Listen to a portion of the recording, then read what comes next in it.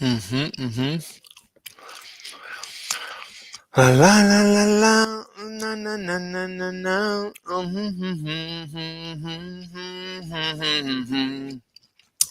Let's wait for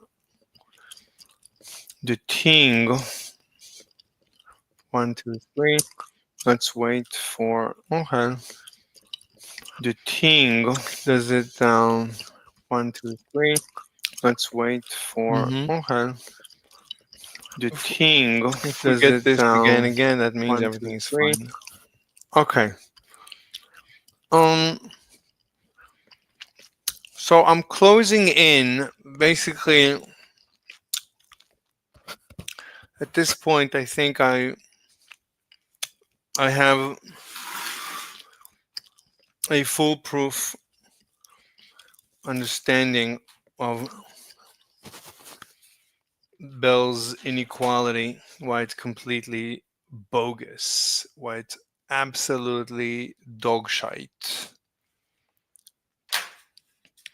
absolutely utter nonsense, complete and utter nonsense. What a sad, what a sad state of affairs that people actually give any credence to Bell's inequality. Very sad, very sad. We live in very sad times that people actually give any credence to Bell's inequality. It's obviously complete and utter nonsense. I mean, if you believe in Bell's inequality, yes. Hello, Hello. Lulu. Very nice name, Lulu. Very nice. Do you believe in Bell's inequality? The thing when both stupid and intelligent people make the same choice? No. Wait, what did you say? I have to raise your volume. What? No, I don't think I do. I will Google this shit. What? Bell's inequality. Yeah, Bell's inequality. Bell's inequality. Yeah, I'll give you a link.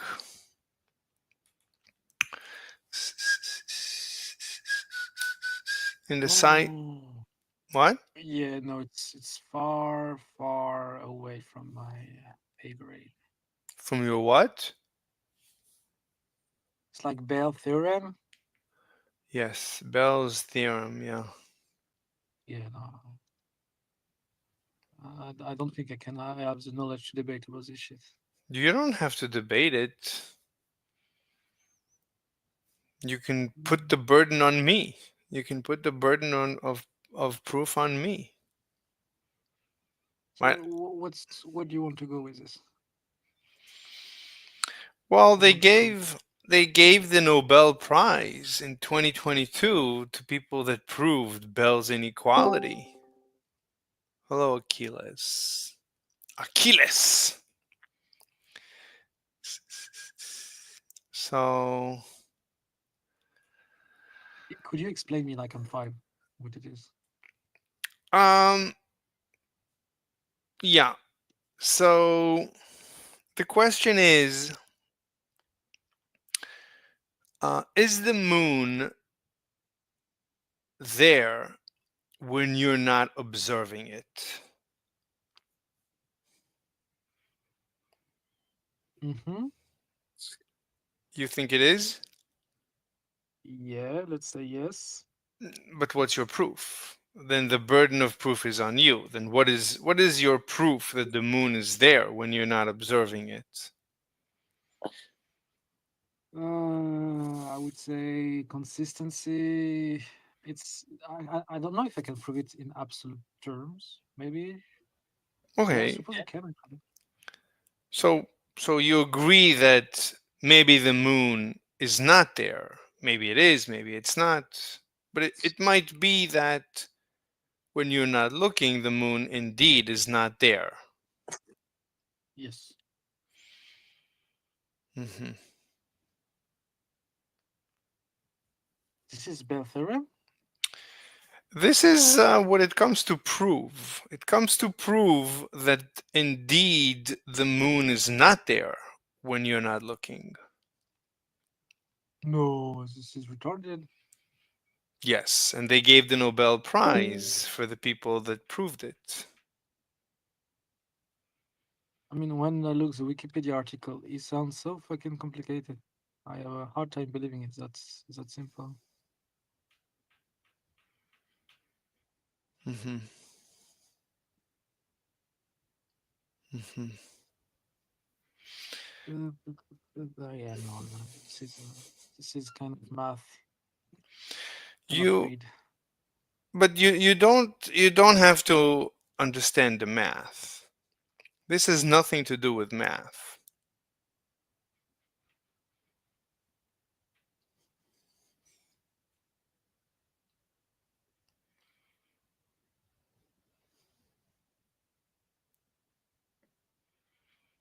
But if you're afraid,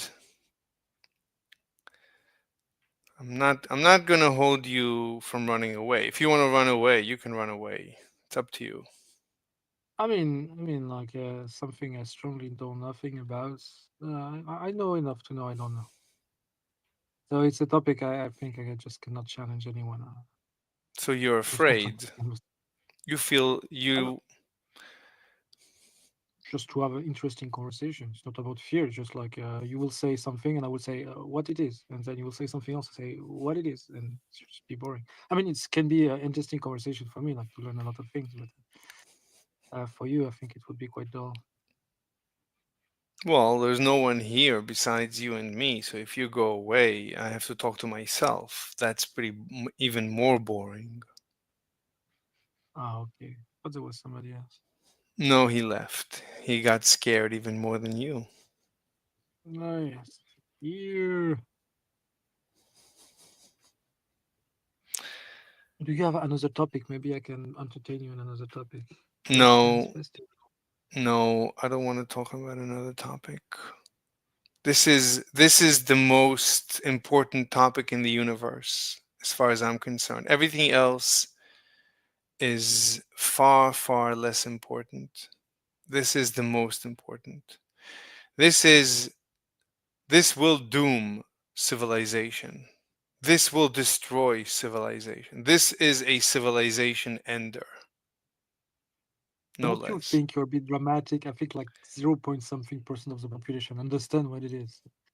I don't think you have this impact. You think it will? No? I I don't wish, know. I wish. This is keeping me up at night for months since I decided to research it. 6 months ago, I was like you. I said, there's no way I can challenge these big brains on this. There's no way I'm going to ever understand it. And at the end, it's just another hoax. It's just another hoax. So what does it entail at the end? Like what makes you stay up at night? Like why do you fear this? I mean, the conclusion is terrifying.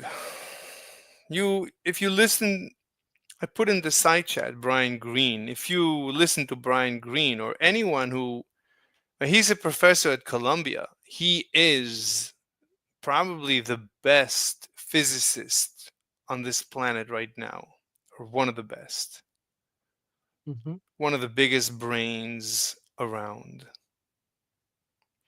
If you listen to his presentation of Bell's theorem, his conclusion is, you know, maybe there is a multiverse, maybe there is faster than light communication. I think he actually believes that there's wormholes that connect particles. Yeah, he believes that. Do you, have you ever? I mean, Hmm. suspect maybe believe is a strong word. I don't think it's like religious doctrine. It's just like No, no, you that's find it that's more. no, that's his theory. His theory, in order to explain Bell's theorem, he came up with. It's not just him. It's also another one of the greatest physicists, Lenny Susskind, says the same thing. They say ER equals EPR.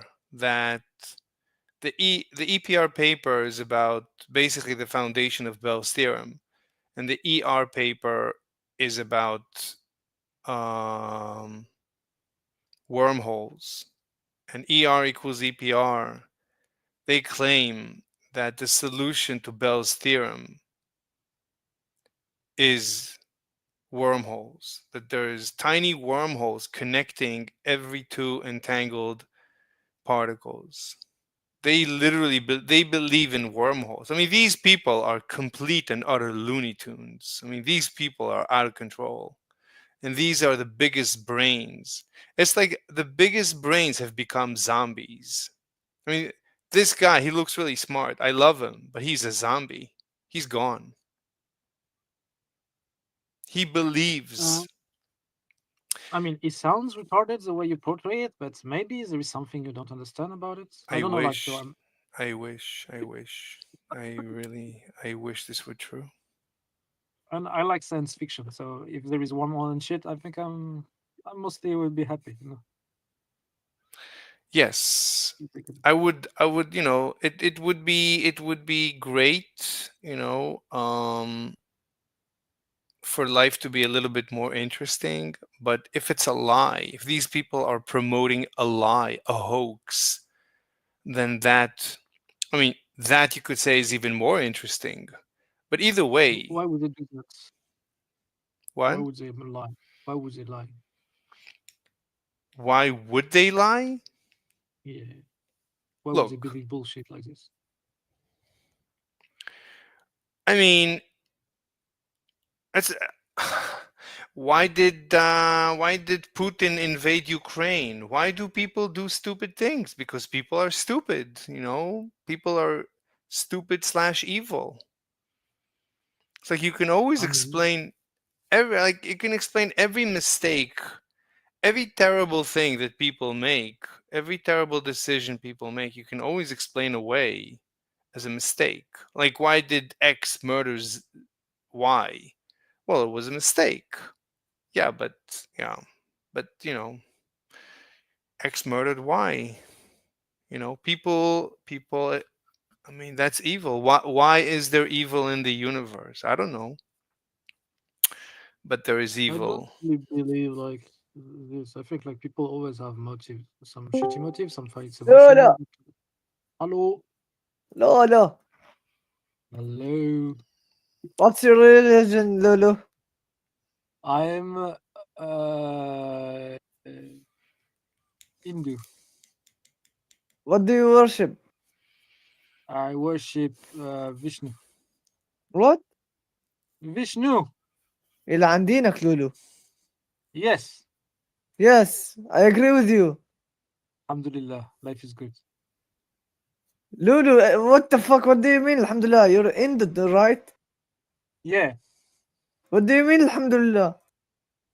I'm open-minded Hindu. I muted him Yeah, I didn't entertain you. I mean, he attacked you because the way you were speaking, you weren't nice. I just needed some I love. didn't I just asked about his religion, nothing more. No, you said something dinak. You said something inal dinak or something? What did you say dinak? No, you said dinak. What did you say? What was the entire statement?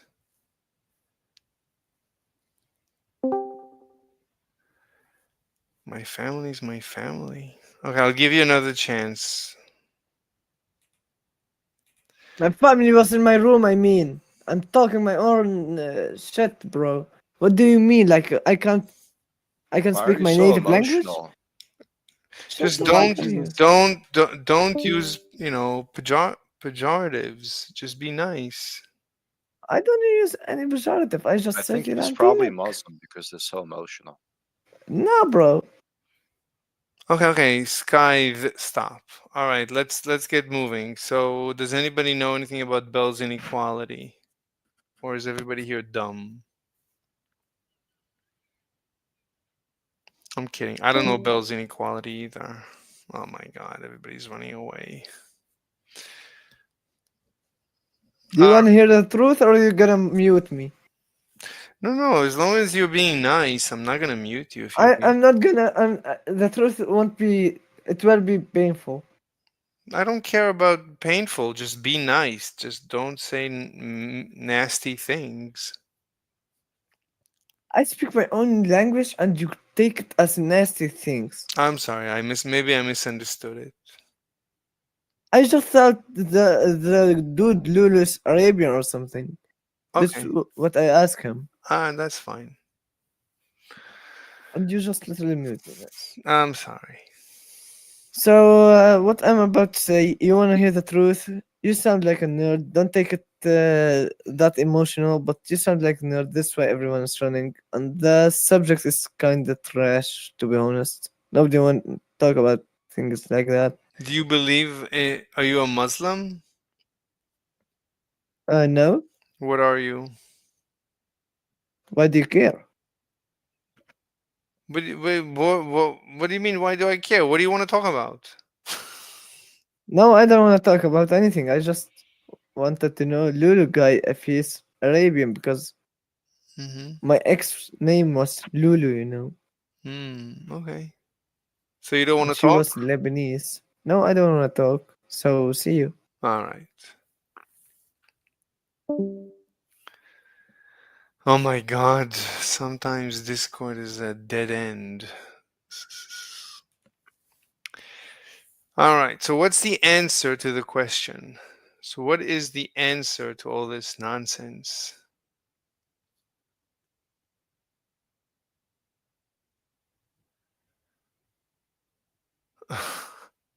Veganism. Oh my God. People are still into veganism.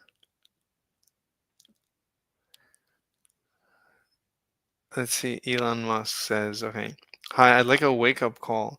Military age males that entered the country illegally since Biden took office now outnumber the military 6 to 1. Oh my God. Wake up call. This request looks like it might be automated to protect our users from spam. Whoa, no way. Meanwhile, some idiots are still building manned fighter jets like the F 35. Trash. F 35 is trash?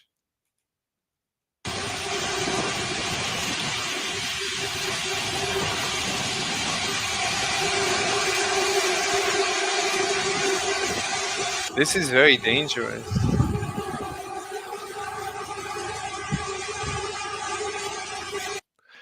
So, this thing, if this attacks a fleet, the fleet is in deep trouble. I mean, especially like what are the I mean, how do you fight against something like this? What do you use to fight against it? And they're getting smaller and more numerous. What do you do then? The fleet is in trouble. Basically, you have to bomb the factories that make them. I mean, this is so dangerous. This is so dangerous. No one saw this coming.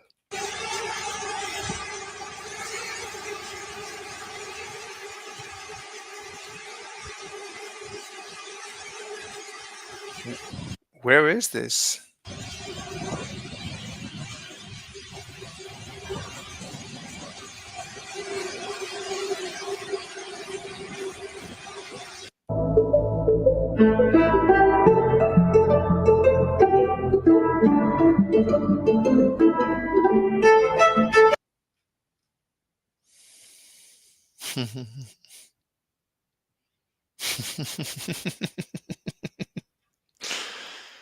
Back in my day, women. Okay, very nice. What's the worst thing humans have ever invented? LinkedIn. Oh my God. Jesus Christ.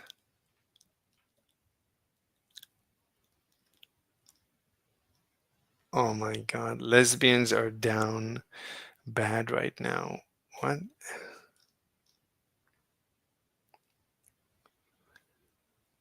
Palestine, Canada. MSNBC. And lead us not into temptation. I think I started something here. The amount of people that want this to happen is incredible. Oh my God.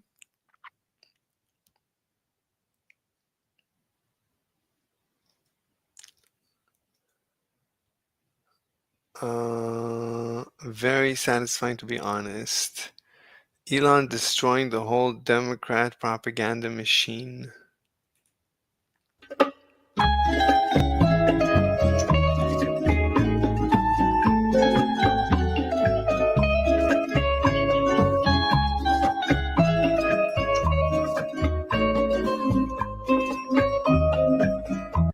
Ending the war on drugs would be so amazing. Success requires moving aggressively. Doge is going to be the most important government department because it is the key to saving America from bankruptcy. Yep, definitely. What else? Tragic. Doge designer. India counted 640 million votes in a single day. California is still counting 15 million votes 18 days later. Mm-hmm.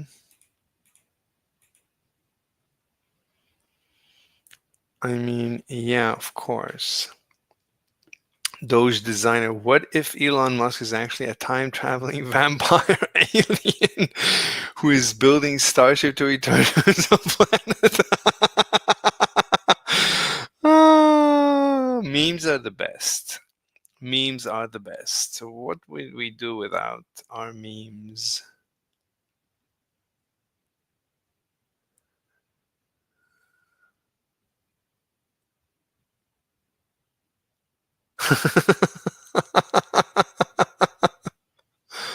Tied like a rat. These are two chicks. Oh my God. Awesome. Two 18-year-old, probably 18-year-old chicks. Incredible.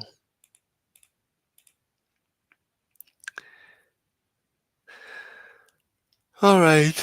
Okay, so what's the answer to the question?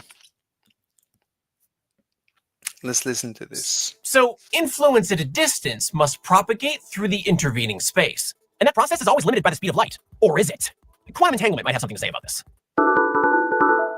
Before we get into this, I should mention that this video is part of a big collab for World Quantum Day. But more traveling along, then suddenly an atomic nucleus jumps out in front of it. The nerve of some nuclei. Anyway, the interaction transforms the photon into an electron-positron pair. So it collided with the nucleus and broke apart? Well, no, at least not in the way you're probably thinking. This isn't like two objects being smashed together or something. Particles never really touch.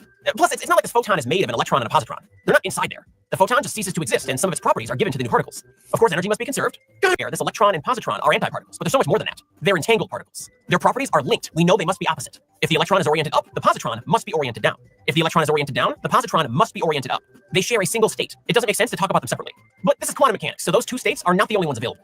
Say we don't know how either of them is oriented. The property is in what we call a superposition. Both particles are showing an essence of upness and downness at the same time. Because, quantum particles can do that. They're still entangled though, so their states are still opposite. It's just unclear which of the base states we'll find when we measure them. If you want more details, I have a video on superposition you can check out later. In case you need better nonsense. Available at the Science Asylum store. But there's really only one more thing you need to understand right now. Superpositions are not measurable. We can only create devices that we intuitively understand, and measured particles will always be in states that those devices measure. This random particle's orientation may be in a superposition, but that all changes when it encounters one of our devices. If the device measures up and down, we'll find that the particle is either oriented up or down, not in a superposition. If the device measures left and right, we'll find the particle is oriented left or right, not in a superposition. The interaction with the device changes the particle, or at least it changes what we can know about the particle. And before you ask, this has nothing to do with the person taking the measurement. Quantum mechanics is not magic. It's about the information that's available, not the information we have. So now that we have entangled particles in a superposition, let's separate them. And I mean separate them, like I don't even know what he just said. information that's available, not the information we have. So now What? It's about the information that's available, not the information that I don't know what that was all about.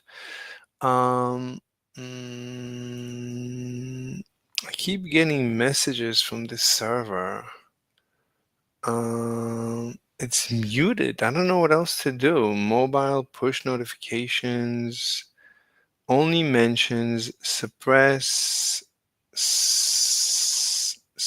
all role mentions. Suppress highlights, mute new events. I don't know what is suppress highlights. I don't know. And mark is red. Okay. Now that we have entangled particles in a superposition, let's separate them. And I mean separate them, like a lot. We'll put them so far apart that it would even take light a noticeable amount of time to travel between them. The Earth-Moon distance ought to do nicely. That's a minimum one-way trip of 1.3 seconds. Next, we break the universe. I measure the electron here on Earth and find that it's oriented up. In that case, I immediately know that the positron on the Moon is oriented down. If astronaut clone measures his positron, it must be oriented down. The superposition has collapsed into this state. How does that break the universe? How did the positron know to be oriented down? But it was in that state the whole time, wasn't it? We just didn't know, right? Well, that's certainly what a whole group of physicists thought back in the day. To the timeline. Quantum mechanics was born in the 1920s, almost a century ago. The de Broglie wave hypothesis, Schrodinger's equation, the Heisenberg uncertainty principle, all published in the 1920s, and all suggesting that the universe is inherently probabilistic. It was a philosophy championed by Niels Bohr. No, Schrodinger had nothing to do with that. De Broglie, nothing to do with that. Heisenberg also, I don't think it had anything to do with that. Heisenberg did take the position with Niels Bohr.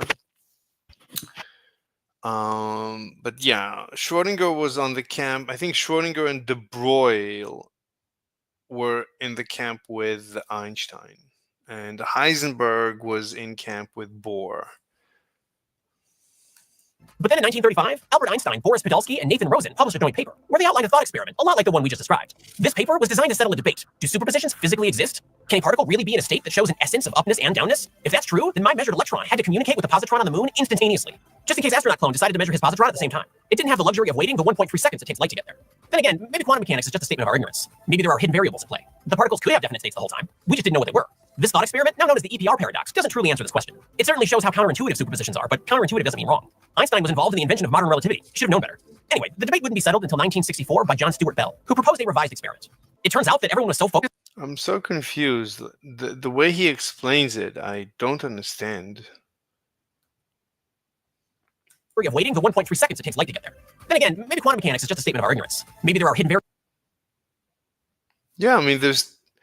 What do you mean? I mean, if it so happens that measuring on Earth and measuring on the Moon simultaneously give opposite results, obviously they cannot be communicating, right? If it's instantaneously, there's no time for communication.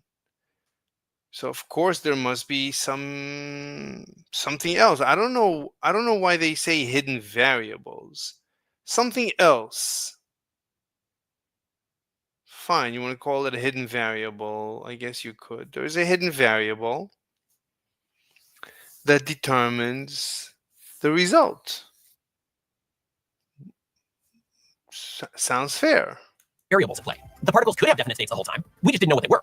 This thought experiment, now known as the EPR paradox, doesn't truly answer this question. It certainly shows how counterintuitive superpositions are, but what do you mean it doesn't answer the question? Of course it answers the question. If you assume that you cannot have faster than light communication, then this paper settles it. That was the purpose of the paper. Oh my God.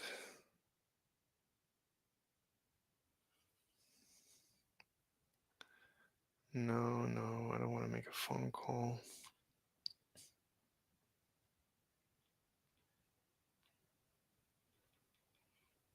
One second.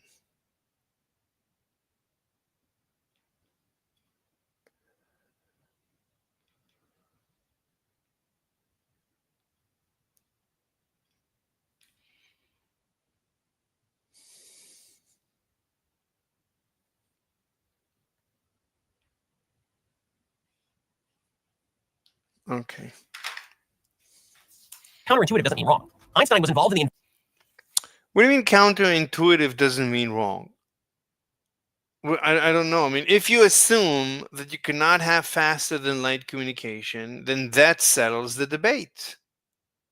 That was the purpose of the EPR paradox. That's the purpose of a paradox. A paradox settles a debate right? If I'm presenting to you a paradox, a self-contradiction, then that settles the debate. What else do you want? What more do you want me to do? That's the best way to prove anything, is by following through your logic and ending up with a self-contradiction. That settles the debate. Then if X, then Y, and if Y, then not X, okay, then something is wrong. Then you have it's done. What do you want me to do? Then either X then Y is wrong, or Y then X is wrong, but you can't have the entire statement. Something is wrong with your syllogism. Why do you say this was not supposed to meant to end the debate? Invention of modern relativity. You should have known better.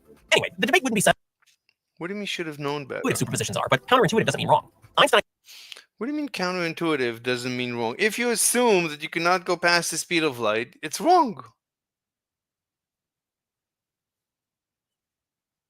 was involved in the invention of modern relativity. You should have known better. Anyway, the debate He should have known better because because relativity is counterintuitive? How is relativity counterintuitive? What would you like the universe to behave like? Relativity is intuitive. Why do you say relativity is not intuitive? If relativity is not intuitive, I don't know why you just said that. debate wouldn't be settled until 1964 by John Stuart Bell, who proposed a revised experiment. It turns out that everyone was so focused on measuring What do you mean will not be the debate? The debate was settled. What are you talking about? He wrote the paper. The debate is settled. He presented a paradox.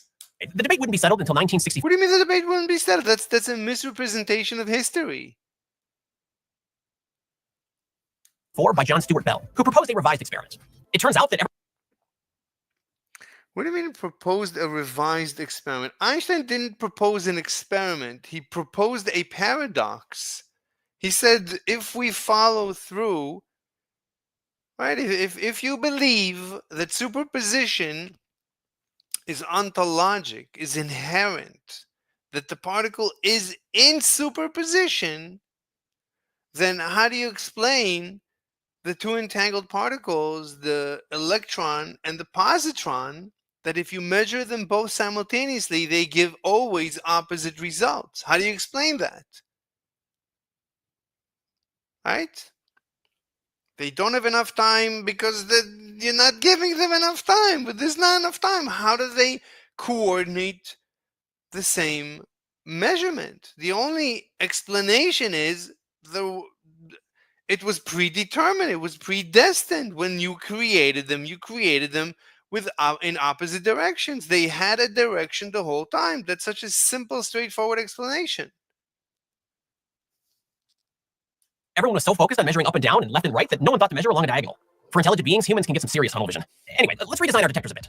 Each of the two detectors is capable of taking a measurement along 3 different directions. It doesn't matter which 3 directions, as long as there are 3 different directions, and the detectors are designed identically. For simplicity, we'll make them all 120 degrees apart.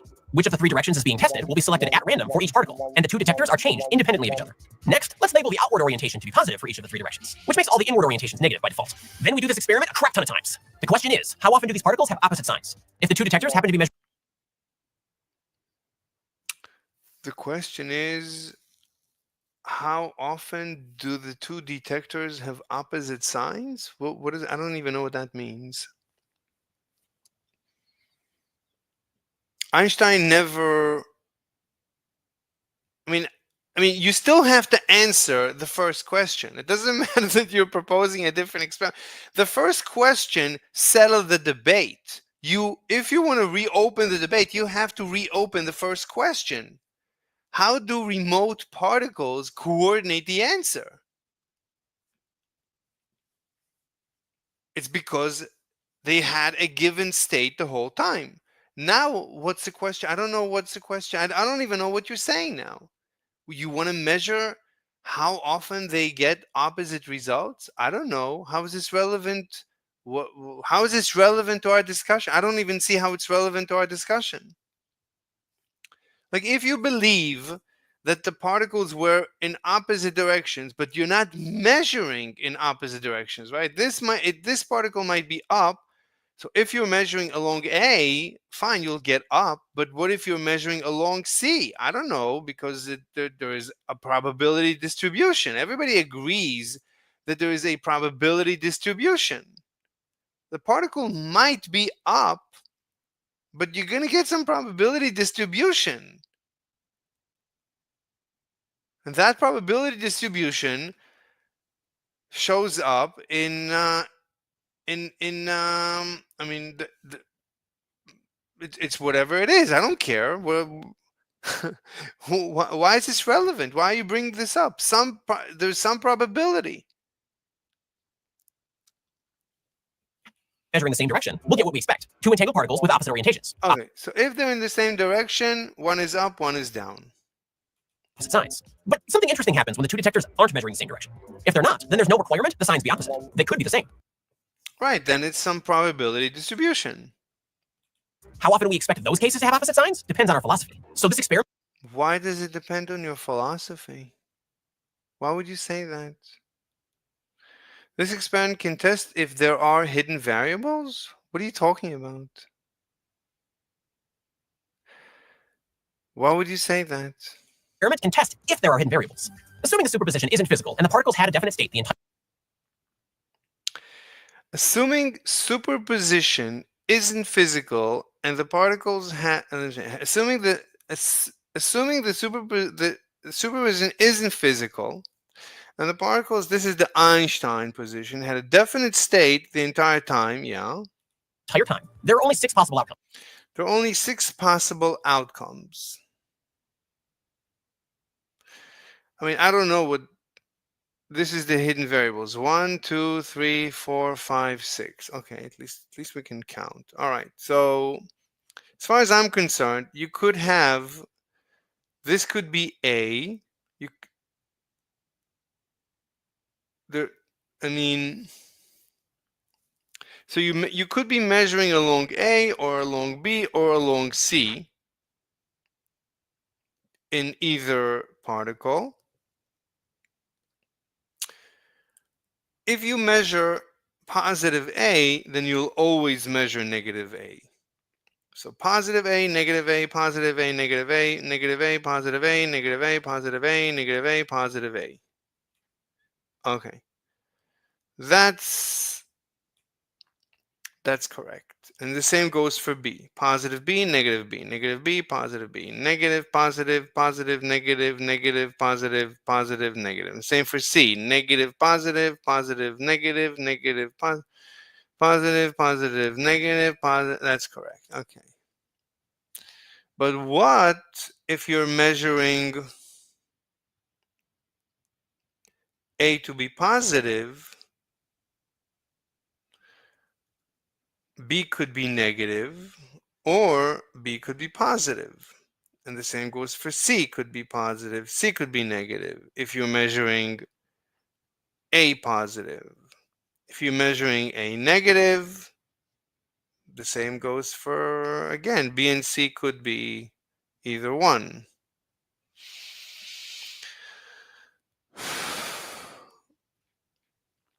But he's saying there's only 6 ways it could end up, right? Because if you're measuring along, and along, that's 3 cases that are done.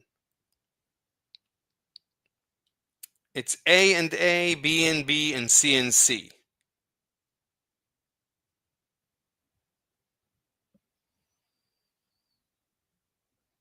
I don't understand this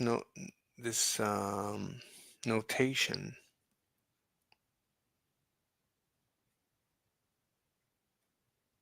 The electron is measured at positive A. The positron could be negative A, negative B, or positive C.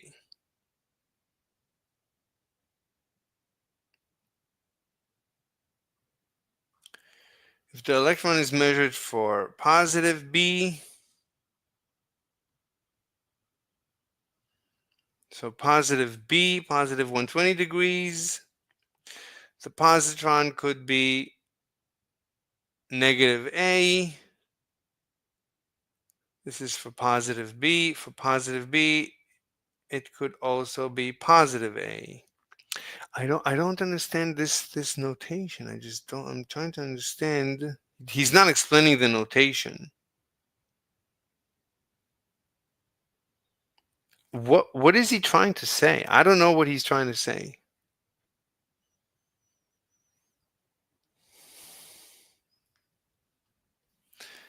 1,700 comments. Let me remove my comment because at this point I think I can completely devastate Bell's theorem at this point. So I don't want to mince words. The question is 6 something. Thank you. For what? Most understandable. Why do you say this is the most understandable? I don't understand it. I was a bit confused because 7:12, let me see, what time am I? 7:19, which is basically 7:12, all right.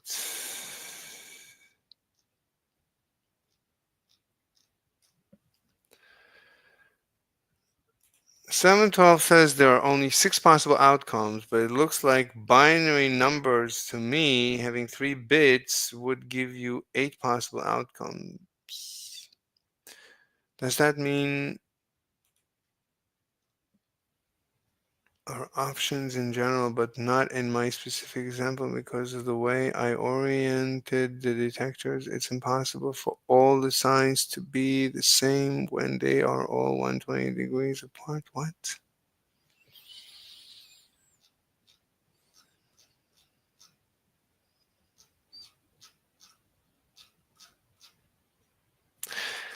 When was this? So 2 years ago he was answering. When is the latest comment? 2 years ago. Everything is 2 years ago. So no one sort by newest. At 7:19 you show there are 6 possibilities. This is 6 days ago and he's still answering. Oh, with the same answer. Oh, is this the same question? You show there are 6 what about negative A, negative B, negative C, and positive, positive, positive? If we count, no, this is impossible. You can, oh, this is, yeah, negative A, negative B, positive B, negative C, positive. If we count those, you get your 1/2 probability, not 5/9. Why would there only be 6 possibilities for a combination of 3 binary values anyway? Plus B, C, and negative B, C are options in general, but not in my specific example because of the way I oriented the detectors. It's impossible for all the signs to be the same when they are all 120 degrees apart. But no matter how you orient the detectors, there will always be excluded options.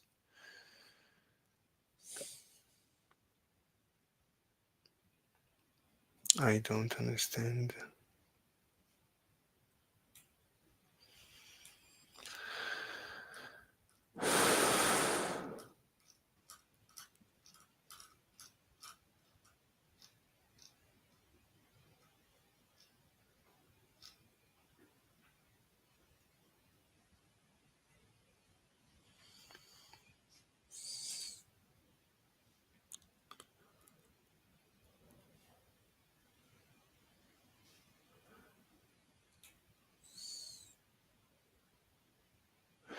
I'm looking for timestamps.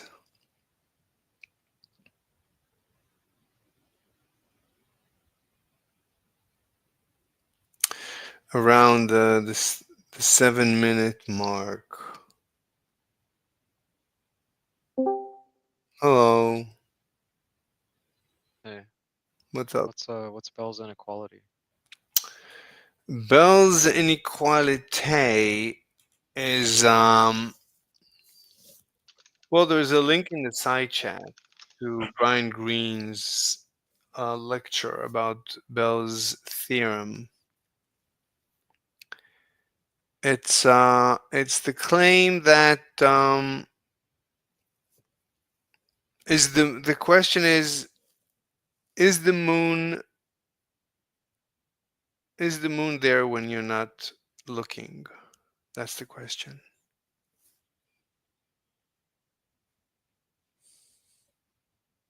What do you think? I see. What's your opinion? Uh, I don't know. I'm not a big moon person. Mm. I used to see I'm anti-moon. Okay, is the universe there when you're not looking?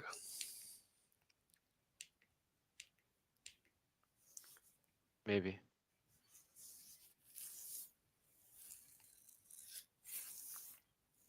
Hmm. Okay.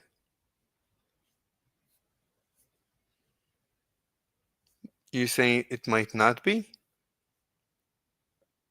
Maybe not. If I'm not looking at it, who knows? Anything could be there. Hmm.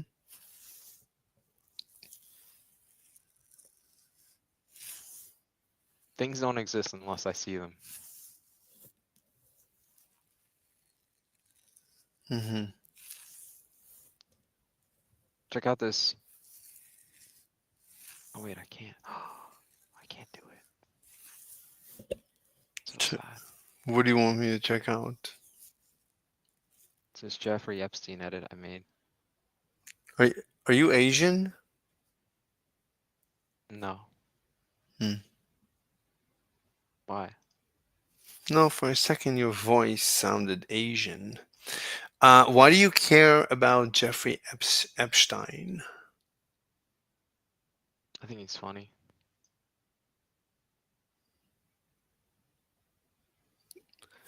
I don't think he's dead. I think he's dead. But he was a funny guy when he wasn't dead. Really? I don't. You know, actually, I don't care. The question is,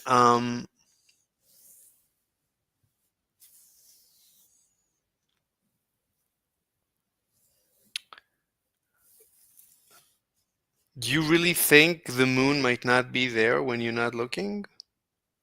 Yep.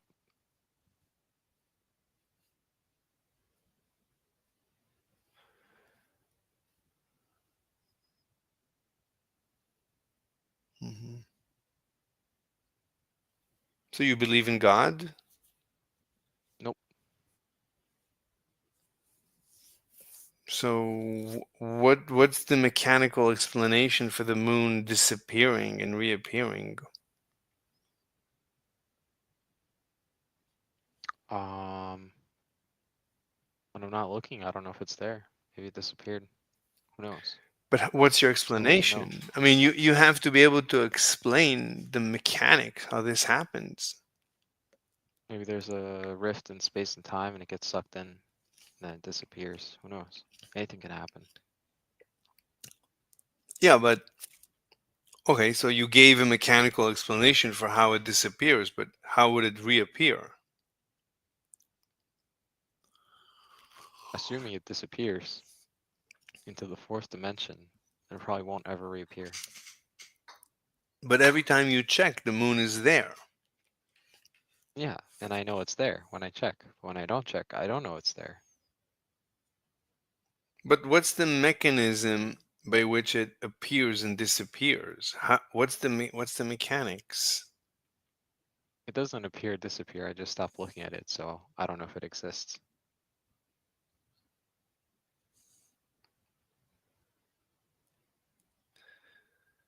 Okay, but I'm sorry, I had to text someone. How do you know? I mean, what's the mechanic by which it follows your Your observation, right? According to you, the moon waits for you to observe it. When you observe it, it comes into existence, Yeah. right? How? Well, what's the How do we know? mechanism? Hmm? How do we know anything exists? We don't. I I'm I'm I'm fine with the option that it might be true, but now let's assume it is true. Like if we assume what's known as realism, that the moon is there when we're not looking, that's simple. That's relatively simple. There's nothing really to explain. It's a simple mechanical universe. It's a clockwork universe that doesn't care if I observe it or not. That's a simple, straightforward universe. But a universe in which So how hmm do you have pets? no, no, I Do you don't. have family? I cannot. I'd rather not disclose that information. Let's assume I have family. Yes. How do you know your dad isn't dead right now?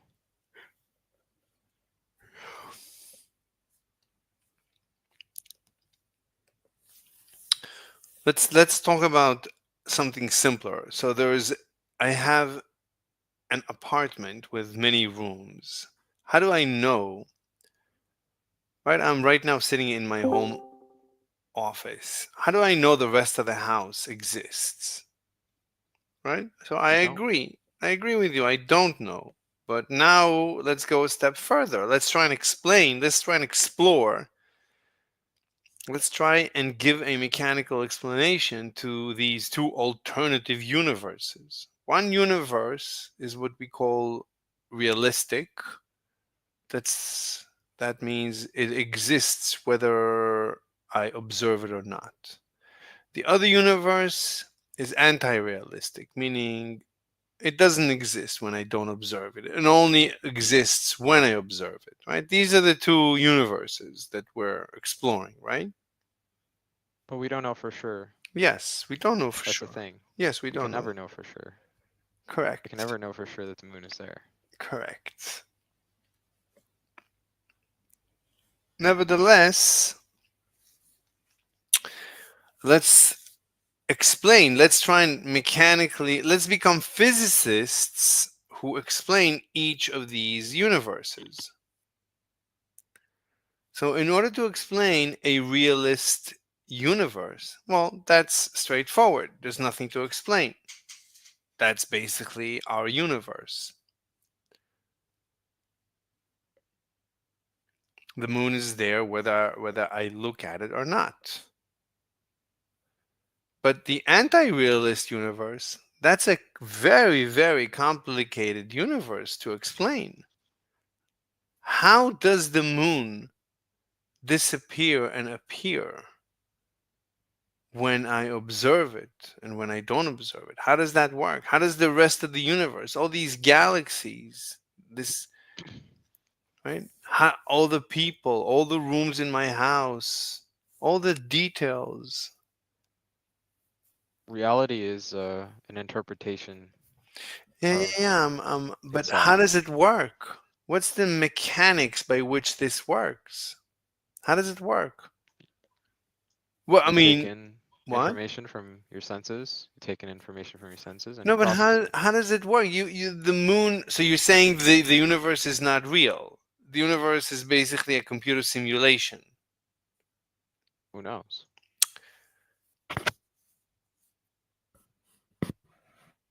It might be, might not be. No way Uh, to know. right. We don't know. But if we assume the universe is not a computer simulation, I mean, if we assume it's a computer simulation, again, we would have to go down that rabbit hole. W- Basically, if we follow every if that you're proposing, if we go down that rabbit hole, we come to very strong contradictions. Very, Let's assume for now that the universe is not a simulation. Later on, we can also follow that path. So let's assume the universe is not a simulation. So the moon is real. How does the moon pop in and out of existence? How does that get synchronized when I look and when I don't look? How does that happen? What's the mechanics? It doesn't happen, but you never know if it does. You never know if it disappears But one day. I'm saying there's two options. Either we live in two optional universes. A realist universe or an anti-realist universe. In a realist It can happen universe, in the realist universe. It's just a lower chance. but I'm asking you, what's the mechanics? What's the mechanism by which the moon knows to disappear and appear when I look at it and when I don't look at it? What's the mechanism? Explain to me the It's just what mechanism. it's what your brain interprets. That goes, but we're that's everybody agrees that the brain interprets, but the moon has to disappear, or does it not? Are you? Doesn't disappear It doesn't most of the time. disappear most of the time, but some of the time it does disappear. Yes. It never has, but it may in the future. No, no, no. We're exploring two optional universes. One universe is realistic. That's the universe where the moon never disappears. What you see No is matter what you, what. yeah, what you see is what you get. Even the small chance that a wormhole appears at that specific place and sucks the moon out. No, no, no, no, no. Look, there's two optional universes. One is a realist universe and the other is an anti-realist universe. The realist Things can universe, still happen in a realist universe. It's just a low chance of it. I'm not talking, right, I agree. There is a low chance, but if it is swallowed by a wormhole or a black hole, then it's not going to come back into the universe. It's gone. Whatever falls into a black hole is gone. But there's two Yep. optional universes, a realist universe and an anti-realist. In the realist, what you see is what you get. The moon is there, always was, always will be, unless something happens to it. But then, if we're talking about, it's there when I look and it's there when I don't look. Or maybe one day it's gone and then it's going to be not there when I don't look and it's going to be not there when I look. But you don't know if it's there or not When? unless Right, you look at it. right now? Can you see Right, the but moon right we're now? exploring two optional universes right now. We're trying to, I agreed, I conceded that I don't know either way. But now we're trying to explore the two options. We're trying to see how would two such universes work. We're trying to look at the mechanism by which these two universes work.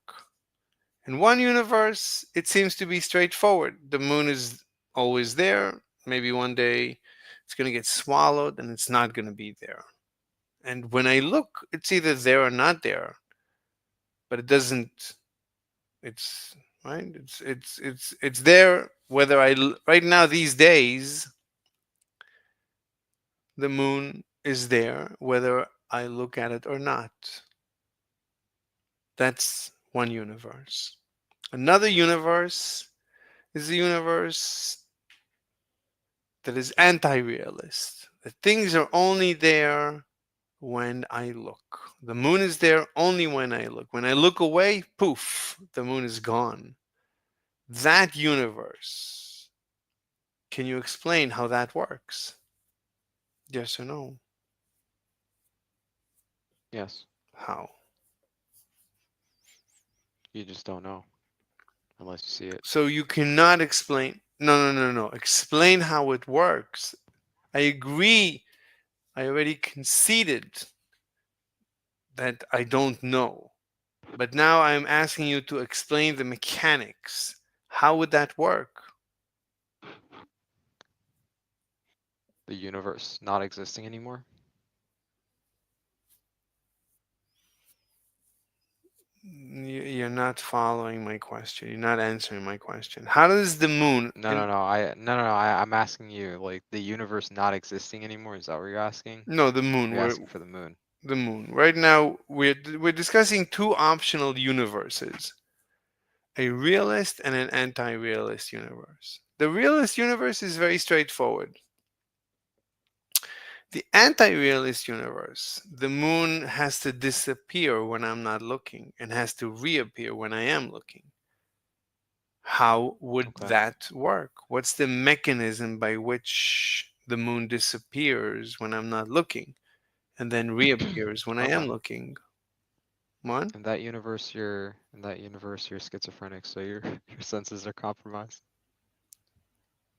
Okay, then that's not an anti-realist universe. Then you're going back to the senses. Then you're not arguing for anti-realism. You see the problem. No, Well, I don't care. we don't live in an anti-realist universe. We live in a realist one. but the but how do you know? Right? I agree that we don't I know. know No, you don't. because when I don't look at the moon, I see other people telling me that they're also looking at the moon. But then also, arguably, they could be lying. Who Y- knows? Well, let's ignore the other people. Let's not complicate it with other people.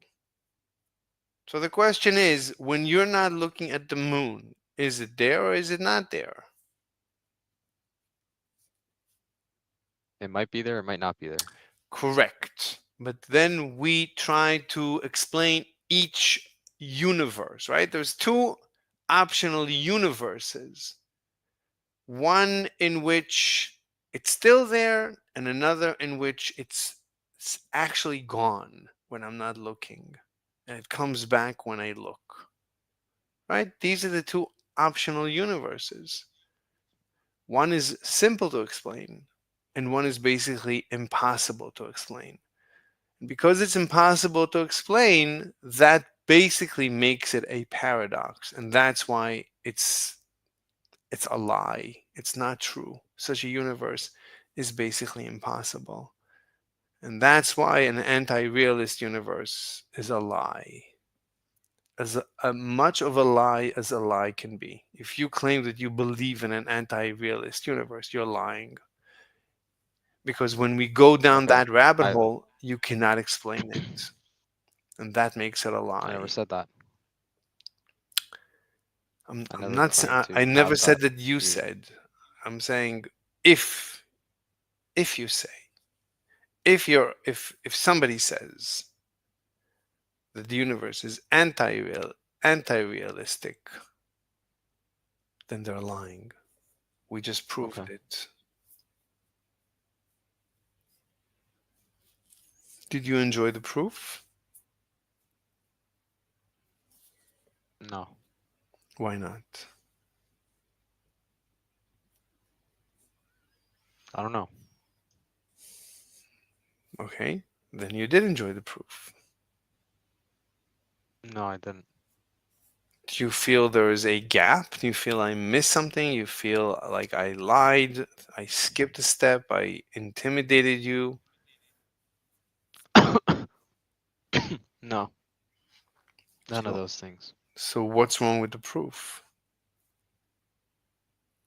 I didn't get any dopamine from it, so I didn't enjoy it. Okay, then you explain it to me. Maybe then you'll enjoy it. I don't think so. Well, try. But I'm not getting any dopamine right now. Well, you're not trying. It's like you have to try the drug.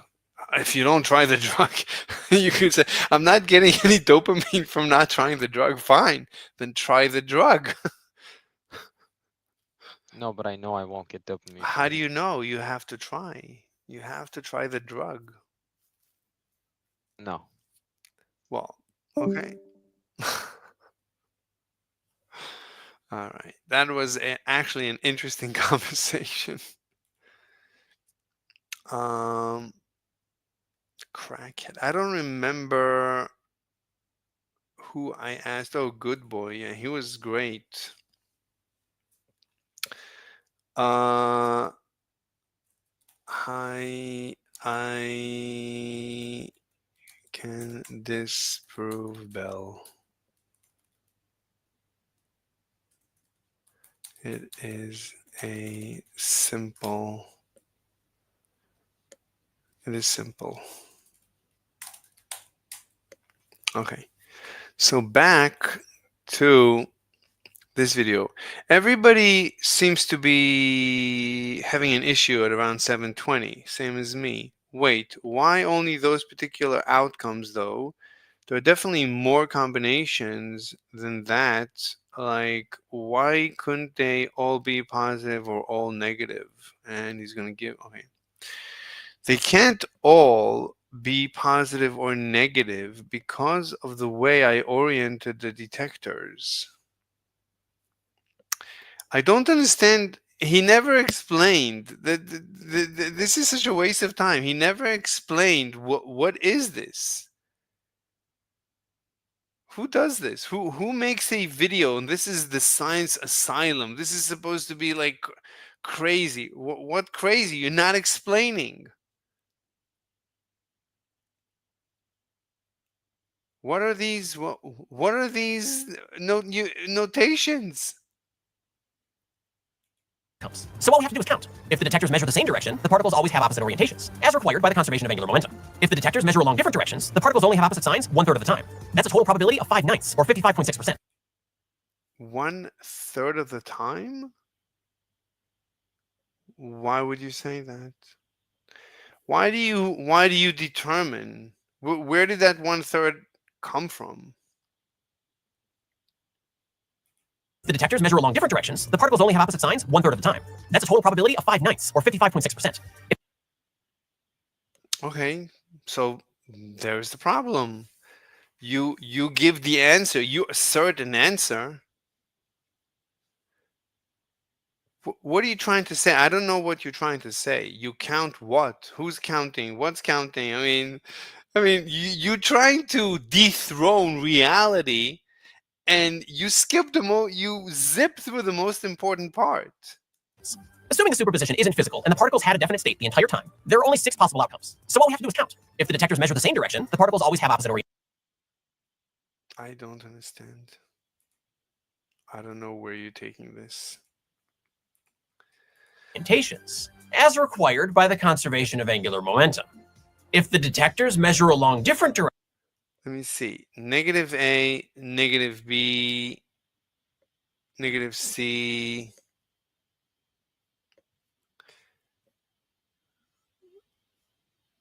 I don't know. I don't know.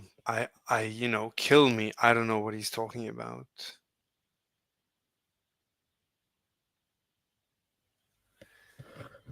I don't know what he's talking about. I have no idea what he's talking about.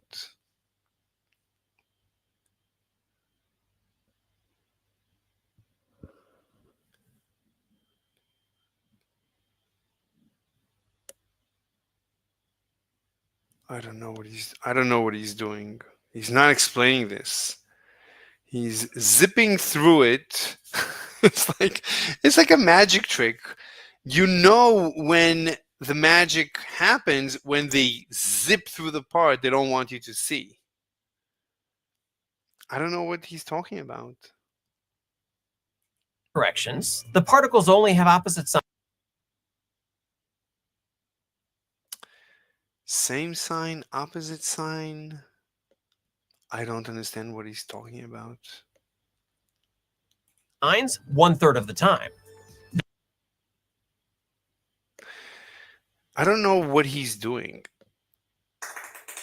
I don't know what he's doing. I don't understand this part at all. That's a total probability of 5/9, I don't know. I don't know what. or 55.6%. This is possibly the worst explanation to Bell's theorem I've heard my entire life. I don't know what he just went through. So we can watch Brian Greene, a much, much simpler explanation from actually 4 years ago. So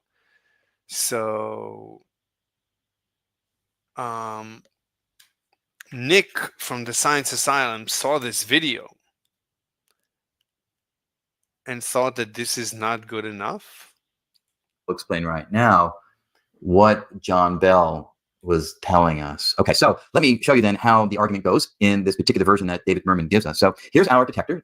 We can choose axis 1, axis 2, axis 3, and each of these detectors are in this configuration. And now, I should say, when a particle pair is emitted by... So here you can clearly see why this is wrong. This is the mistake. That's it. This is the end of Bell's theorem. At this point, you can throw Bell's theorem to the garbage. What's going on? Friends. Pending.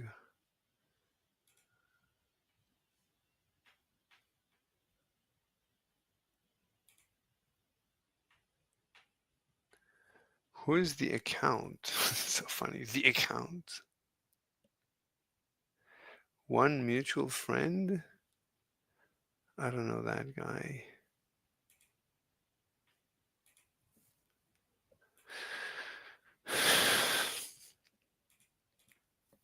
by this... So this is already the problem, because what he says is that when the particles are created, they're also created with the results of the measurement. There's no direction. The particle doesn't have a direction.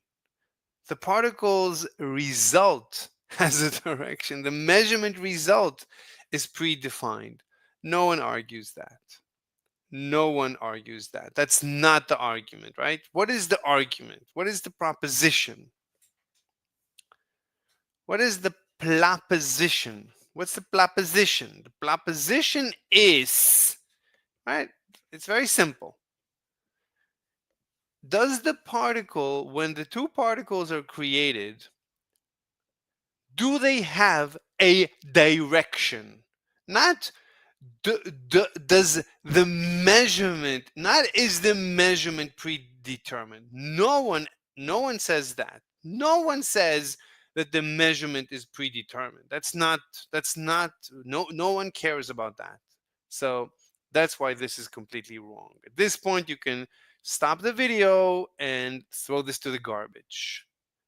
That's why Bell's theorem is incorrect. No one argues this. The argument is, does the particle have a direction? That's the question. Why are you showing me 3 directions? Well, I don't understand. There's no 3 directions.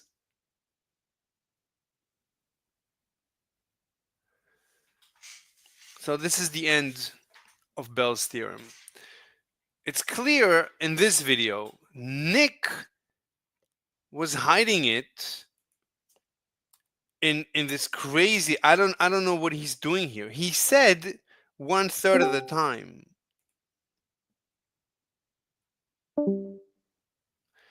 When he said 1/3 of the time, that's the end of Nick's video. That's when you should stop it. Because what do you mean 1/3 of the time? Where does that come from? Why would you say that? Opposite orientations. Where's the closed captions? As required by the conservation of angular momentum. If the detectors measure along different directions, the particles only have opposite signs. This is the problem. The particles only have opposite signs 1/3 of the time. Why would you say that?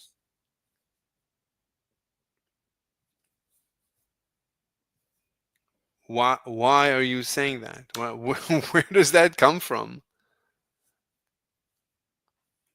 And that's the end of this video. So 7:34. Thank you very much. That's all I need to know.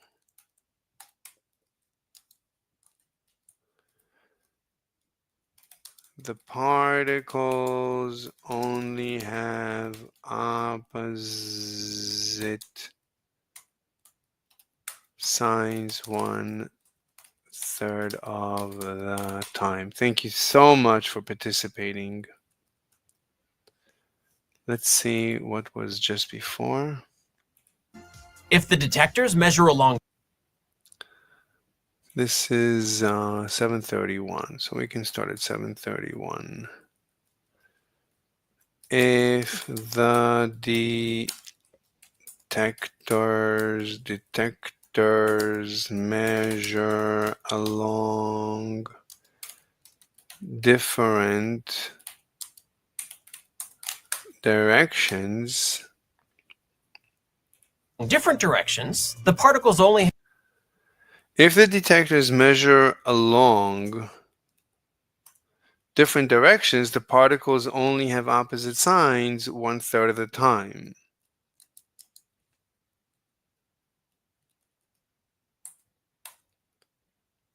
Nice assertion. That's not the argument. Along.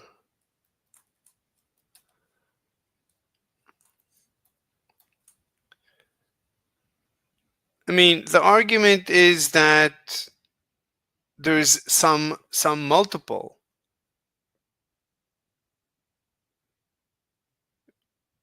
Why would you say? Anyway, why would you say that? Why is it 1/3 of the time and not 1/3 squared or square root of 1/3 or who knows, some other number? Why is it that number? Why is it that number? Why would you say it's that number?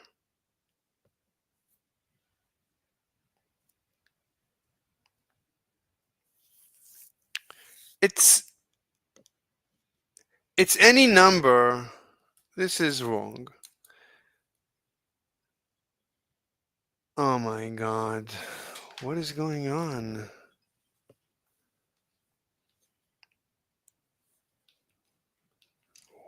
I keep getting phone calls. Let me check what's going on.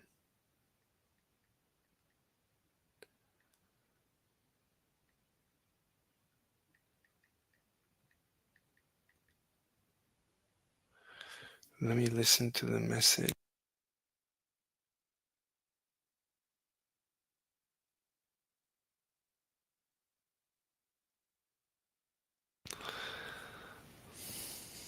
One second.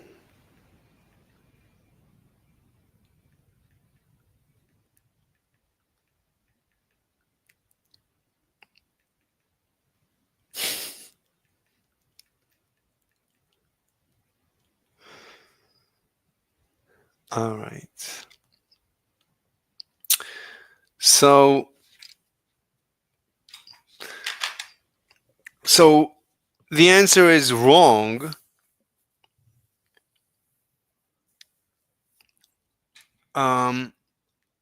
Right? If the detectors measure along different directions, the particles only have opposite signs 1/3 of the time. In order to conform, come on. Conform to the thesis, to the question at hand, right? We're trying to ask, is the spin intrinsic? Is the spin, is there a spin? Is there a physical spin, or is it not physical, or is it waiting to be measured? In order to conform to the ontological, so we believe in the ontological,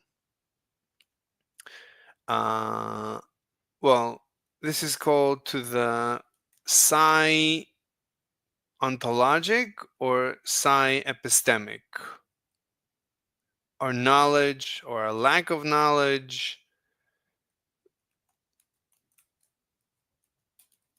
epistemic theory. That's Einstein. Oh my God.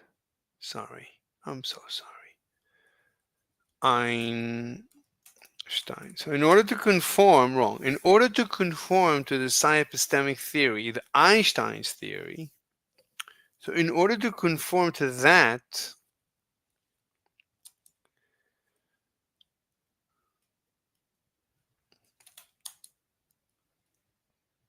you can employ any formula that takes the difference. I wish I could pick an answer. Picks the difference between the spin and measurement angles, just as so you could employ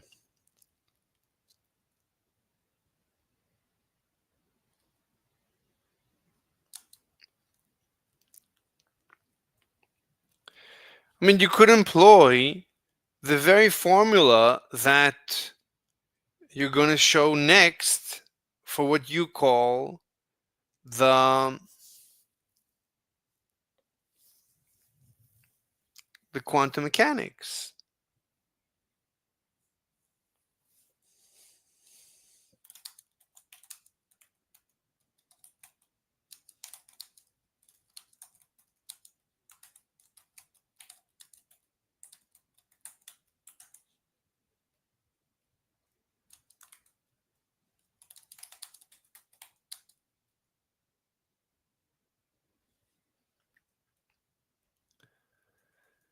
I'll come back and I'll write the timestamp.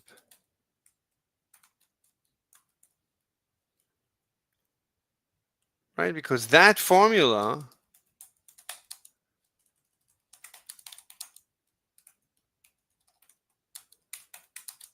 does not take into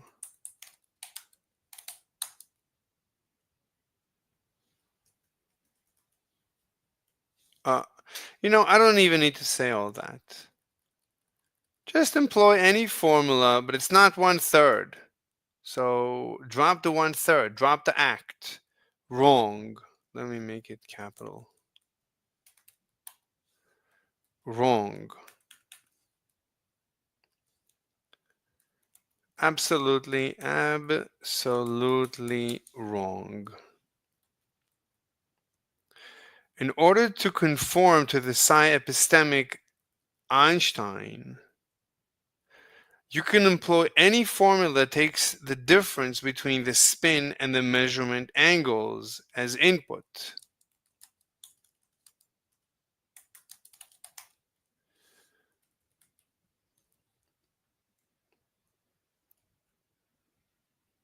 Not necessarily 1/3.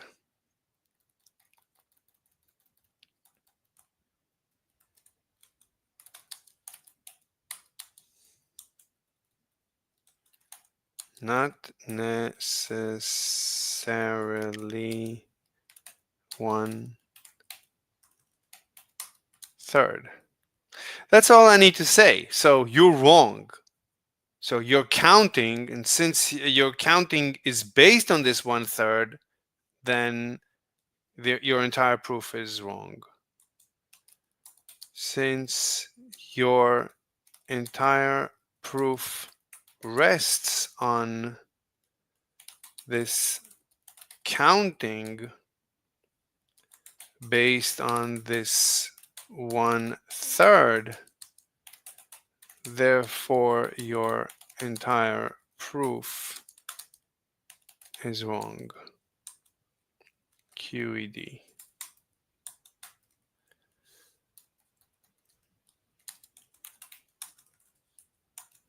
Therefore, Bell's literally Bell's inequality inequality is wrong. QED, cheers.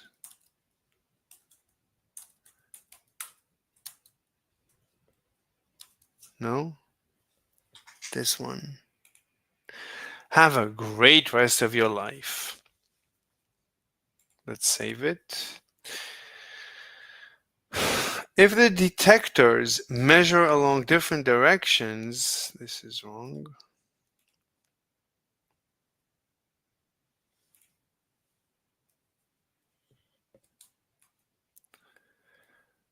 Right?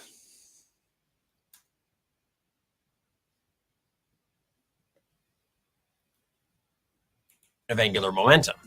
If the detectors Different directions, the particles only have opposite signs 1/3 of the time.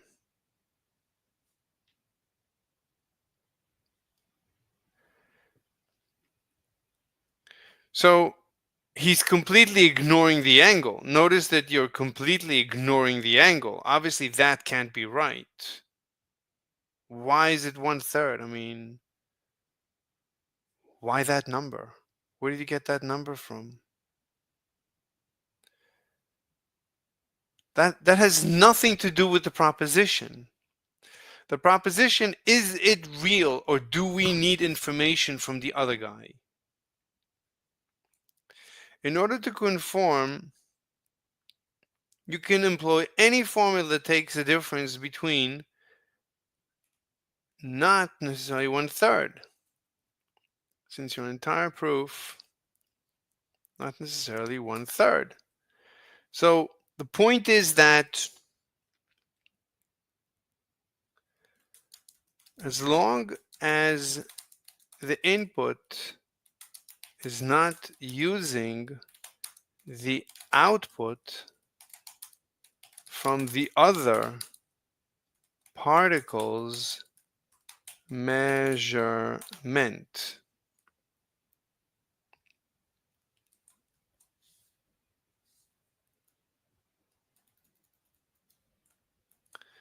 since your entire proof rests on this counting based on this 1/3, therefore your entire proof is wrong.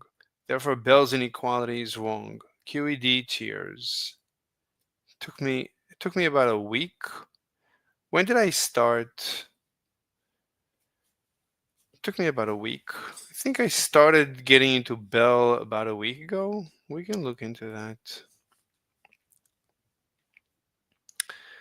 Bell.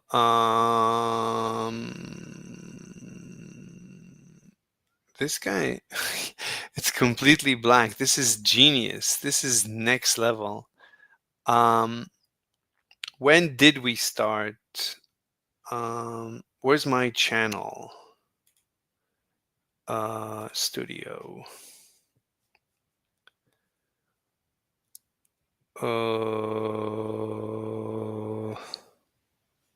Content. Live. When did we start Bell's theorem?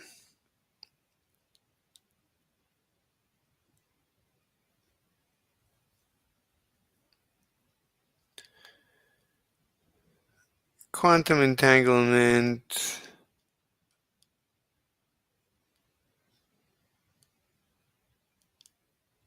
Bell's inequality. This is November 11th, and now we're November 25th. So 10, that's 15 days. That's 2 weeks.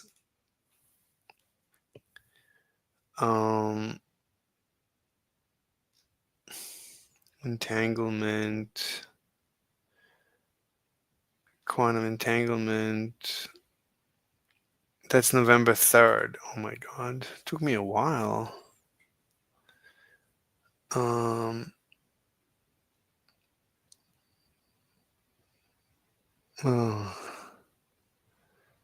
Energy creates quantum mechanics. Yeah, I don't think this is, I wasn't doing it then. This is other stuff. I didn't get into Bell's inequality at that time. It's a good question when I really started diving into it. I don't remember what prompted me to plunge into it. I think this is the first time, November 2nd. So, took me about, let's say, 25 days, just under a month, just short of a month it took me to crack this hoax. So, if the detectors measure along different directions, the particles only have opposite signs one third of the time. Absolutely wrong. And he went too fast, so I don't know. I don't know. I mean, it's impossible to understand what he was doing. But this is definitely nonsense. I mean, you don't have this has nothing to do with the question. He's arbitrarily assigning a number that will give him the wrong result. So this is worse than straw manning. This is wrong manning. Like uh, you're assigning to my position a value that I don't have, that my position does not entail. Absolutely wrong.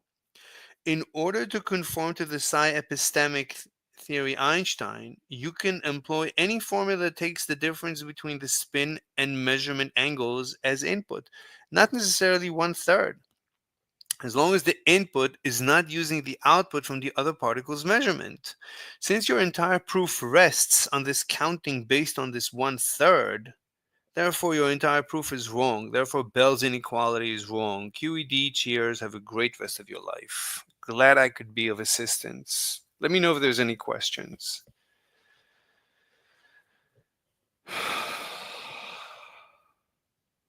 Unbelievable. And people will say, "Oh, thank you, thank you so much for explaining it. Without this explanation, we can never understand it." Like I've heard everyone explain this. I have no idea what he's doing here, except for he said, he said, uh, he said the thing that's supposed to not be said. What do you do? He said the quiet part out loud that he's miscounting. Oh, okay, one third. All right, so you're miscounting. So instead of one third, I can put any number and get the right answer. I mean, why would I put one third? Who are you to tell me what I'm gonna put? Why would you tell me? That's not part of the question. There's nothing that entails nothing about hidden variables entails one third. This is such this is This is terrible. I mean, obviously humanity is doomed, but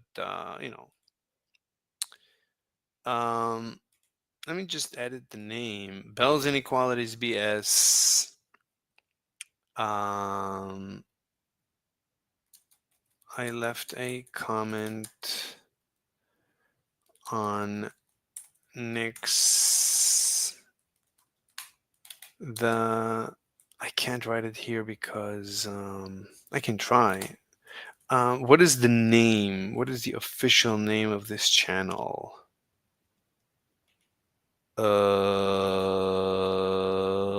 Yeah, I need to click this. Go here. This. Nick Lucid is absurdly excited about science. Crazy. That's very. This is the name. Science Asylum.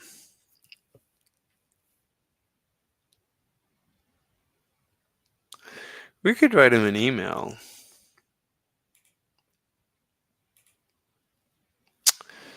Bridge.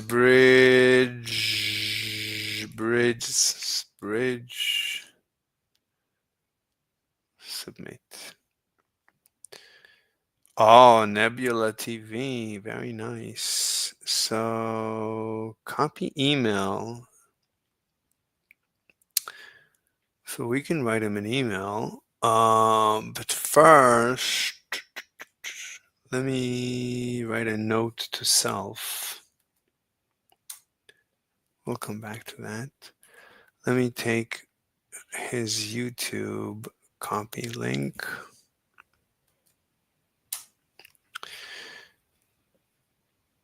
So let's do that again.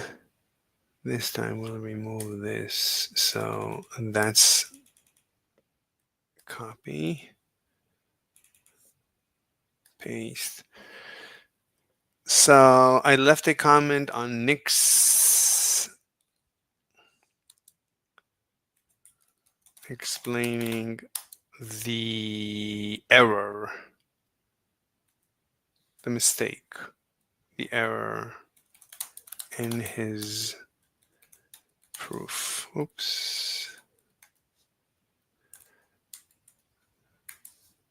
So Bell's inequality.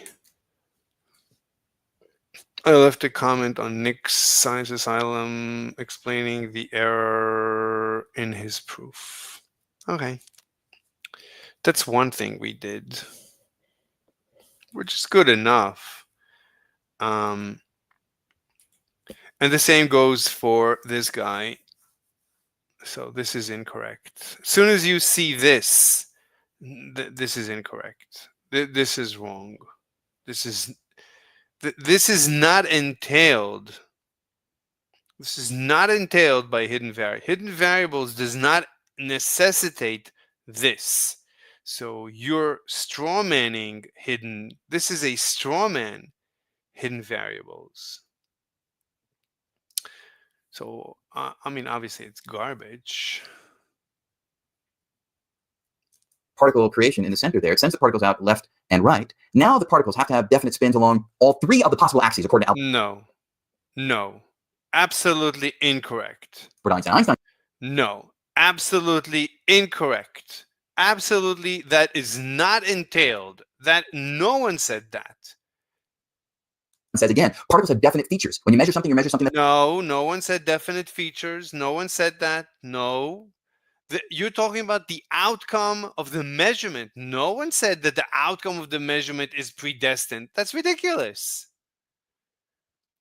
When you measure something, and you could still have a variable, you could still have a flip of a coin. You're not allowed to have a flip of a coin? There's a hidden variable. It's a flip of a coin. You're not allowed to have it? What is this? What is this nonsense? Something you measure. that's already there. So if we're measuring the particle spins along axis 1, then the particle better have a definite value to spin along axis 1. And you see it right here. No, that's not true. I mean, the particle definitely has a definite, but that doesn't mean that the measurement is definite. The measurement is still up for grabs. Anything can happen. We don't know what's going to happen with the measurement. There's a flip of a coin.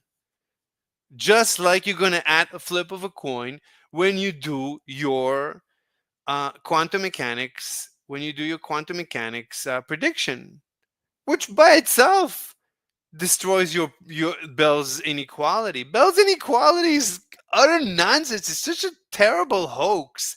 Do better. Do better next time. Unbelievable.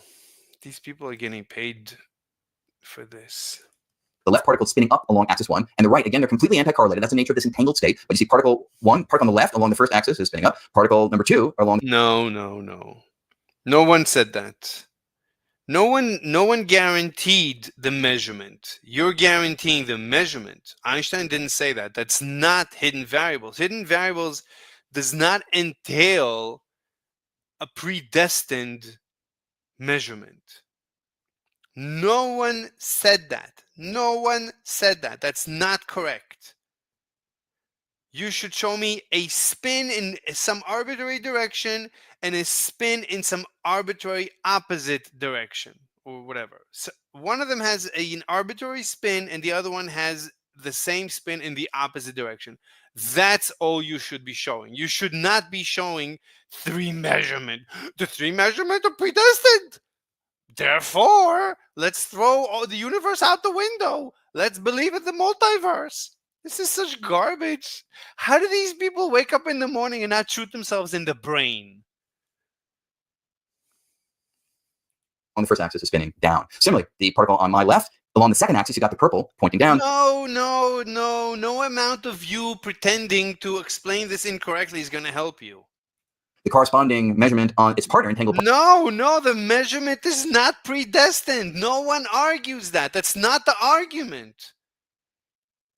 That's that you're straw manning the argument.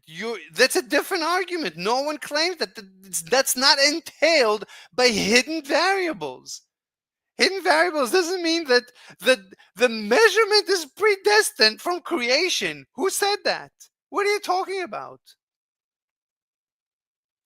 Partner particle on the right, the middle arrow is spinning up. And Okay, let's go back to the first time that he showed this nonsense. I think this is straight from the beginning. David Merman. David Mermaid. Shut up. Shut up. Go back to your basement. What a bunch of hoaxsters. How do these guys have the audacity to look at themselves in the mirror? Disgusting. into the story. Because in 1964, he writes a paper. I'll show you that paper in just a moment. He writes a paper that shows, well, we will do the mathematical analysis. This guy is such an actor.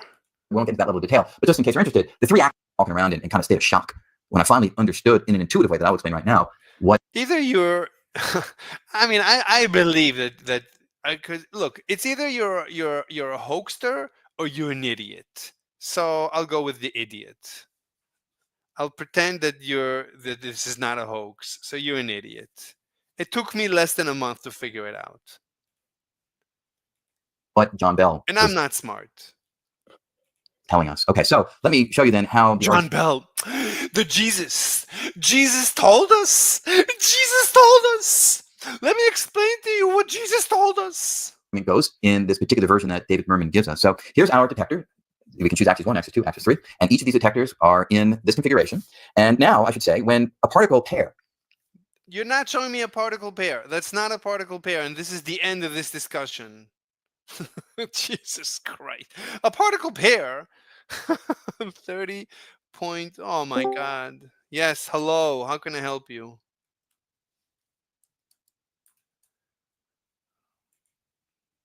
Yeah, Mr. yeah. What? Are you like an okay person or what? Like, I don't understand. I don't understand the question. Am I an okay person? Yeah. Why?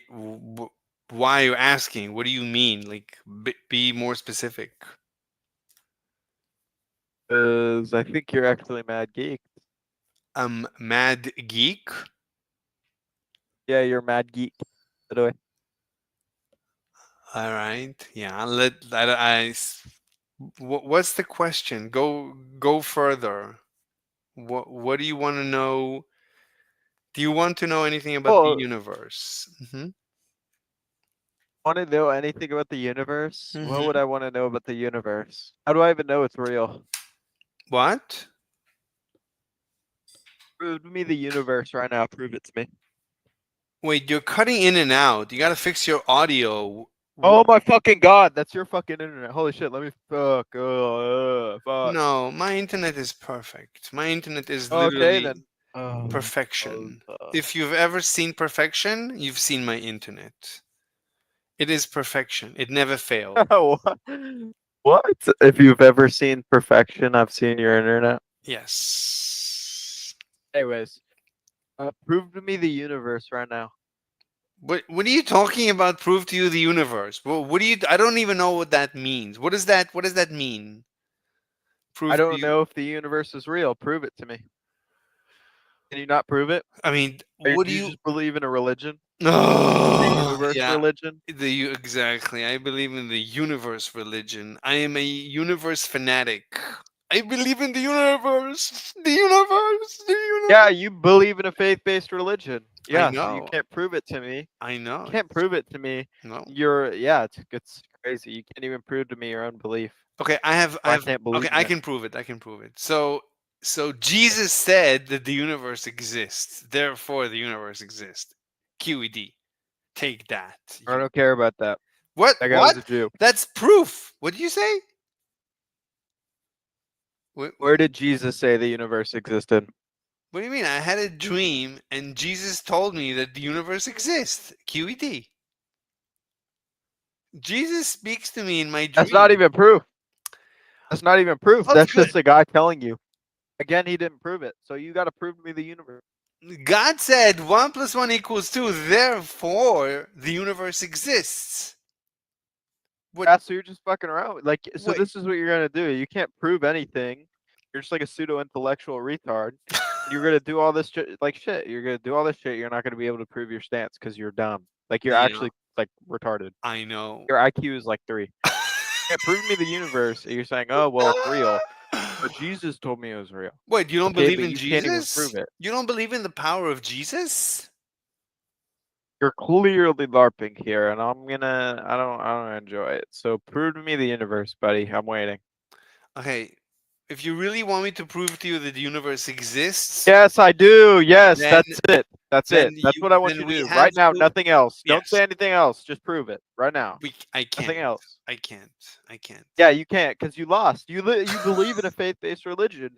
You're the same as a Catholic priest. No, Literally the that's same. no, that You're actually the same as a Christian. no, that's Believe actually in something with no proof.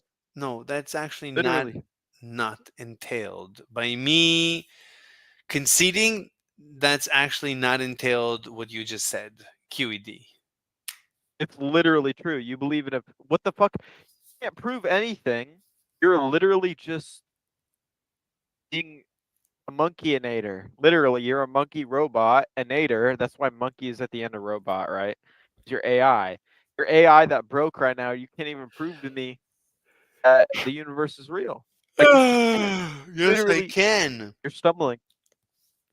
You I can't. can. And I was about to, Why are you failing to? but then you said that I have to do it right now. And Yeah, you do. but It shouldn't be that hard. it's not hard. But I can't do it right now because first we would have Because to you're scared. You're well, scared. a little bit. I mean, you are a little bit Yeah, intimidating. yeah, yeah, yeah, yeah, yeah. I scared you away, bro. I Yeah, you know. lost. I I know. win. You I never lose debates. It's impossible.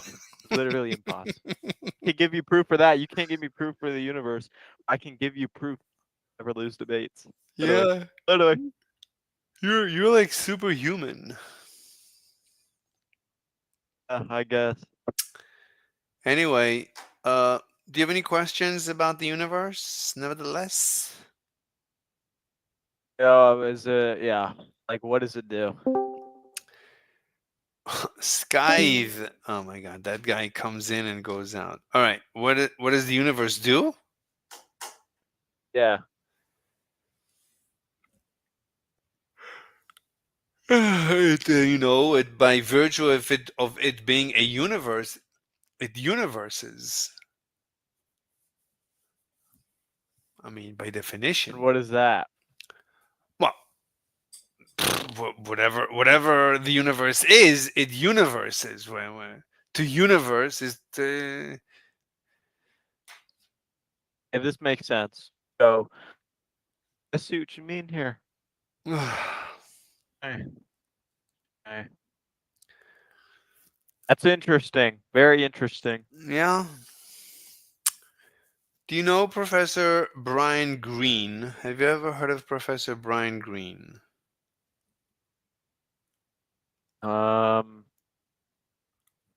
No, I haven't.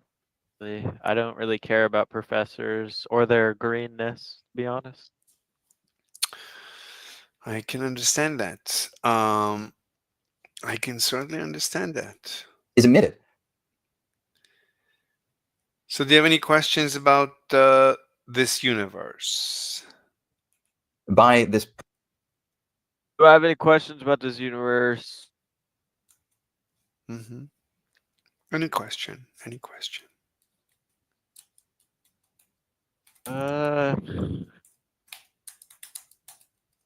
I mean, it's pretty cool, you know. But do you have any Pretty cool. question? No, I really can't think of anything. I really can't. Have you resolved every issue that you've ever had in this universe?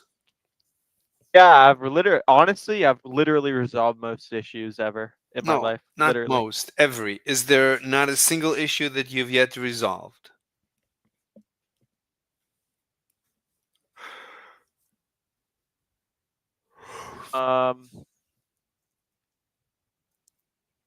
I think I've resolved every issue. Yeah, Mm-hmm. easy. I can resolve every single issue. Particle Give me creation an in the center issue, there. I can resolve it. Not hard. So, have you ever heard of Bell's theorem? What? Have you ever heard of Bell's theorem? Explain it to me. There, it sends the particles out left and right. Do you believe that the universe is there when you're not looking at it? When you close your eyes, is the universe still there?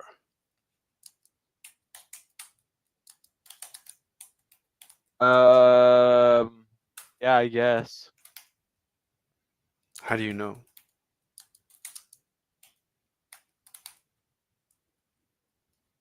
How do you- Basically, because you're just Right. closing your Now eyes. the particles have to have definite. Closing your eyes is normal. You close your eyes right now.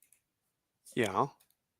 How do You you should, know? I mean, listen. Here's how you know it's so real. Close your eyes right now. Touch around and feel. Right. So if you're feeling things that are already there when you're closing your eyes, right? If things are already there, your eyes are just closed. Everything is still there. You just, right? But you can feel, you can sense all the things. They're still there. It's like nothing different than the universe now. If you believe in the universe, which is again a faith-based religion. Okay. So when you close your eyes and do you know that the universe is still there, or is it a faith-based religion? It spins It's a along all three faith-based of the possible religion, axes. to be honest. What? Anytime talking about the universe, anytime you're talking about the universe, it's a faith-based religion. It's So the the same way if question, I were to close my eyes and fall back and trust for somebody to catch me, I have faith in that person.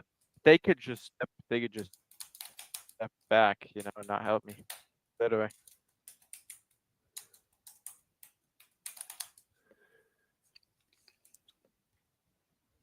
do you According to Albert know? Einstein. Einstein says again, Do you know what I'm typing?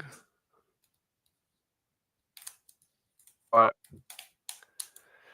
I'm writing a comment on Brian Greene's video.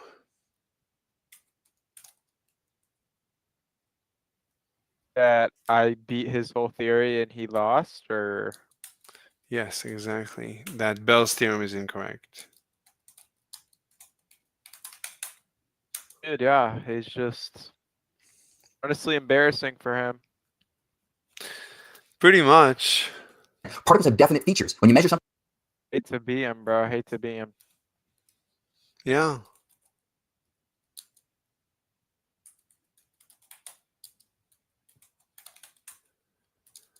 Anyway, do you want to talk about it or do you not care? Sure, I mean we can talk about it. I'm sure I just debunked it though now.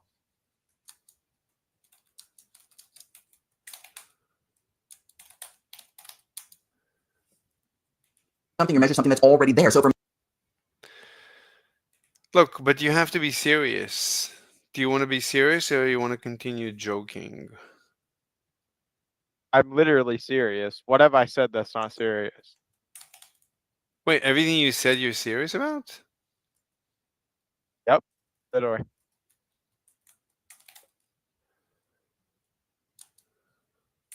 How am I not?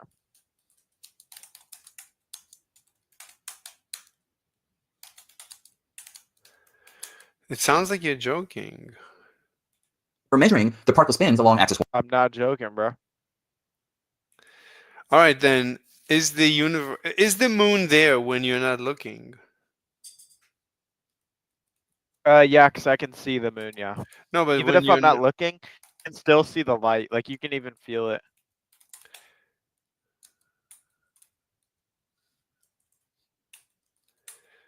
how do you know it's there when you're not looking? Right? You don't know if it's there, right? Yeah, you do. Especially if it's nighttime, you know it's there because it's always there. When you're not looking, how do you know it's there? Oh my god. When you're not looking, how do you know it's there? Because you can also sense it even if you're not looking. one, Can you then the sense particles If better you're have a outside, of course. How can you sense it? What are you talking about? You're not looking, so how do you know it's there? You can sense the moon. Are you saying you can't sense the moon? If you're not looking, how can you sense it? Or you don't have to look at something to sense definite it. value, the spin along axis 1, and you see it right here. Like go outside, you can sense the moon.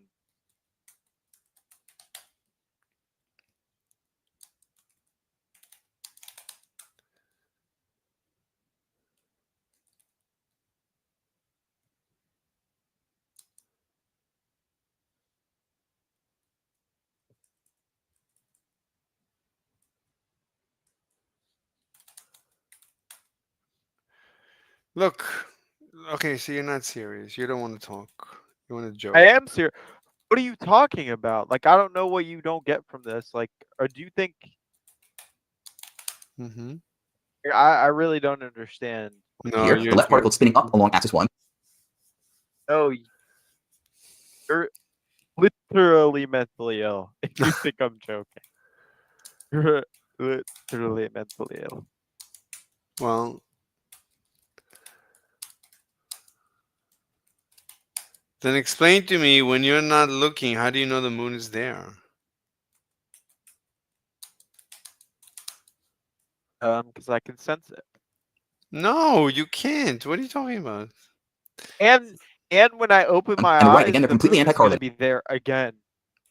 So, like, what the fuck is pointing in all this tomfoolery? Okay, I'm sorry. You're wrong. Just admit it. I don't have a problem admitting it, but if you would just engage, you're not engaging. I am engaging. You're asking me a question. But that's the nature of this entangled state. Oh. But you see, No, you're not engaging. You're engaging in tomfoolery. Cannot steal my word. No, I use the word tomfoolery, and you can't take that from me. What's wrong with you? I can steal. I'm allowed to steal. Stealing is fine. Oh, well, actually, sometimes I believe if you're stealing from me, of course, it's wrong. But, you know, I don't fuck with stealing from. particle 1, particle on the left along the first axis. Anyway, I don't want to keep typing. This guy this guy is talking so much, and I wrote everything he said. Let me look at the transcript. I think it would make more sense. Do you believe in the transcript What? of the universe? The universe's transcripts. How do you see the transcript of a video? Oh, you go to more, and then there's a link to the transcript. Okay, let's read what he says. He says 30:45. Do you believe in the power of Jesus? Yeah, I believe he was good at using his braille, and that he was blonde haired, blue eyed.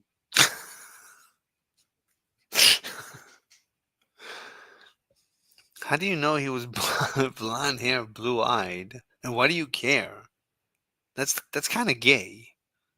Are you gay? Why are you gay? Well, I'm just stating a fact. I'm not gay. I'm just stating a true fact. Why do you care that Jesus had blue eyes? Did you stare into his blue eyes? That's gay. Why are you gay? You're gay. Well, Don't I'm call me definitely gay, gay. buddy. Well, There's nothing wrong Oh, with being a little pause. gay. Well, I mean, it depends. Are you happy or are you homosexual?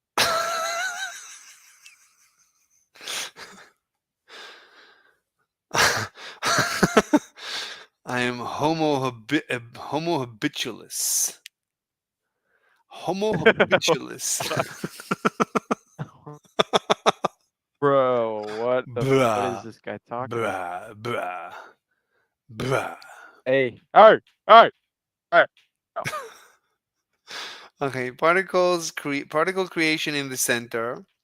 There it sends the particles out left and right. Now, the particles have to have definite spins along all three of the possible axes, according to Albert Einstein.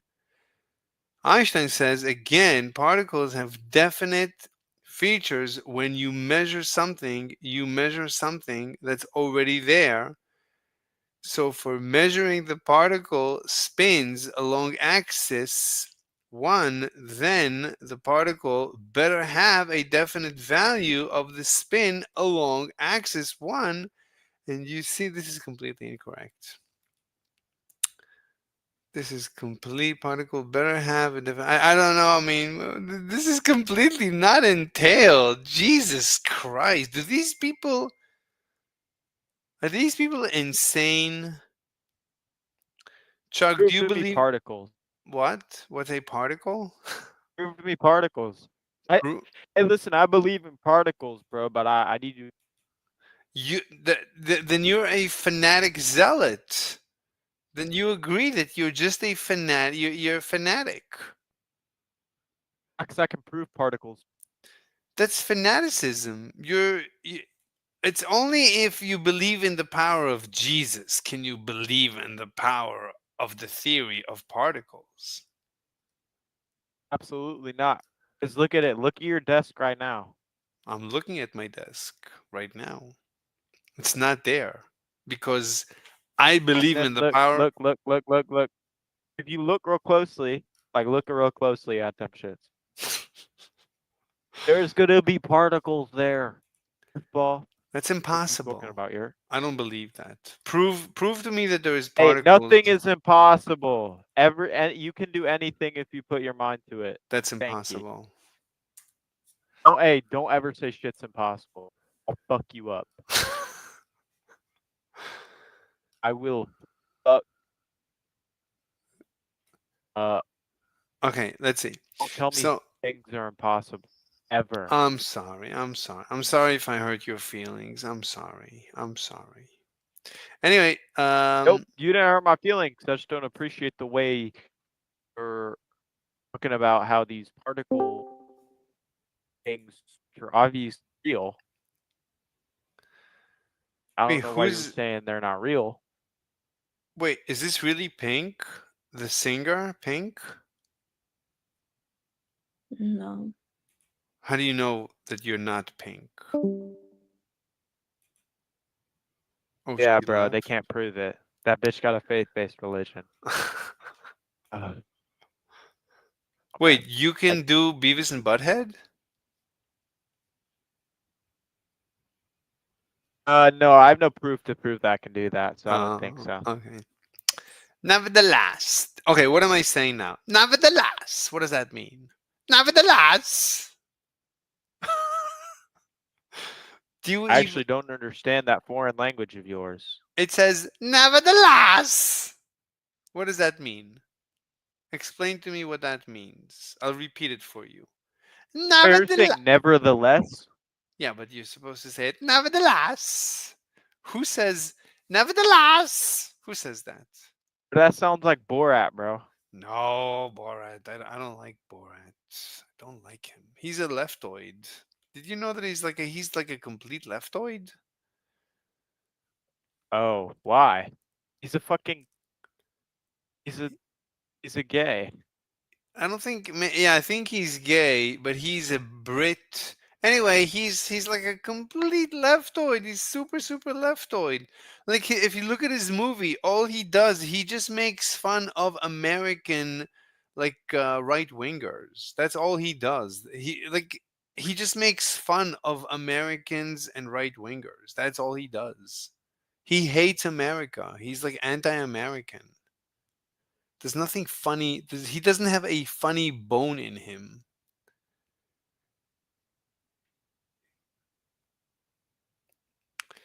So yeah, that's Borat. Borat. Does he? You said he hates Americans. Yeah, look at his movies. All his movies are just Is he fucking? anti-American propaganda. That's all it is. Is he fucking ISIS? Like I don't. No, he's like a British leftoid. I don't want to say what religion he is. He's a British leftoid.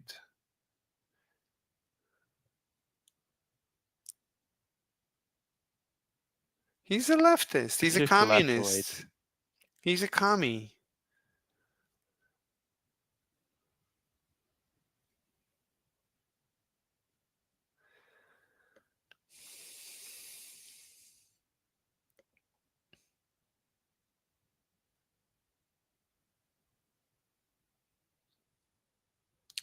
I don't fuck with communists, bro. I just can't do it.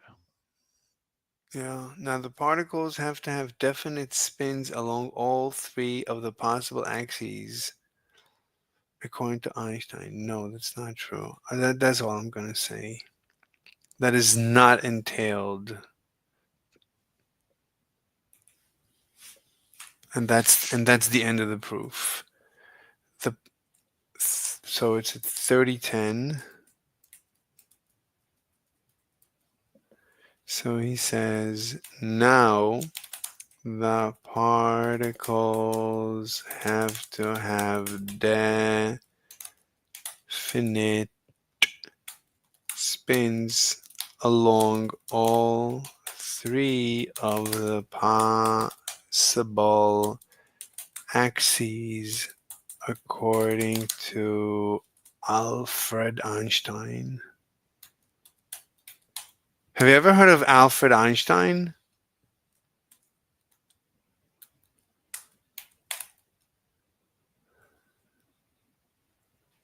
Have I?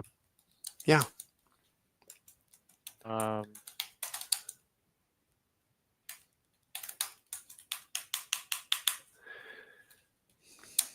but I've heard of Einstein.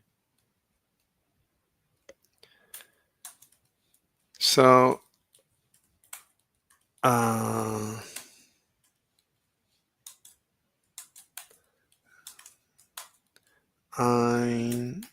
Einstein's position is that a particle has a spin in one direction if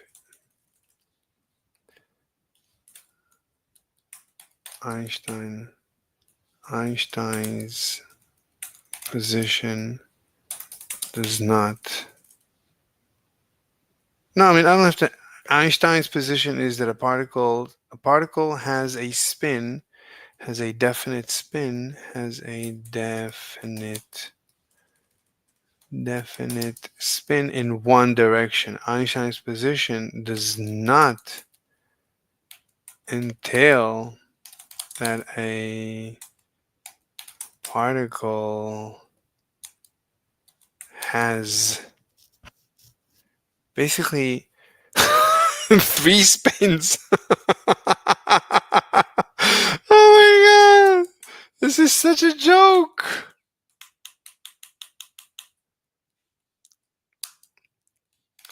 This is since the rest of this proof depends on this incorrect. It's not really an assertion, it's a straw man. Incorrect presentation? Like, what do you call it when you present my position incorrectly. Since the rest of this proof depends on this incorrect. Are you there? Chug. I am there. So, look, it says, since the rest of this proof depends on this incorrect, what do you call it when you present my case incorrectly? Not presentation. I'll write presentation for now. Presentation. Since the rest of this proof depends on this incorrect presentation of the Einstein's position,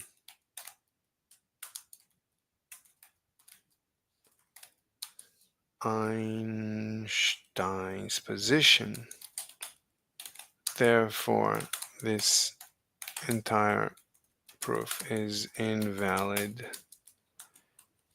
QED. Cheers. So he says now the particles have to have definite spins along all three of the possible axes according to Albert Einstein. So I said absolutely wrong. Einstein's position is that a particle has a definite spin in one direction. Einstein's position does not entail that a particle has three definite spins.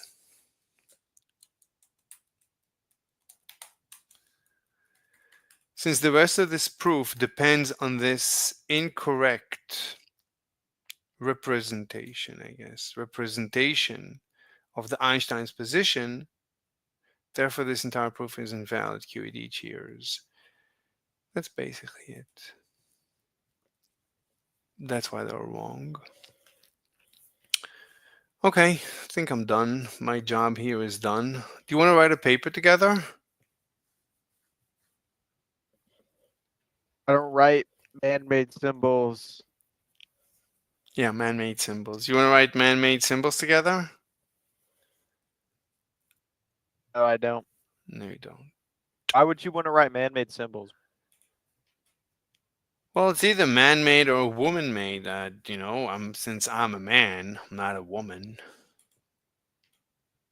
So it's going to be man-made. Oh yeah, I mean sure, but like regardless, either way, they're both like don't exist in nature. So like, why do it? No, I actually think women do exist in nature. I've seen women in nature, and let me tell you. No, I don't think the symbols don't be existing in nature. Well, I don't know about that. I don't know about that. Do you believe in the power of Jesus? Yeah, he had hella braille. What? He knew how to read Braille? How do you know that? No, he had hella braille. He held a position in Braille? What? How do you He know that? had hella braille. He had hell of rel. What is rel? Like Riz? He had Riz? No, braille. Brill? Braille. What is brittle? RIL. Brittle? Idle? What was Alright, brittle? whatever, bro. I'm done. I'm sorry. I'm sorry I hurt your feelings so much. It was never my intention to make you cry. Not making mine. Well, I'm sorry either way. I'm really sorry. I'm honestly sorry. If I knew that you're so sensitive, I would never have hurt your feelings so much. You're a nut who likes to make people nut. Anyway, I gotta go. You have been one of the best audiences in the history of audiences. But I really need to leave. I need to leave you alone now. I'm gonna go maybe I'll go on a trip. Oh, you're gone. Okay, good. Bye. La la la. Okay, I think we're done. Our job here is done. I don't have anything else to say. Um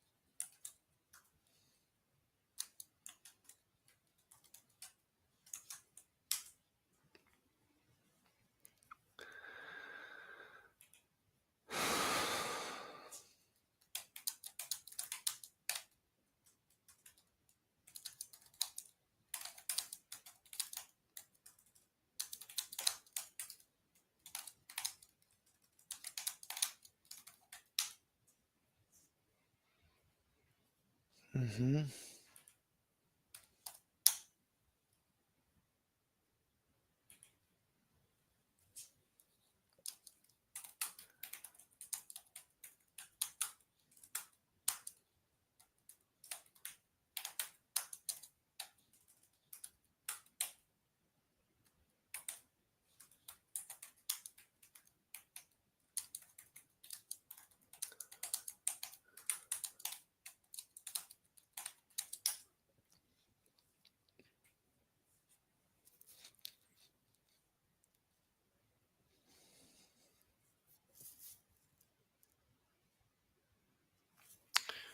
All right. I think we're done.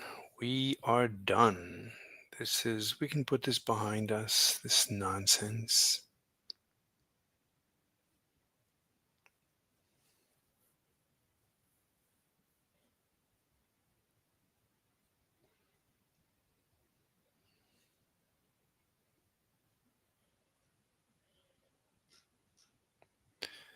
I didn't write a comment. Were they?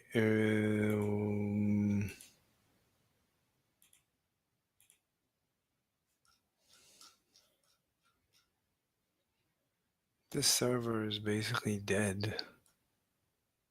No one respond. Where's my comment?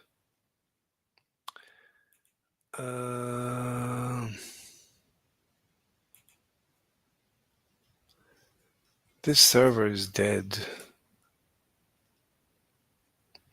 It's a dead server. Incredible. Okay, I'm done. The next step would be to write up a paper, but the foundation is going to be basically. I don't care. Oh, I was gonna write him. Oh shoot! Is the page still up?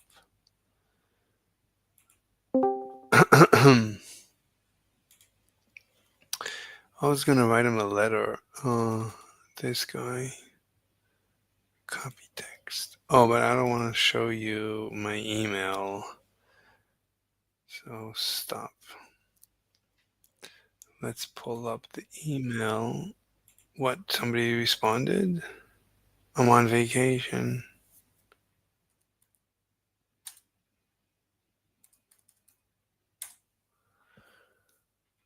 Hmm. Um.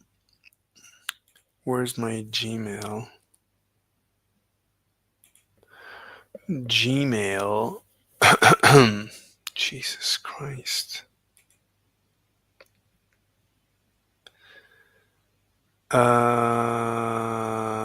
Switching to the other Gmail. What? Gamma.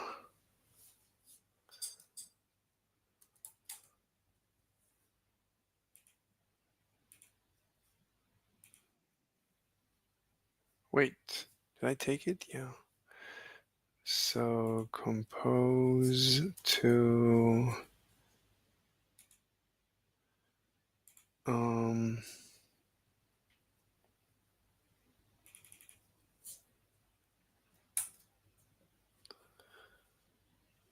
um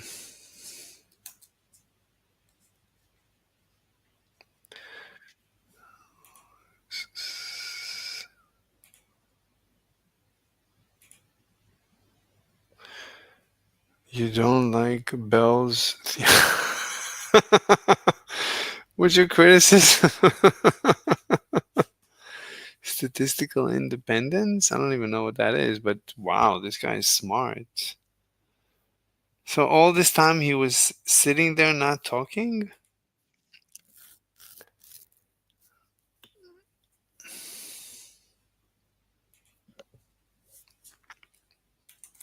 Talk. VC. So the subject is going to be I showed why your proof is incorrect.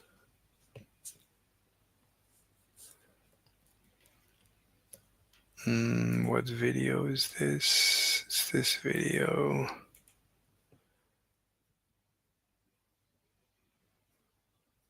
This one, share, start at, copy.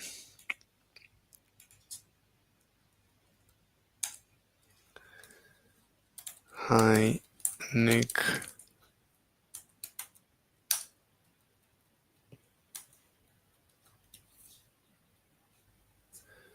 What is going on here? Why can't I see the mouse?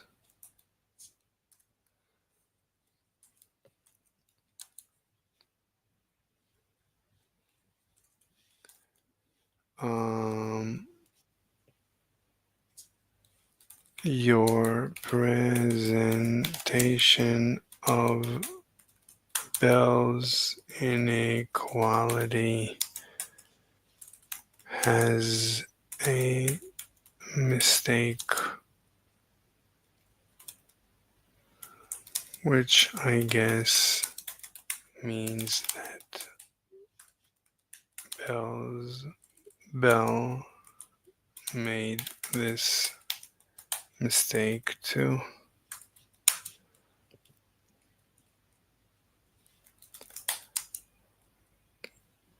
Please read and let me know what you think.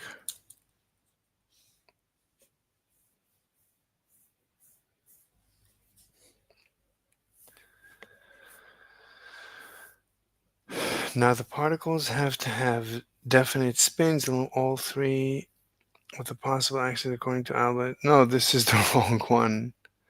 That's not Nick's comment. This is Nick's comment. Jesus Christ.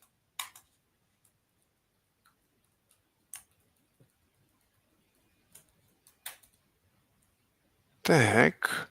What's going on?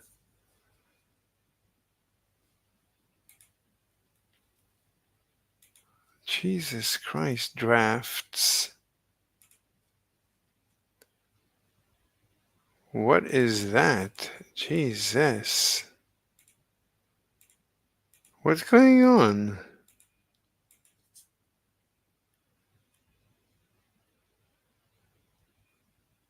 What is going on?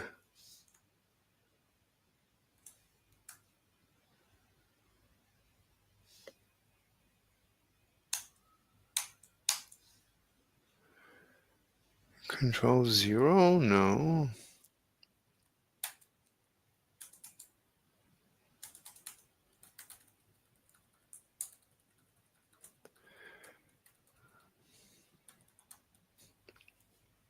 Maybe like this. Click here to exit full screen. I don't know what's going on with my Gmail. I showed why your proof is incorrect.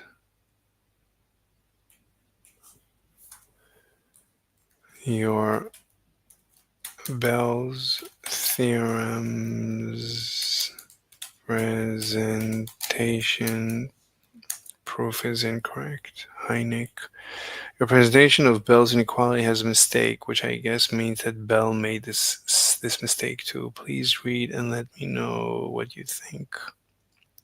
If the detectors measure along different directions, the particles only have opposite signs 1/3 of the time. Absolutely wrong. In order to conform to the psi epistemic theory, Einstein, you can employ any formula that takes the difference between the spin and measurement angles as input, not necessarily 1/3, as long as the input is not using the output from the other particle's measurement. Since your entire proof rests on this counting based on this 1/3, therefore your entire proof is wrong, therefore Bell's inequality is wrong. QED, cheers. Yeah, pretty much. Have a great rest of your life. What about this guy? Let's send an email also to this guy. What's his name?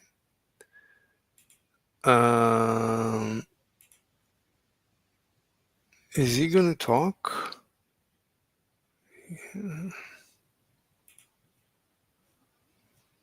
That's awesome. Unbelievable. That's real? Wow.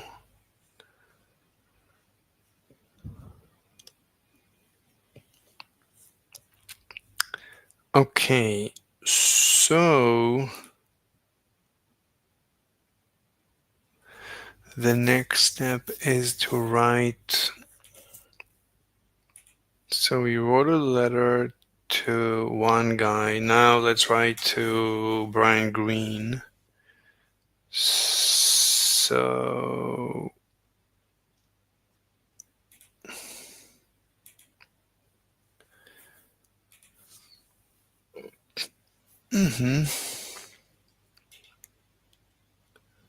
copy email,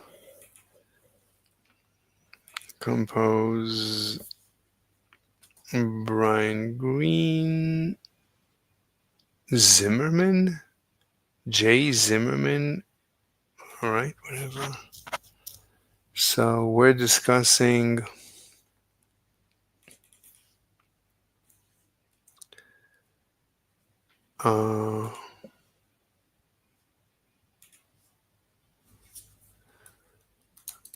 I found the mistake in Bell's theorem.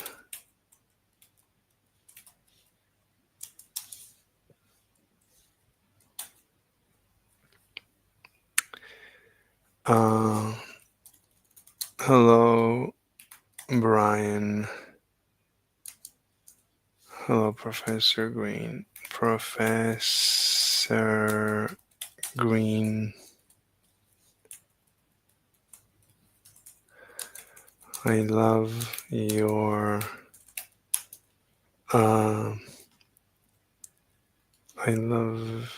your channel, and I have learned so much from you. I think I know why Bell is incorrect.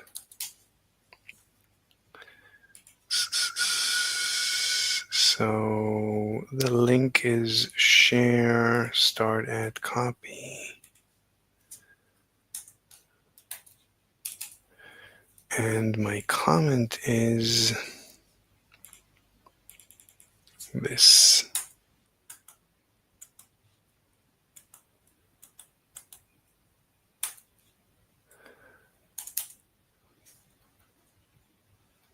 Oh, I see. So when I copy paste, that's when everything gets messed up. All right, so just use Control Shift Paste. Yeah, people don't know Control Shift paste without without the format. Now the particles have to have definite spins along all three of the possible axes according to Albert Einstein. Absolutely wrong. Einstein's position is that a particle has a definite spin in one direction. Einstein's position does not entail that a particle has three definite spins. Since the rest of this proof depends on this incorrect representation of the Einstein's position, therefore this entire proof is invalid. It's completely wrong. He didn't say that. That's not what he said. That's not the position.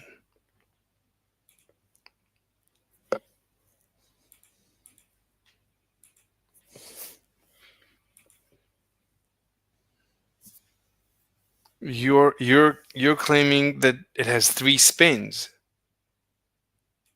No one says that. One spin is not three spins. There's a little difference between one and three. I think maybe you might have noticed this one time or another. One is not equal to three.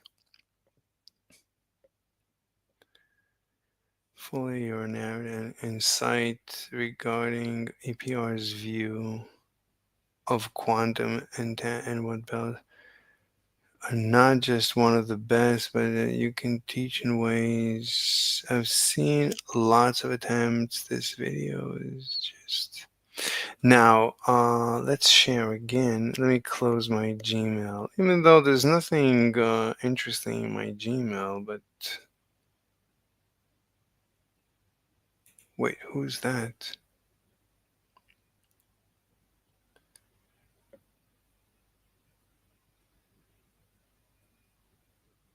Oh. Okay, let's shut it down.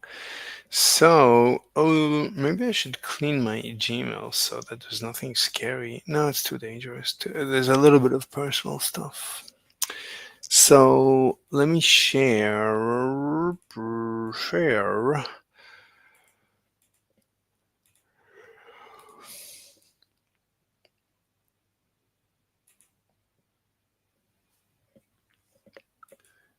Okay, so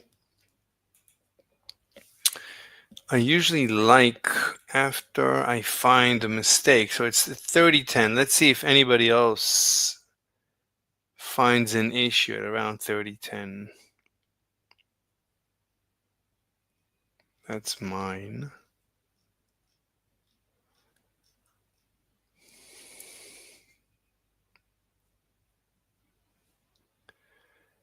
A X-shaped, that's 38, no. 44.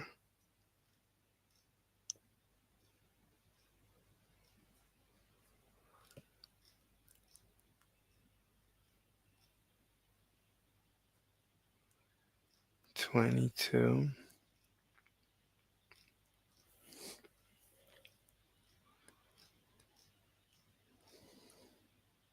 18. We're looking for around 33. What was it? I don't remember anymore. 30 colon 10. 30 and 10.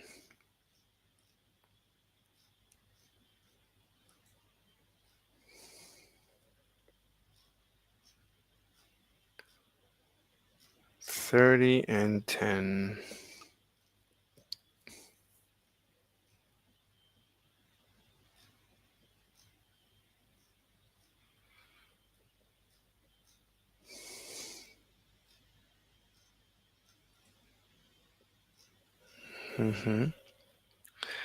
Looking for 30 and 10. Well, we can look for 30 colon. 32 made me go, wow, okay. Yeah, 32 is too late.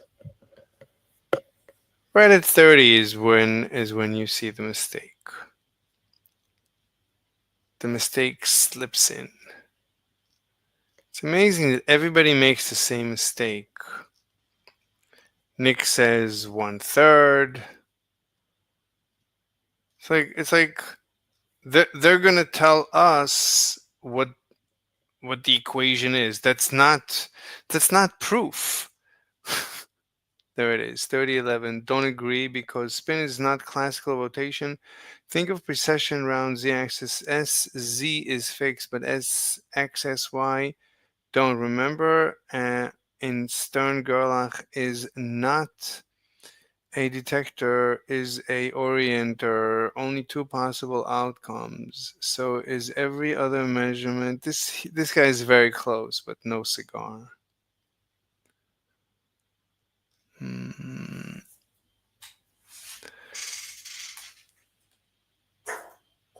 Hmm. Hmm.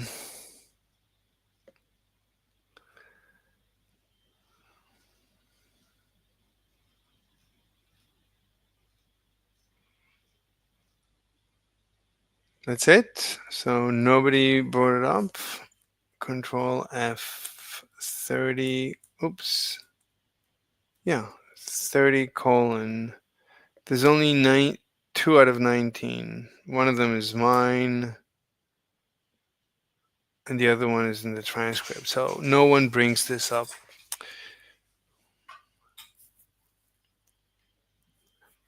Am I clear? Now, okay, absolutely wrong. Einstein's position is that a particle has a definite spin in one direction. Einstein's position does not entail that a particle has 3 definite spins.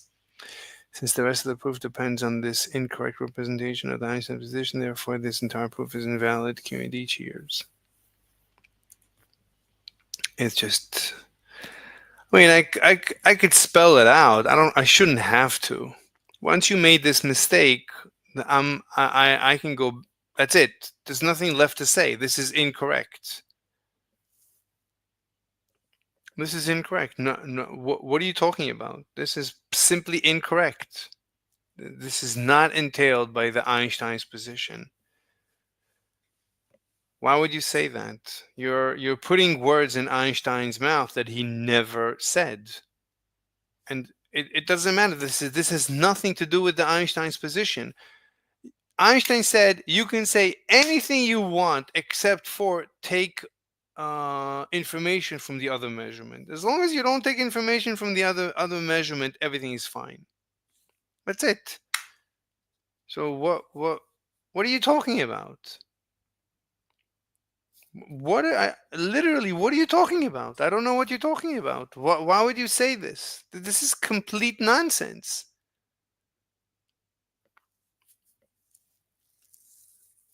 I mean, these guys are so smart some of the time, and they're so dumb some of the times. Like, why would you be? You're not that dumb. You can't be dumb. If you're dumb, then it's a hoax. But it can't be a hoax, so you must be dumb.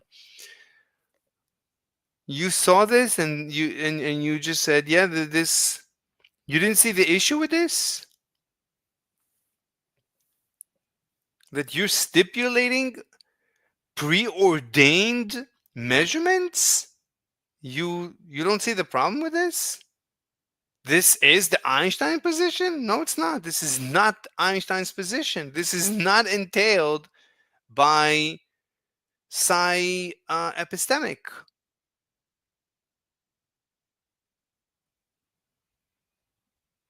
The psi epistemic position. Let's write to what's his name? Who was the guy that we were watching yesterday? This guy. Teleportation, something called the no-cloning theorem. We've argued with Rowley and He's our only hope. How can we get to this guy? Robert Speckens. How can we get to him? Does he have a channel? Oh.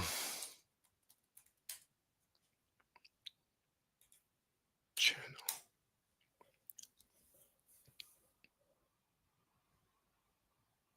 12 years ago. Jesus. Q plus. What are the key assumptions of Bell's theorem?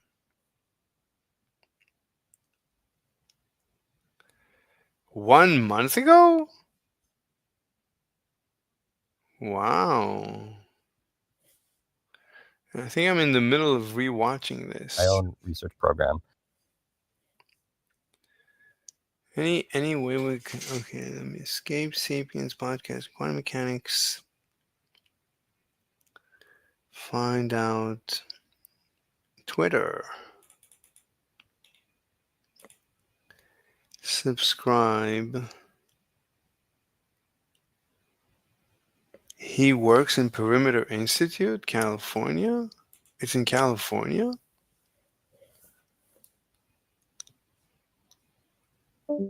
Hello. Oh, he's gone.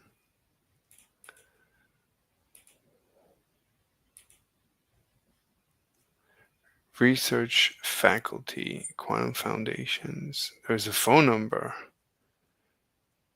Jesus Christ. Why would you? I can't call him. Teaching, research, positions, awards, recent seminars. There's no email? This doesn't make any sense. Why is there no... No, this is share. Oh, that's his homepage. Oh. Oh my God, it's like the ancient home pages. Jesus. Still no email. Yeah, he's in Canada. Yeah, Perimeter Institute is... Oh, CA is Canada, not California. Contact. Perimeter Institute, Canada. All right, let's go.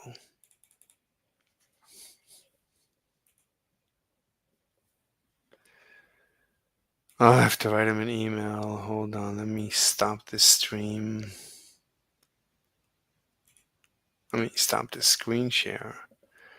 Let me go to Gmail.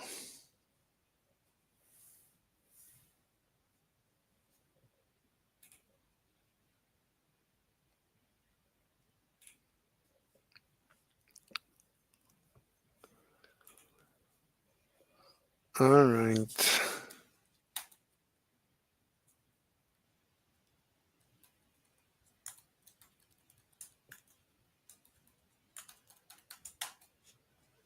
Oh, there it is. Okay. I finally disproved Bell's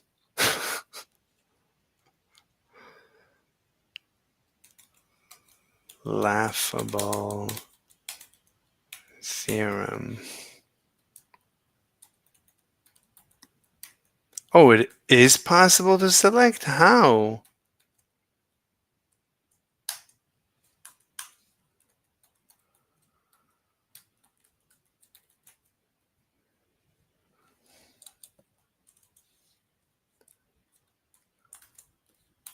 I think I can disprove Bell's theorem. Hi, Professor.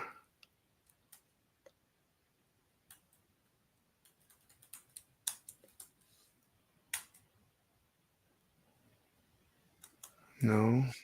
Hello. Oh. How do you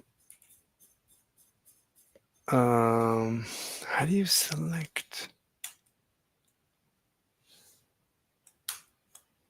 No.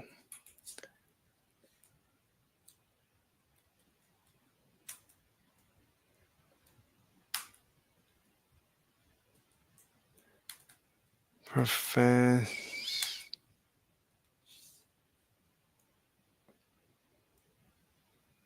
I think it was like control something. What did I do to get it? Control tab? No. Obviously not Control Tab. I don't know. Hi, Professor. What's his name? Robert Speckens.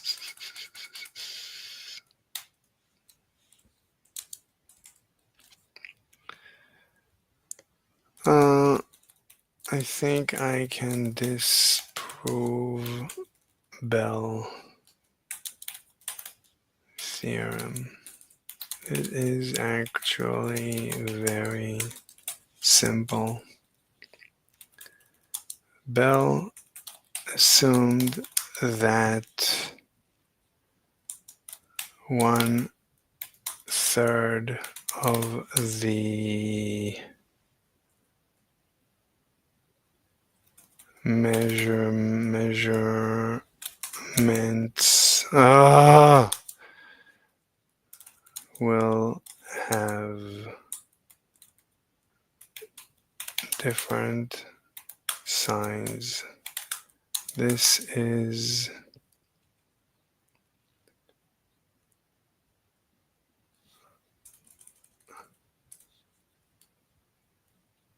however, this is not entailed by the psi-epistemic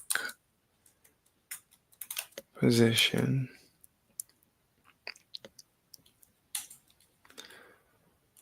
Psi-epistemic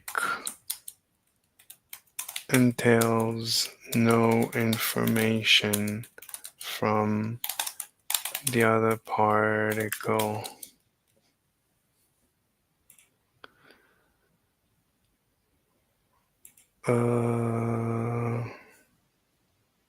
Somebody wrote something somewhere.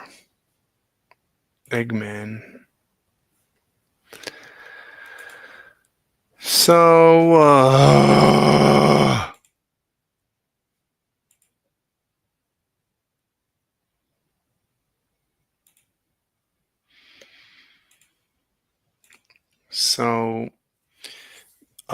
psi-epistemic entails no information from the other particle.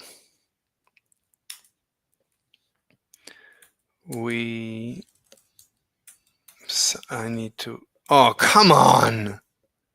Draft. Psi-epistemic can employ any formula to derive the sign of each measurement.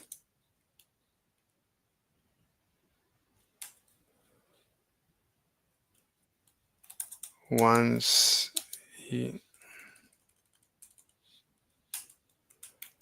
let me know if you want to further discuss this.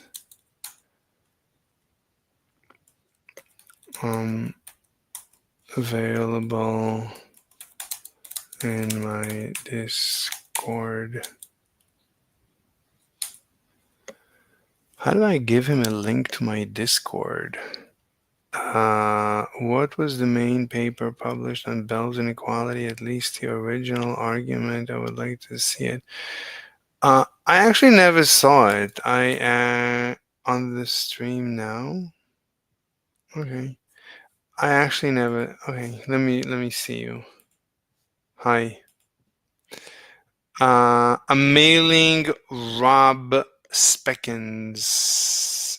Robert Speckens. I'm mailing this guy.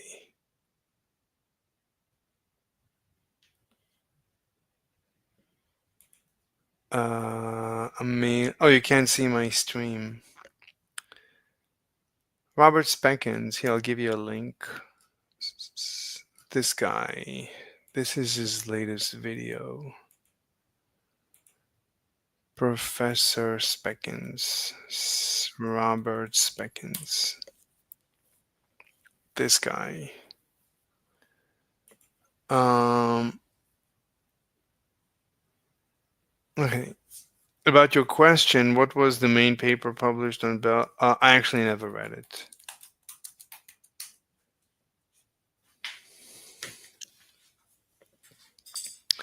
So, okay. Why don't you join my Disc? Oh, you are on Discord. So let me step into my VC. So if you're here, just come into the VC. We can talk.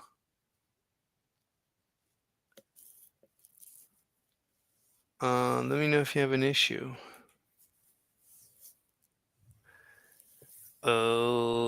So I'm available on my Discord. Let me give him an invite to my Discord server. And that's it. What? I'll join if I need more help. Okay. So I think I can disprove Bell's theorem. I think I can disprove Bell's. It is actually very simple. Bell assumed that 1/3 of the measurements will have different signs. However, this is not entailed by the psi epistemic position. Psi epistemic entails no information from the other particle. Psi epistemic can employ any formula to derive the sign of each measurement.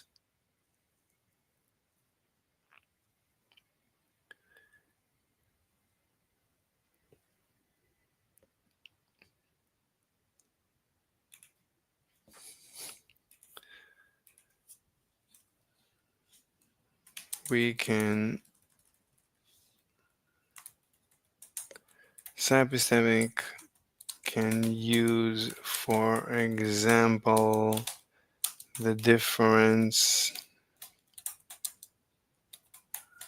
between the spin and measurement angles.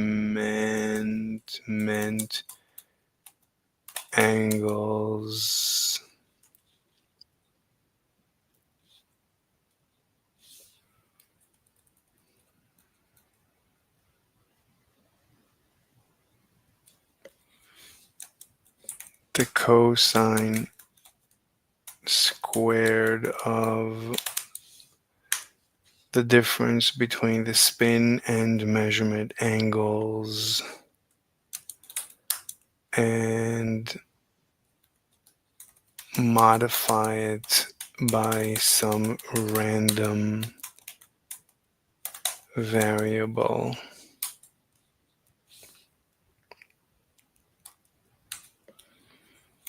This should easily give you the 50%. Let me know if you want to further discuss this. I'm available in my Discord. And that's it.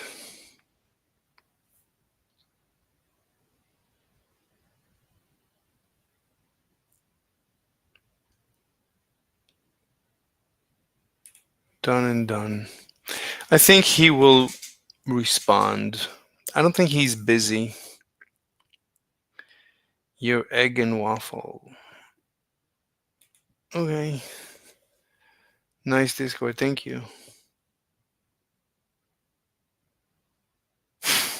Egg and Waffle Productions. Very nice. 2 people watching. Anyway, this is incredible. I think I finally did it. I mean, it ended up being just another dumb mistake that, if you take a month out of your life and you just watch stuff over and over and over and over and over and over and over until you begin to understand it's really very simple, straightforward, and dumb. It's just another dumb mistake. People make dumb mistakes all the time, and it's important when you make because we know that we make dumb mistakes. It's important to not take the result of any proof too seriously. You always have to take into account the possibility that there's a mistake in the proof. And right, that's basically what Robert Speckens taught me. That's his message. In his video, I can share my screen now.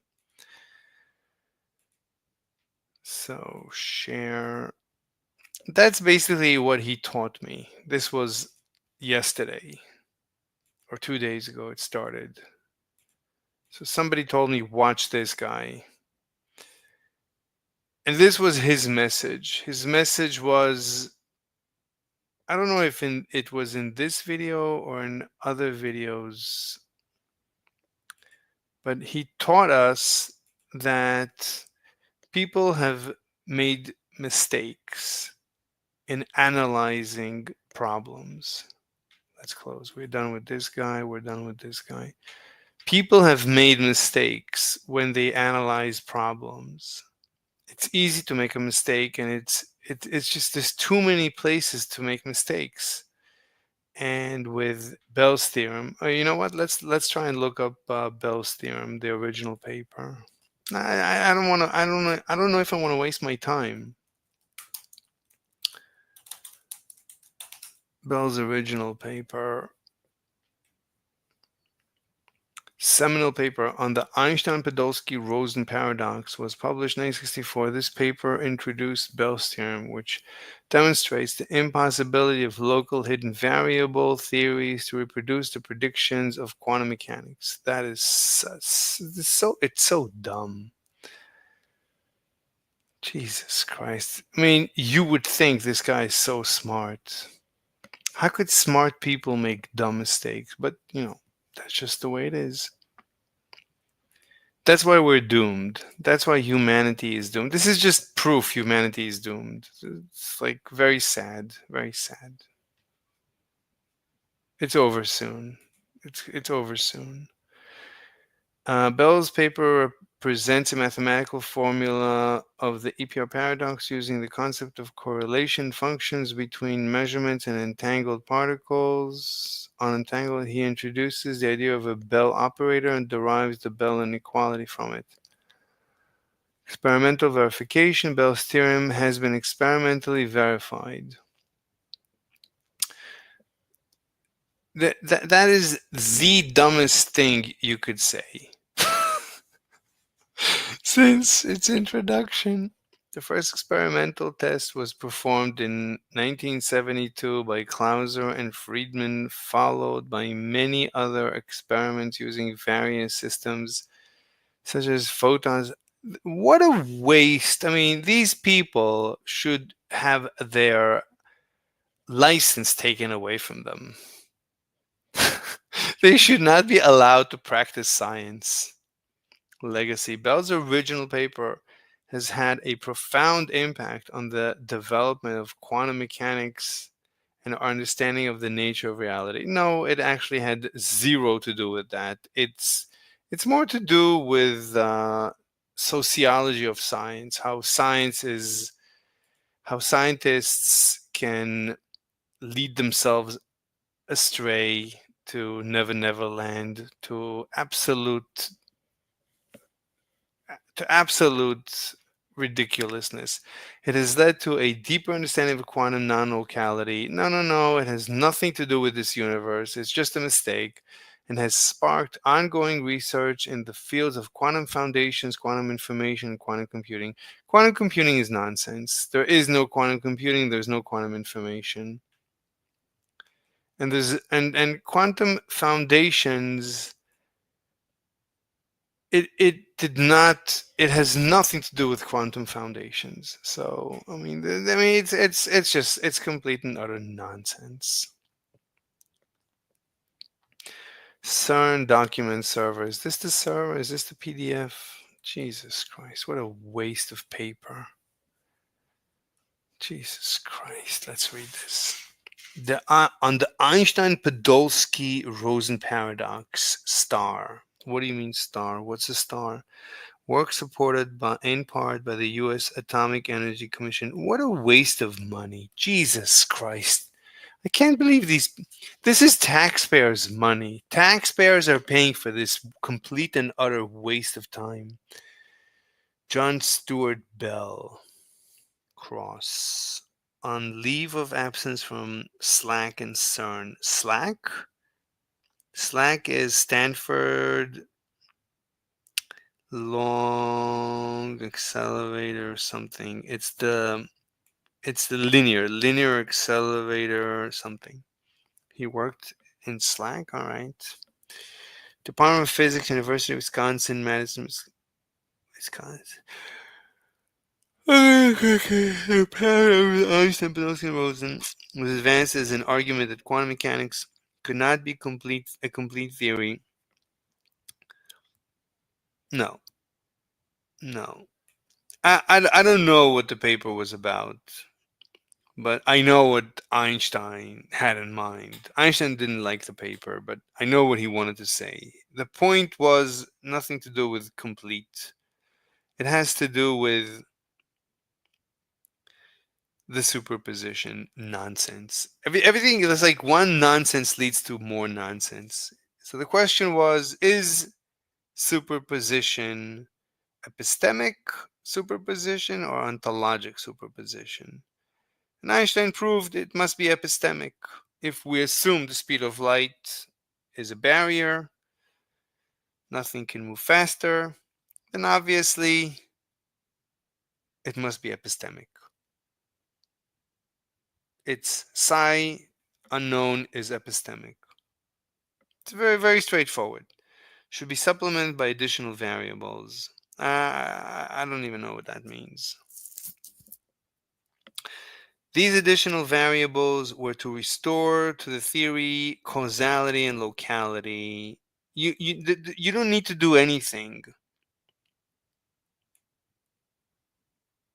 You don't need to do anything. I don't know what you're talking about.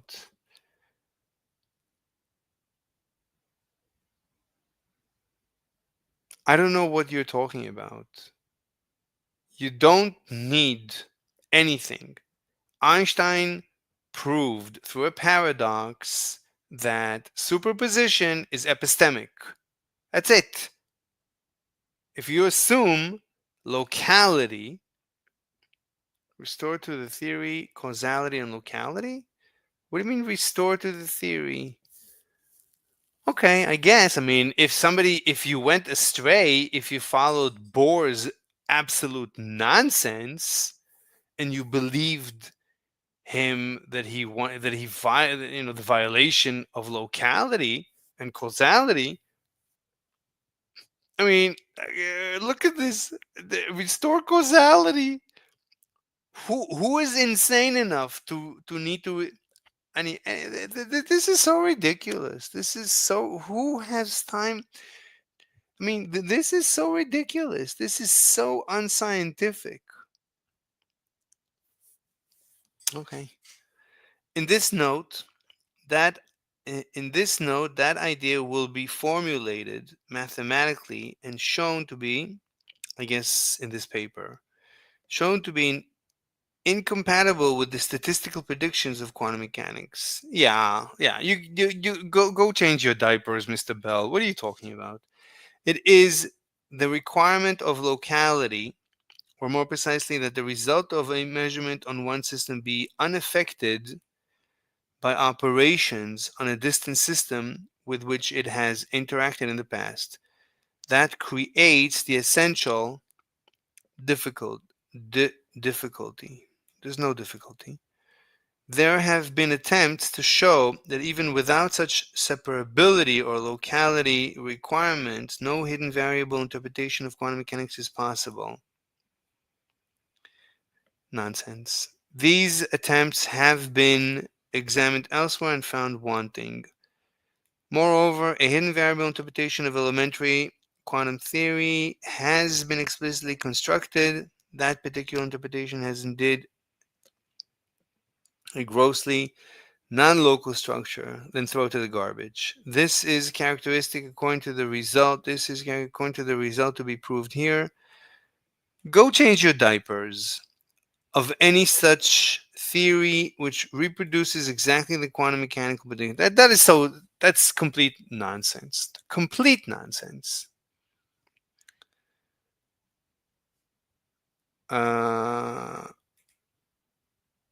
Sorry was gone. It's fine. Come back whenever you want. Formulation. With the example advocated by Bohm and Aronov, whatever, the EPR argument is the following.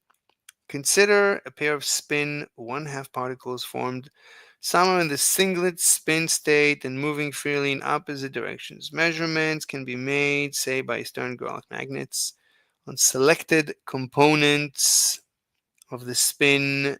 What do you call this? Sigma 1 vector, sigma 2 vector.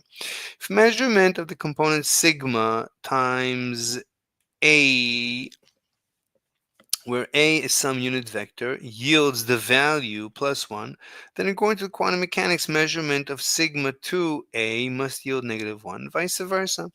Now we make the hypothesis 2, and it seems 1 at least worth considering that if the two measurements are made at places remote from one another, the orientation of one magnet does not influence the result obtained with the other.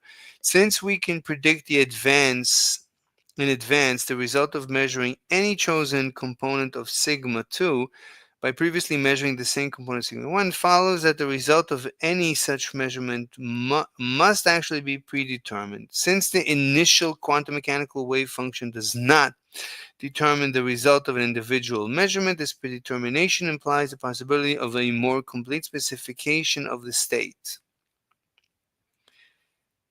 So what if it doesn't exactly? So there's some, if they're not, since the initial quantum mechanical wave function does not determine the result of an individual measurement, it doesn't, but once you measure one, you know the other. Let this more complete specification be effected by means of parameter lambda. It is a matter of indifference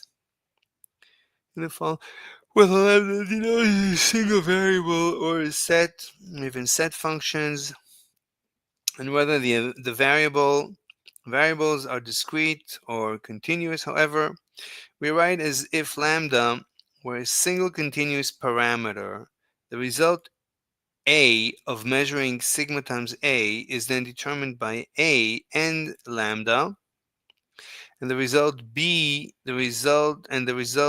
of measuring sigma times B in the same instance is determined by B and lambda. What is B? Until now, we were measuring only times A. Sigma times A. What is B? I don't know. So A is the result, I guess. The result A is equal to plus or minus 1. The result B, I guess that's the angle, plus or minus 1. I don't know what is B. He never said what is B. What the hell is B? Let this more complete. This is lambda. But what is B? He never said B. What is B? The heck is B? The final assumption is that the result B for particle 2 does not depend on the setting A of the magnet for particle 1, nor A on B. I don't know. Is this like B and C? What is going on? Illustration. Is there an illustration? Here's the 1/3.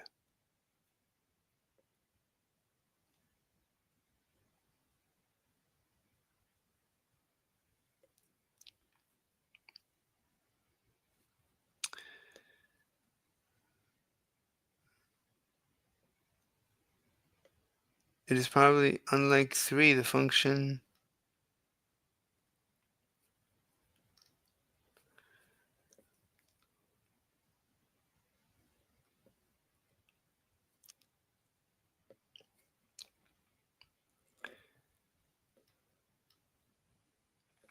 Einstein, but on one supposition we should, in my opinion, absolutely hold fast. The real factual situation of the system S. Von Neumann, Bell to be published. Bohm, Dirac, Principle of Quantum Mechanics. Conclusion.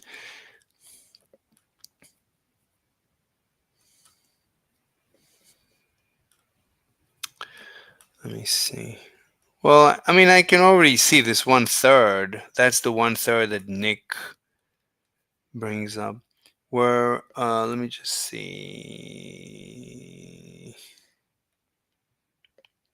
So I don't know what B is. If rho of lambda is the probability distribution of lambda, then the expectation value of the product of the two components sigma 1a and sigma 2b is the probability of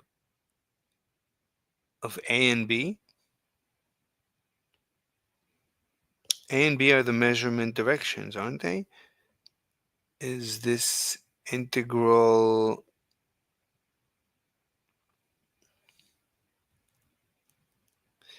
d lambda rho lambda? I don't know. This should equal the quantum mechanical expectation value, which for the singlet state is sigma dot A, sigma 2 dot B is negative. Okay. But it will be shown that this is not possible.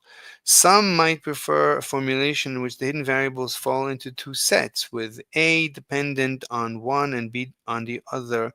This possibility is contained in the above, since lambda stands for any number of variables and dependencies thereon of A and B are unrestricted. In a complete physical theory of the type envisaged by Einstein, the hidden variables would have dynamical significance and laws of motion. Our lambda can then be thought of as initial value of these variables, some suitable instant.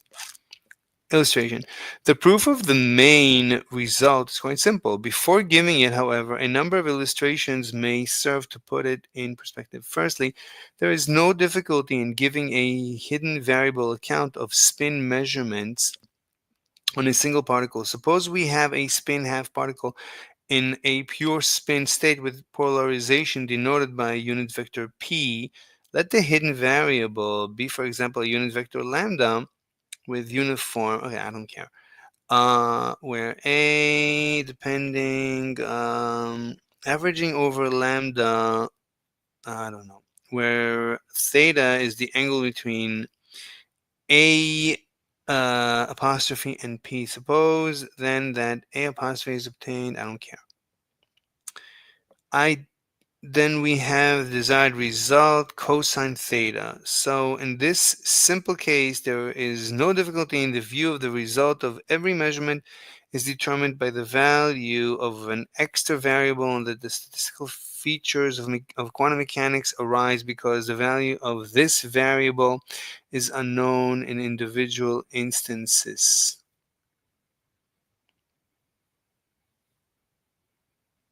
Secondly, there is no difficulty in reproducing in the form 2 the only feature of 3 commonly used in verbal discussions of this problem.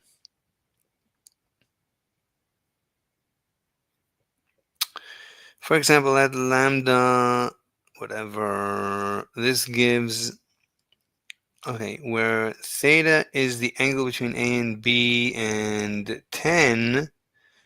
Okay, for comparison, consider the result of modified theory 6, in which the pure singlet state is replaced in the course of time by an isotropic mixture of product states. This gives the correlation function 1/3 AB. It is probably less easy experimentally to distinguish 10 from 3 than 11 from 3. I don't know what he's talking about. Unlike 3, the function 10 is not stationary at the minimum value.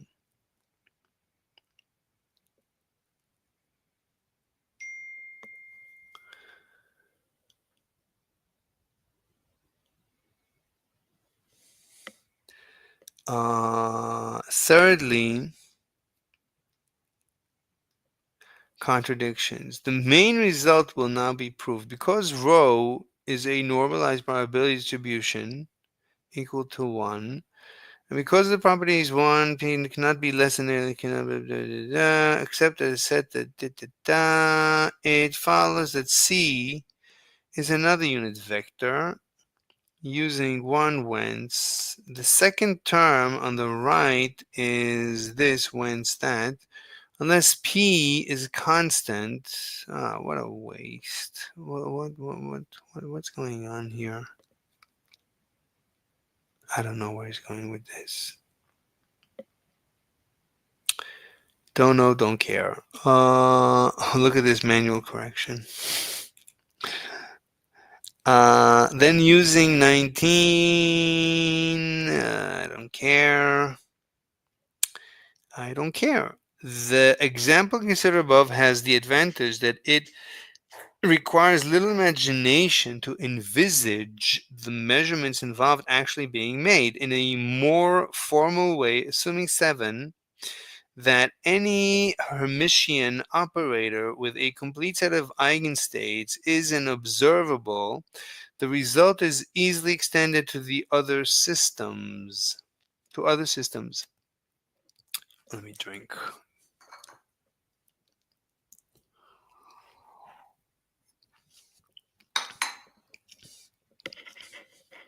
If the two systems have state spaces of dimensionality greater than 2,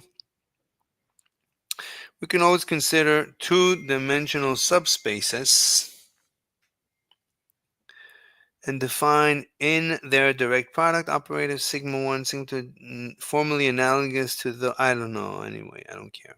Conclusion. In a theory in which parameters are added to quantum mechanics to determine the results of individual measurements without changing the statistical predictions, there must be a mechanism whereby the setting of one measuring device can influence the reading of another instrument, however remote. Moreover, the signal involved must propagate instantaneously so that such a theory could not be Lorentz invariant. Oh my God. Of course, the situation.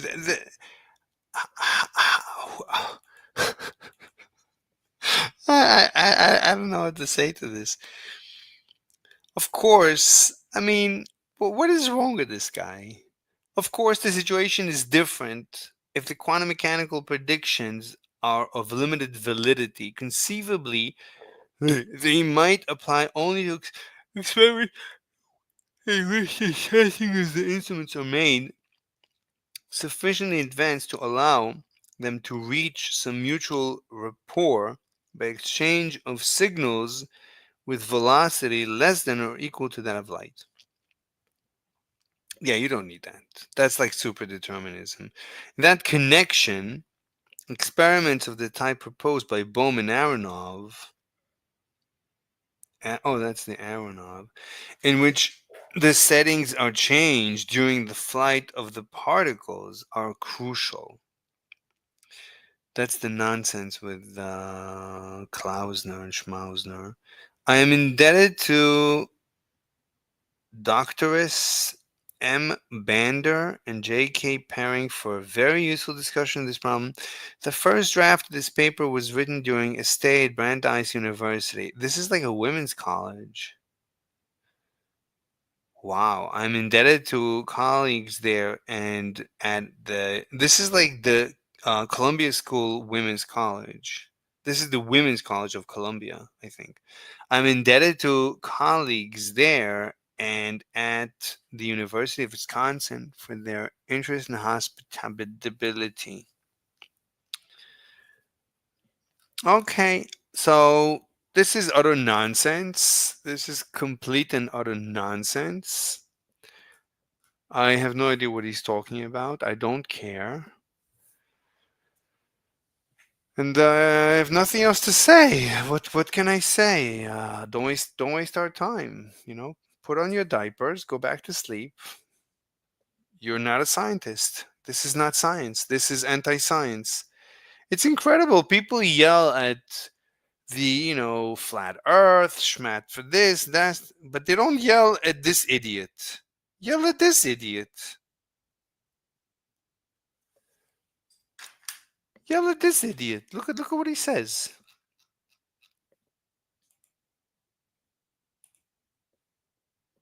Tell me, I mean, if I mean, I mean, people that believe in aliens and flat Earth are extreme scientists relative to this idiot. Conclusion: in a theory in which, of course, the situation is different, quantum mechanical. What did he say? What was the complete and utter nonsense? Let's read again. In a theory in which parameters are added to quantum mechanics to determine the results of individual measurement without changing the statistical prediction, there must be a mechanism whereby the setting of one measuring device can influence the reading of another instrument, however remote. Moreover, the signal involved must propagate instantaneously, so that such a theory cannot be Lorentz invariant.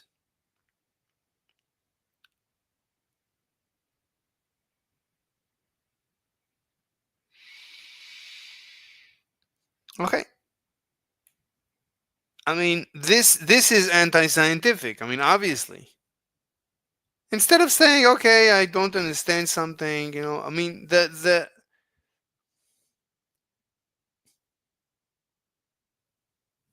and I have no idea what he's talking about. I don't know what his proof is, and I don't care. I heard enough. I heard enough from Brian Greene and from Nick from the Science Asylum and everyone else who ever presented this nonsense. Oh, there was another presentation that I saw that is nonsensical. What was the other presentation? So are the sigma vectors related to spin?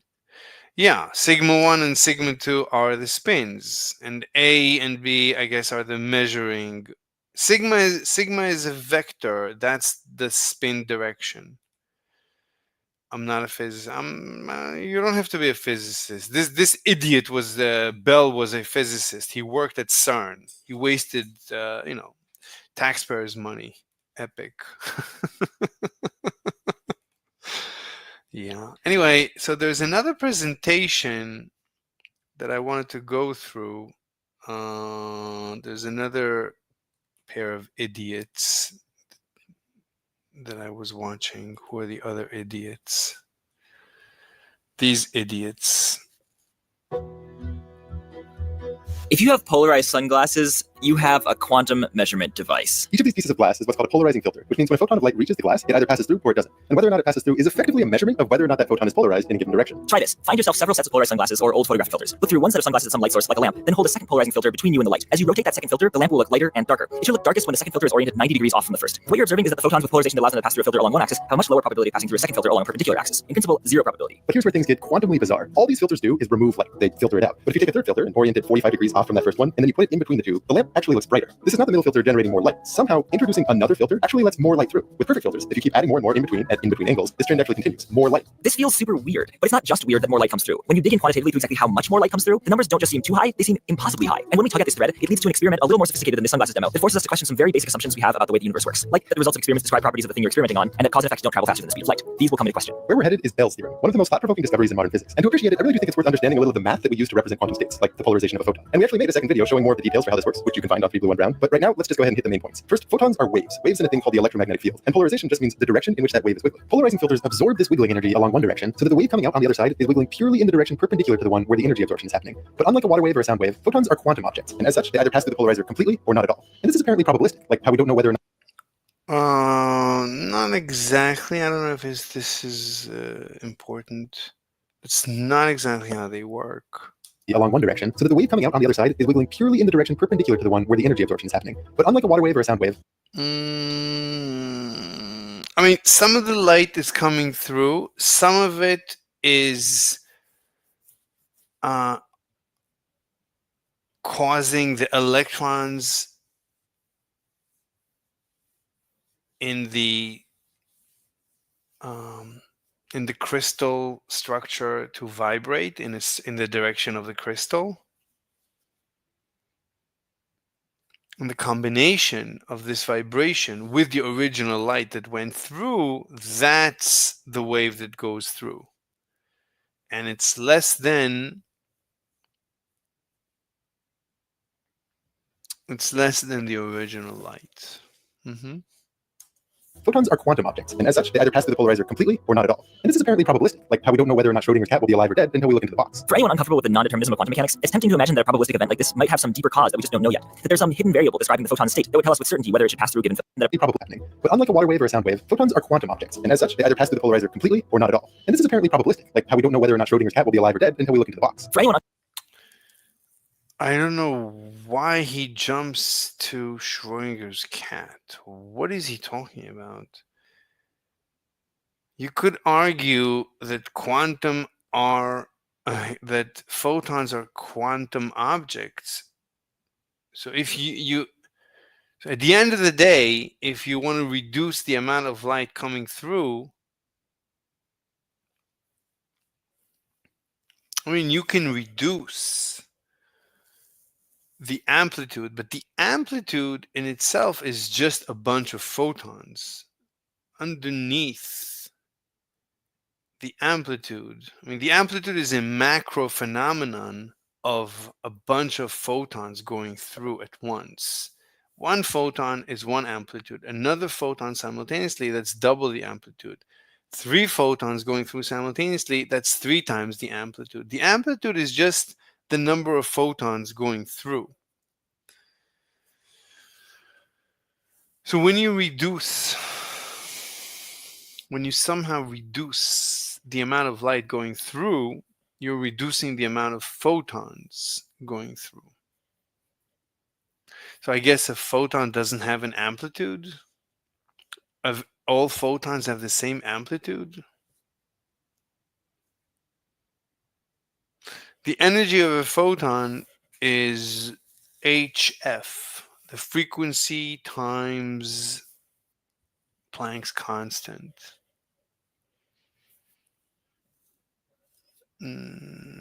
But yeah, I mean, a photon going through, is it completely gone or not gone? I mean, I don't know if in this case I would say that. In this case, it's vibrating a structure, a crystalline structure, a lattice. It's vibrating a lattice.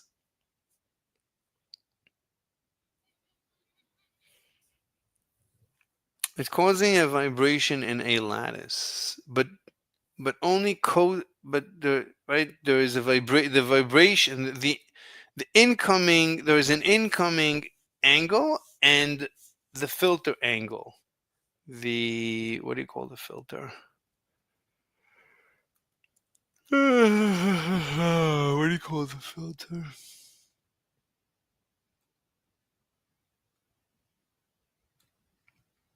Polarization. So it's an interaction between the polarization angle, in this case is pointing up, and the vibration, the wave of the light, in this case sideways. So only some of this energy is going to go through. So it's like cosine the angle. So if they completely match, it's 100%, and if completely unmatch, it's 0. Okay.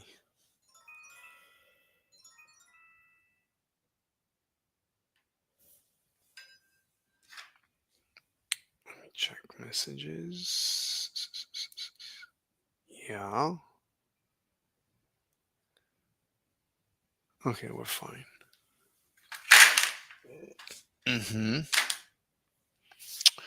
But would you say it has to do with photon going through or not? I don't see that. I don't think you need to explain. I don't think you need quantum mechanics to explain what's going on here. It's a simple, I mean, this could happen with a simple water wave or with any system that vibrates, if you try to vibrate a system that can only vibrate in one direction, right? So you have a wave, you have an incoming wave at this direction, but the system can only vibrate in this direction, then only the cosine of this energy will go through. This has nothing to do with quantum mechanics. I don't see how why you would say that this is quantum mechanical. Purely in the direction perpendicular to the one where the energy absorption is happening. But unlike a water wave or a sound wave, photons are quantum objects, and as such, they either pass through the polarizer completely or not at all. And this is I don't know. I mean, some photons are going to just go through. They're going to slip through the lattice.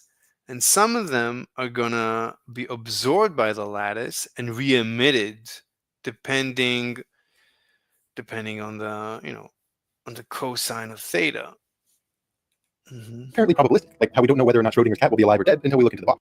What is he talking about? Why would you say this? Why would you say this right now?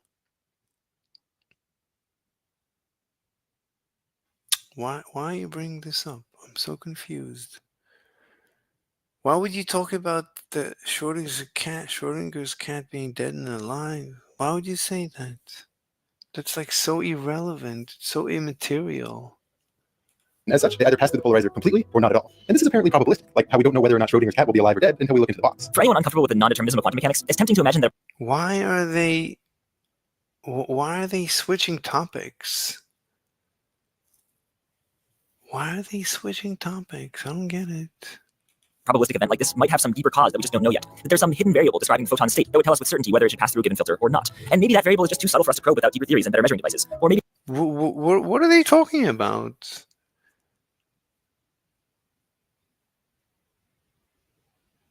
I don't know what they're talking about. it's somehow fundamentally unknowable, but still there. The possibility of such a hidden variable seems beyond the scope of experiment. I mean, what measurements could possibly probe at a deeper explanation that might or might not exist? And yet, Where are they going? They're going down a rabbit hole that they didn't even explain. They're like, there is a rabbit hole. Let's go down this rabbit hole. They didn't explain what is this rabbit hole that you're going down into.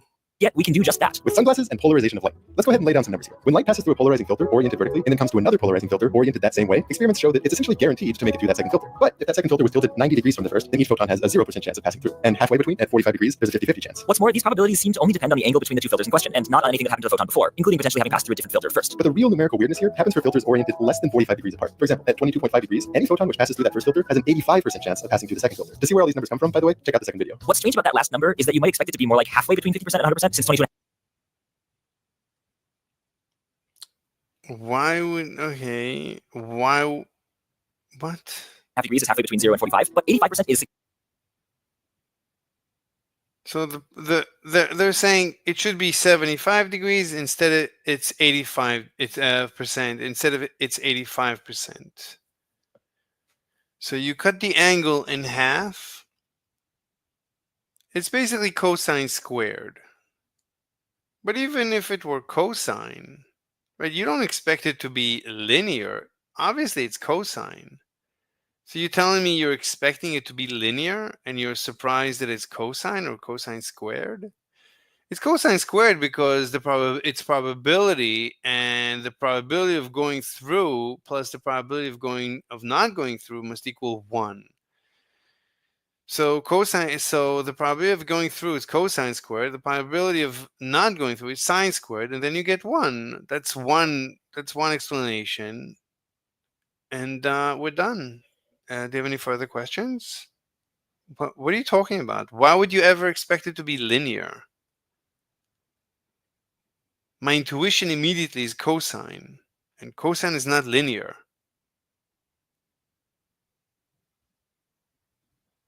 It's the cosine of the angle. Why would you say it's linear? This is linear. Obviously, it's not linear. And this is basically where the entire proof falls apart. Oh, you keep saying stuff? Let me see. I know, but people have nomenclature that makes it a little difficult. I think he's dealing with it perfect. There's something for the theory. Are you watching this with me? You're 10 minutes behind. I don't know. I think before I started this video, before I started recording, I was watching them and I realized that I can prove them wrong as well. I don't remember what I was thinking, but at least this. So this at least is incorrect. But let's continue. Significantly higher. I mean, their video is the most difficult to explain away. See concretely how strange this is? Let's look at a particular arrangement of our three filters. A, oriented vertically, B, oriented 22.5 degrees from vertical, and C, oriented 45 degrees from vertical. We're going to compare just how many photons get blocked when B isn't there with how many get blocked when B is there. When B is not there, half of those passing through A get blocked at C. That is, filter C makes the lamp look half as bright as it would with just filter A. But once you insert B, 85% of those passing through A pass through B, which means 15% are blocked at B. And 15% of those that pass through B are blocked at C. But how on earth does blocking 15% twice add up to the 50% blocked if B isn't there? Well, it doesn't, which is why the lamp looks a lot brighter when you insert filter B. But it really makes you wonder how the universe is deciding which photons to let through and which ones to block. In fact, these numbers suggest that it's impossible for there to be some hidden variable determining each photon's state with respect to each filter. In other words, it suggests that it's not even possible for these photons to have some definite answer to the three questions: would it pass through A, would it pass through B, and would it pass through C before those measurements are actually made. What we'll do here is a proof by contradiction. Imagine 100 photons who do have some hidden variable, which through whatever crazy underlying mechanism you might imagine determines their answers to these questions. And let's say that all of these definitely pass through A, which I'll show by putting all 100 inside this circle representing photons that pass through A. Now, if you want to produce the results that you see in experiments, about 85 of these photons would have a hidden variable determining that they pass through B. So let's put 85 of these guys inside the intersection of circles A and B, leaving 15 in this crescent moon section representing photons that pass through A but get blocked at B. Similarly, among those 85 that would pass through B, about 15% of them should get blocked at C, which is represented in this little section here that's inside circle A and B but outside circle C. So the actual number whose hidden variable has them passing through both A and B, but not C, is certainly no more than 15. But now think of what Henry was just saying. What was weird was that when you remove filter B, never asking those photons what they think about 22.5 degree angles, the number that get blocked at C seems too high. So let's take a look back at our Venn diagram. What does it mean if one of these photons has some hidden variable determining that it should pass A but get blocked at C? Well, it means that it's somewhere in this crescent moon region, inside circle A and outside circle C. Now, experiments tell us that a full 50 of these 100 photons that pass through A should get blocked at C. But if we take into account how these photons would behave if B was there, that actually seems impossible. Either those photons would have passed through B, meaning they're somewhere in this region here that we talked about earlier of passing both A and B but getting blocked at C, and that includes fewer than 15 photons. Or they would have been blocked at B, which puts them in a subset of this other crescent moon region that represents those passing A and getting blocked at B. And that guy has 15 photons. So the number passing A and getting blocked at C should be strictly smaller than 15. I usually don't follow it when they go into these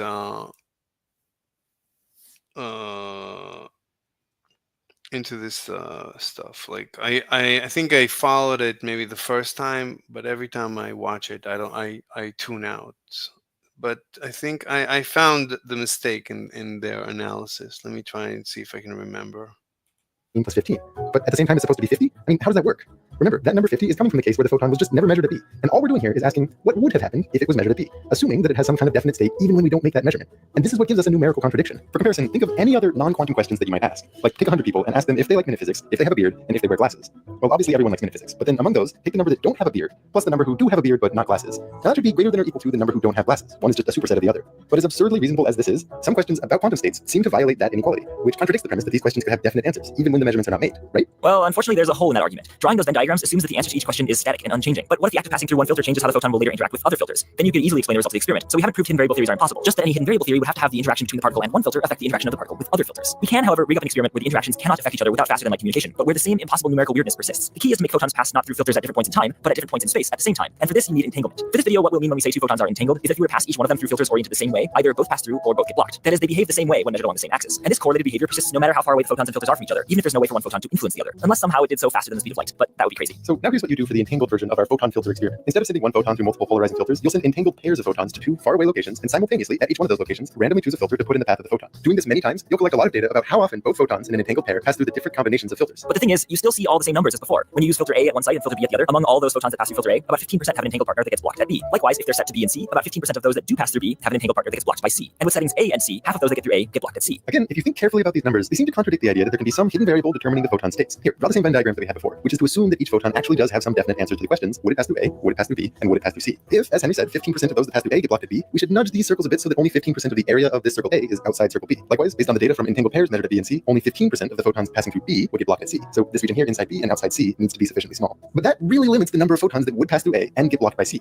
Why? Well, look, this region representing photons passing A and blocked at C is entirely contained inside the previous two. And yet what quantum mechanics predicts and what these entanglement experiments verify is that a full 50% of those measured to pass through A should have an entangled partner getting blocked at C. If you assume that all these circles have the same size, which means any previously unmeasured photon has no preference for one of these filters over the others, there is literally no way to accurately represent all three of these proportions in a diagram like this. So it's not looking good for hidden variable theories. So again, for a hidden variable theory to survive, these results can only be explained if the photons are able to influence each other based on which filters they pass through. But now we have a much stronger result, because in the case of entangled photons, this influence would have to be faster than light. The assumption that there is some deeper underlying state to a particle, even if it's not being probed, is called realism. And the assumption that faster than light influence is not possible is called locality. What this experiment shows is that either realism is not how the universe works, or locality is not how the universe works, or some combination, whatever that means. Specifically, it's not that quantum entanglement appears to violate realism at the speed of light while actually being locally real at some underlying level. The contradictions in this experiment show it can't be locally real, period. What we've described here is one example of what's called a Bell inequality. It's a simple counting relationship that must be obeyed by any set of questions with definite answers, but which quantum states seem to disobey. In fact, the math of quantum theory predicts that entangled quantum states should violate Bell inequalities in exactly this way. John Bell originally put out the inequalities and the observation that quantum mechanics would violate them in 1964. Since then, numerous experiments have put it into practice, but it turns out it's quite difficult to get all your entangled particles and detectors to behave just right, which can mean observed violations of this inequality might end up with certain loopholes that might leave room for locality and realism to both be true. But the first loophole-free test happened in 2015. There have also been numerous theoretical developments in the intervening years, strengthening Bell's and other similar results, that is, strengthening the case against local realism. In the end, here's what I find crazy. Bell's theorem is an incredibly deep result, upending what we know about how our universe works, that humanity has only just recently come to know. And yet the math at its heart is a simple counting argument, and the underlying physical principles can be seen in action with a cheap home demo. It's frankly surprising more people don't know about it. Thank you so much for watching, and thank you again to Grant for doing this. Yeah, I don't remember. I don't remember how to disprove it. I remember while watching it, I realized, oh, that's the mistake. But now that I'm rewatching it, I don't remember what was the mistake. They made a mistake. There is a mistake.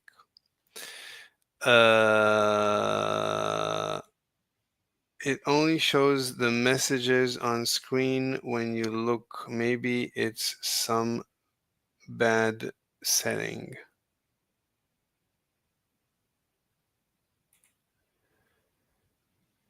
I mean, when I click it, it shows. When I don't click it, it doesn't show.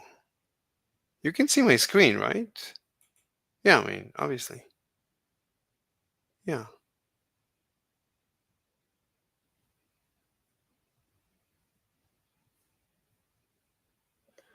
Let me make sure that you're seeing what I'm seeing. Can you see what I see? Let me make sure that you're seeing what I'm seeing. Sounds about right. La la la la. The software that shows the message. Yeah, it's called StreamYard. You can join. You can join my StreamYard if you want. Here's my StreamYard. You can either join my Discord or my StreamYard, whatever you want. Anyway, I don't know if I'll be able to remember, but I might have to go slowly through this video and actually understand it.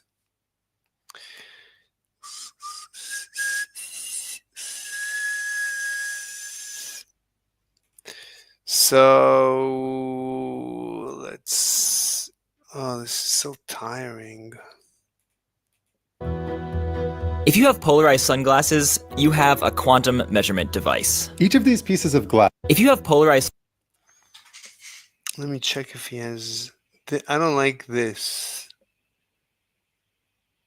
but it's not. It's not bleeding, so it's fine.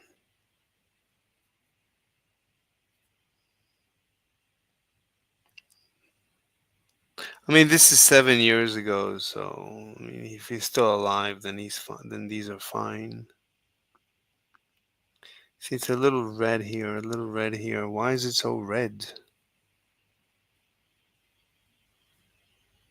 Sunglasses, you have a quantum measurement device. Each of these pieces of glass is what's called a polarizing. Wait, what's a quantum measurement device? If we thought about it, why would sunglasses be quantum measurement devices? What's a quantum measurement device? I don't even know what that is. What's a quantum measurement device? Like the Stern Gerlach, that's a quantum measurement device. But how is a polarizer quantum measurement?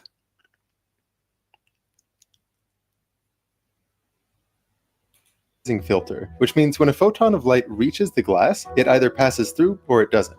And whether or not it passes through is effectively a measurement of whether or not that photon is polarized in a given direction. Try this. Find yourself several sets of polarized sunglasses or old photographic filters. Look through one set of sunglasses at some light source, like a lamp, then hold a second polarizing filter between you and the light.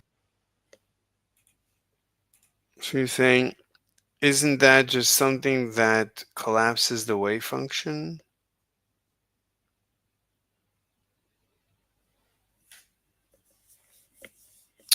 I mean, the whole point is that I don't believe in the collapse of the wave function.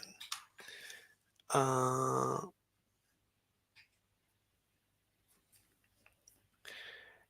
don't know. I don't know. I mean, he claims that polarizing glasses are a quantum measuring device. Fine, whatever. Let's see. I'm open-minded. Let's see what he says. As you rotate that second filter, the lamp will look lighter and darker. It should look darkest when the second filter is... I know, but I want to say measurement devices at that scale are ill-defined. No, I don't have a problem. Just no, I'm open-minded. Let's see. I don't want to catch him on something so pedantic. I want to prove that I want to demonstrate exactly where the mistake is. So let's give them a chance. Is oriented 90 degrees off from the first. What you're observing is that the photons with polarization that allows them to pass through a filter along one axis have a much lower probability of passing through a second filter along a perpendicular axis. In principle, zero probability. But here's where things get quantumly bizarre. All these filters do is remove light. They filter it out. But if you take a third filter and orient it 45 degrees off from that first one, and then you put it in between the two, the lamp actually looks brighter. This is not the middle filter generating. This is in of itself, I don't know how that works. I don't know if this is related at all to the discussion.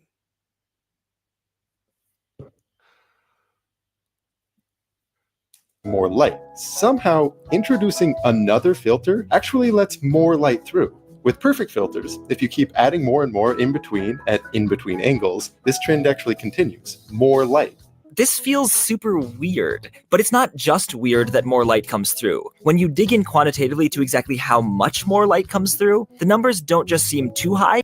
I don't understand. I mean, it's weird, but how is this related to our discussion? You want to tell me no one has an explanation to this phenomenon? So until Mr. Bell, the only explanation is Bell's theorem? No, I mean, obviously this has an explanation. Even if the explanation is quantum mechanical, this has an explanation. What's the explanation? How does this work? Let's see. How does polarization filter work?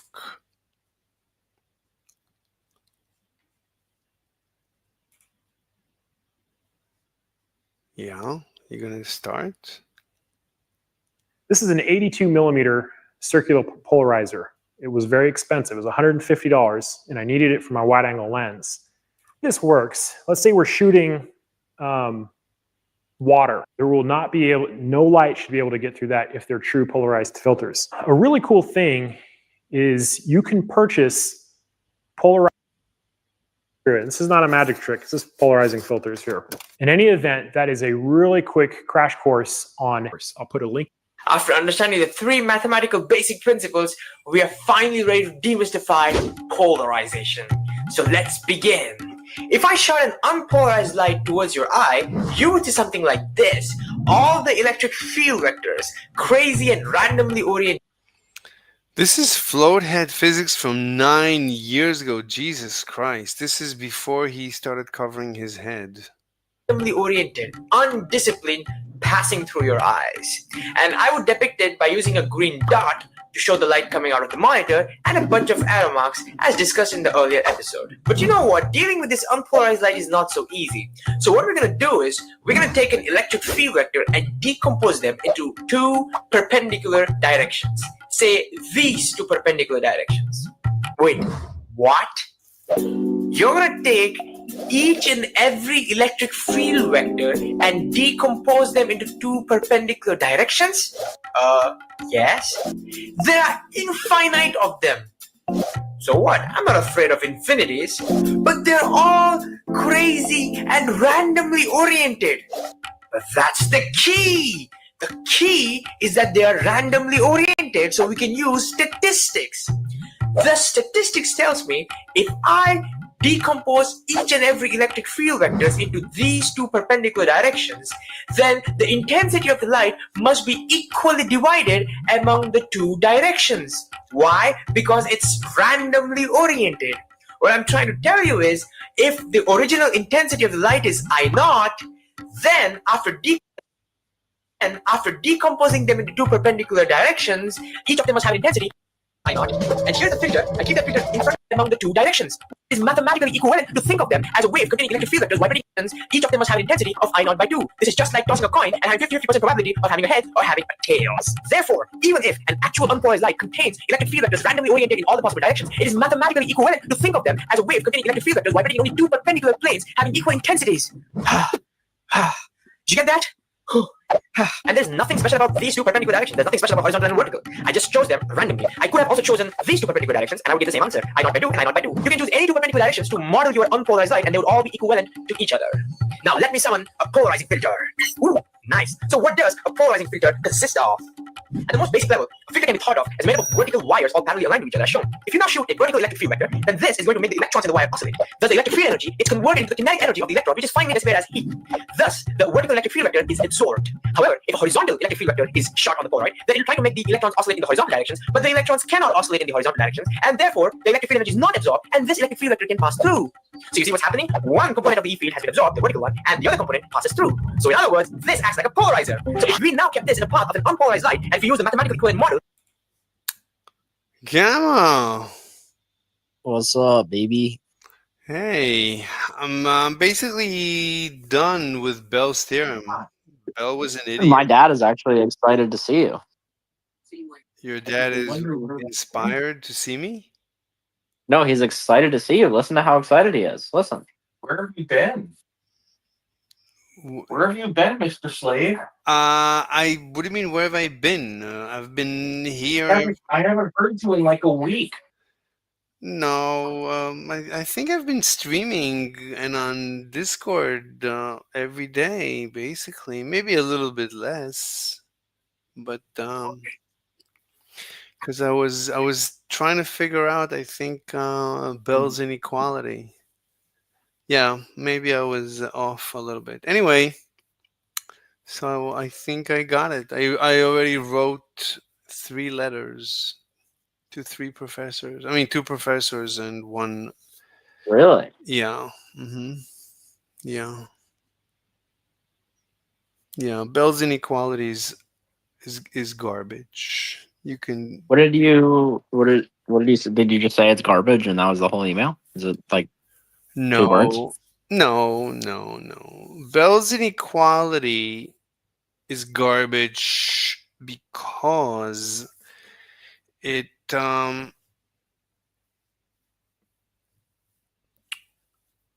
it argues incorrectly. Bell's inequality. I mean,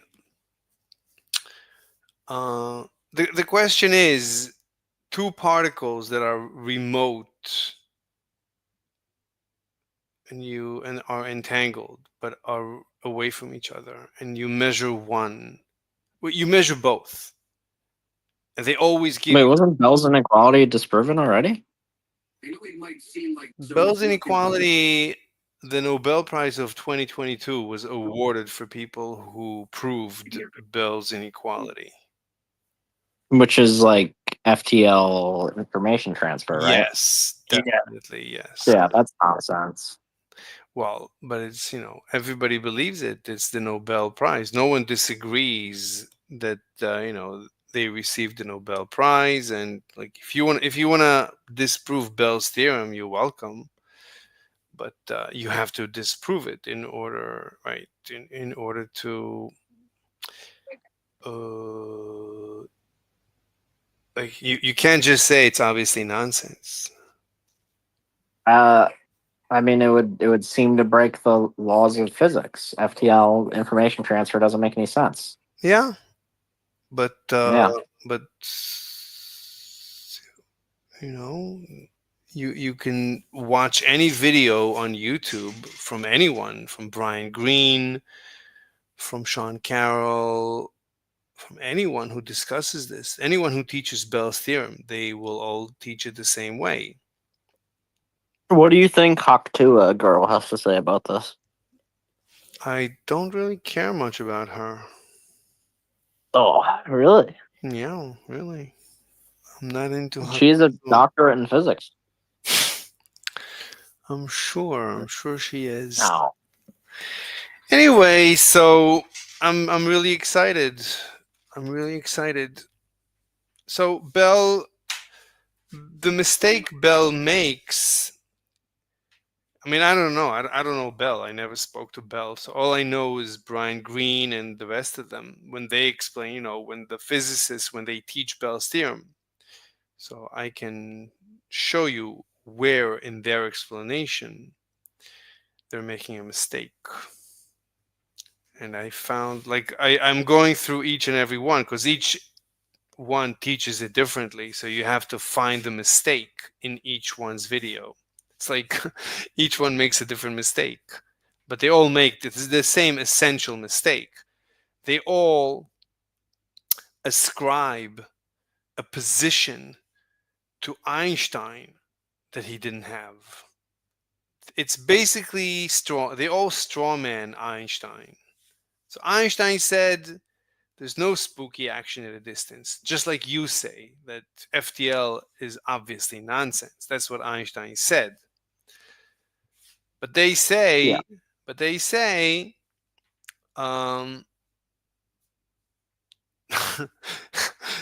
nonsense. They add on top of what Einstein said a little bit of nonsense, and then they say, "Oh, you see, it's nonsense." Well, obviously Einstein is wrong, and therefore the universe is not real and it's not local.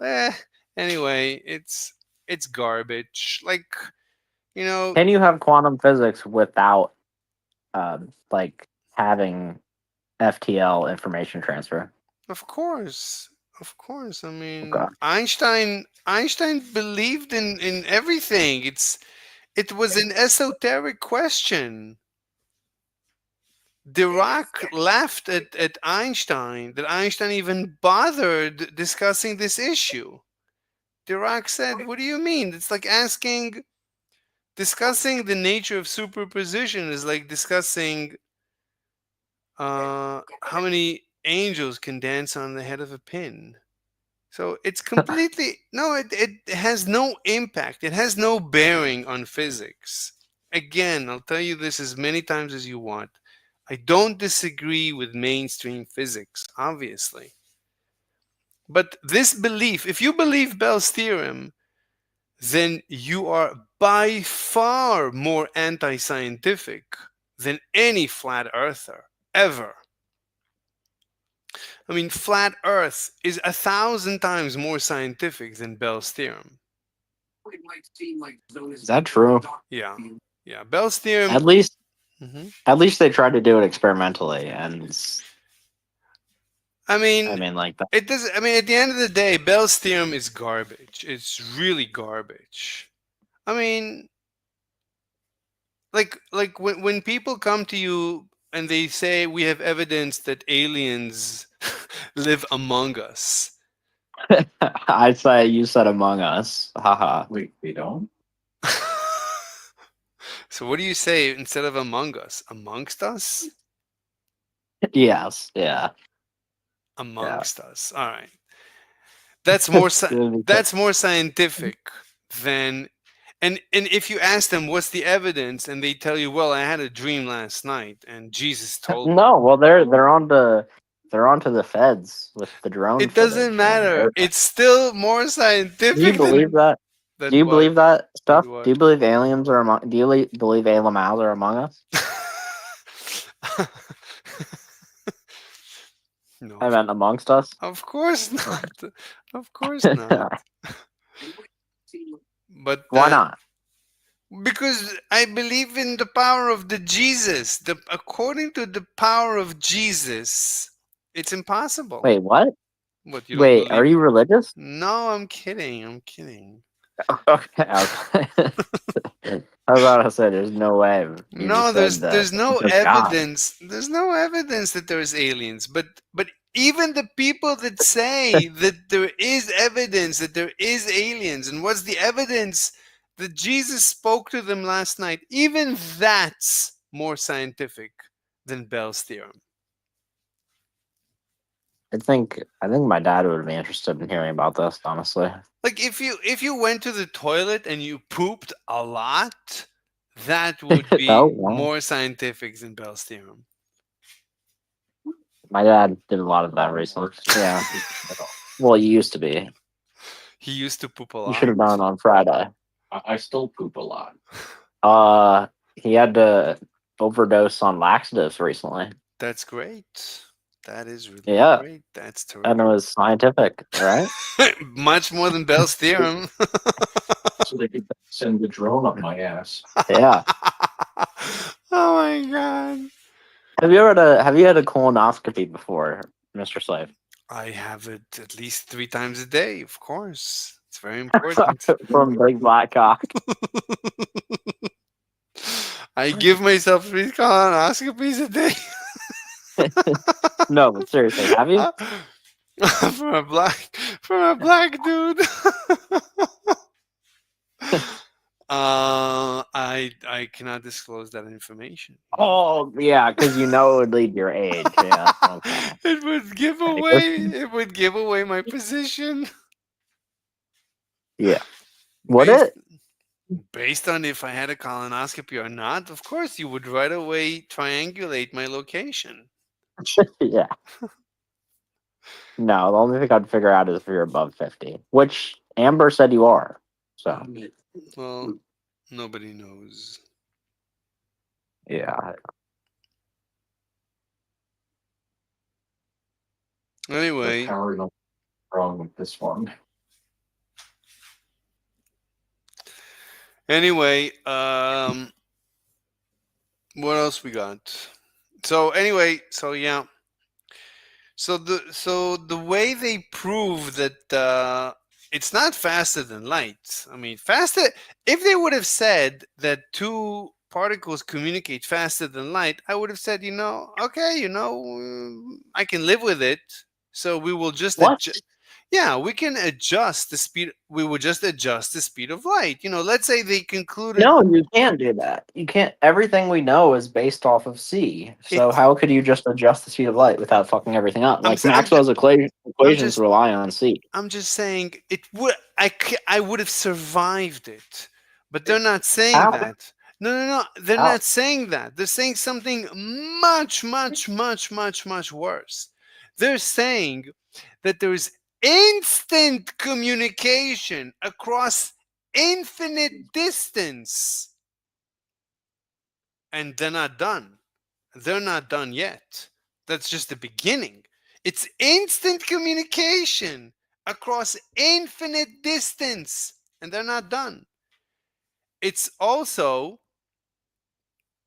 if one particle is inside a black hole. And they're not done. It's also if the other particle is inside a different black hole.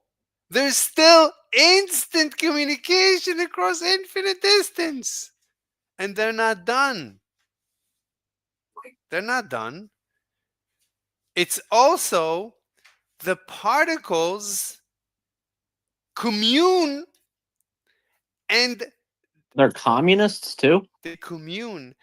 But the Oh, particles, based on the information, based on this conspiracy, the particles manipulate their own direction in space and decide where to point. They collude and they decide to reorient themselves. A particle reorients itself based on this information that it receives instantaneously across infinite distance, across two black holes. A particle reorients itself, which is a violation of conservation of momentum, of course. It's utter garbage. It's just garbage to the power of garbage. divided by let's. divided by zero. It's just garbage. And this is what all physicists today believe in. They all believe this utter garbage. Garbage. Anyway, so the way they achieve this garbage, this Bell idiot. So the proof is that according to Einstein, so he says that if the two particles, if you measure them in the same direction, then everyone agrees that they always have opposite spins. And that was Einstein's proof. Can you explain to me how the two particles always have opposite spins? And that was Einstein's proof? I'm currently playing a game right now, so no, I'm No. not smart enough to do two things at once. Okay. But I Anyway, did listen to everything. what? But I did understand everything you said. So Einstein in his EPR Yeah, when are you paper, coming to Pennsylvania next? I'm traveling. I'm a traveling. I'm a traveling. Snake oil.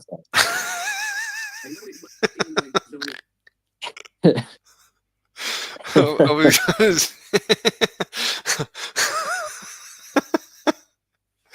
I'm traveling snake oil salesman. What did you think about? Wait, you saw SN5 or SN6? What was it? 6. ISD 6. I did. I couldn't come to your server, but I Oh, watched it it on broke my my. heart. Yeah, I'm sorry. So,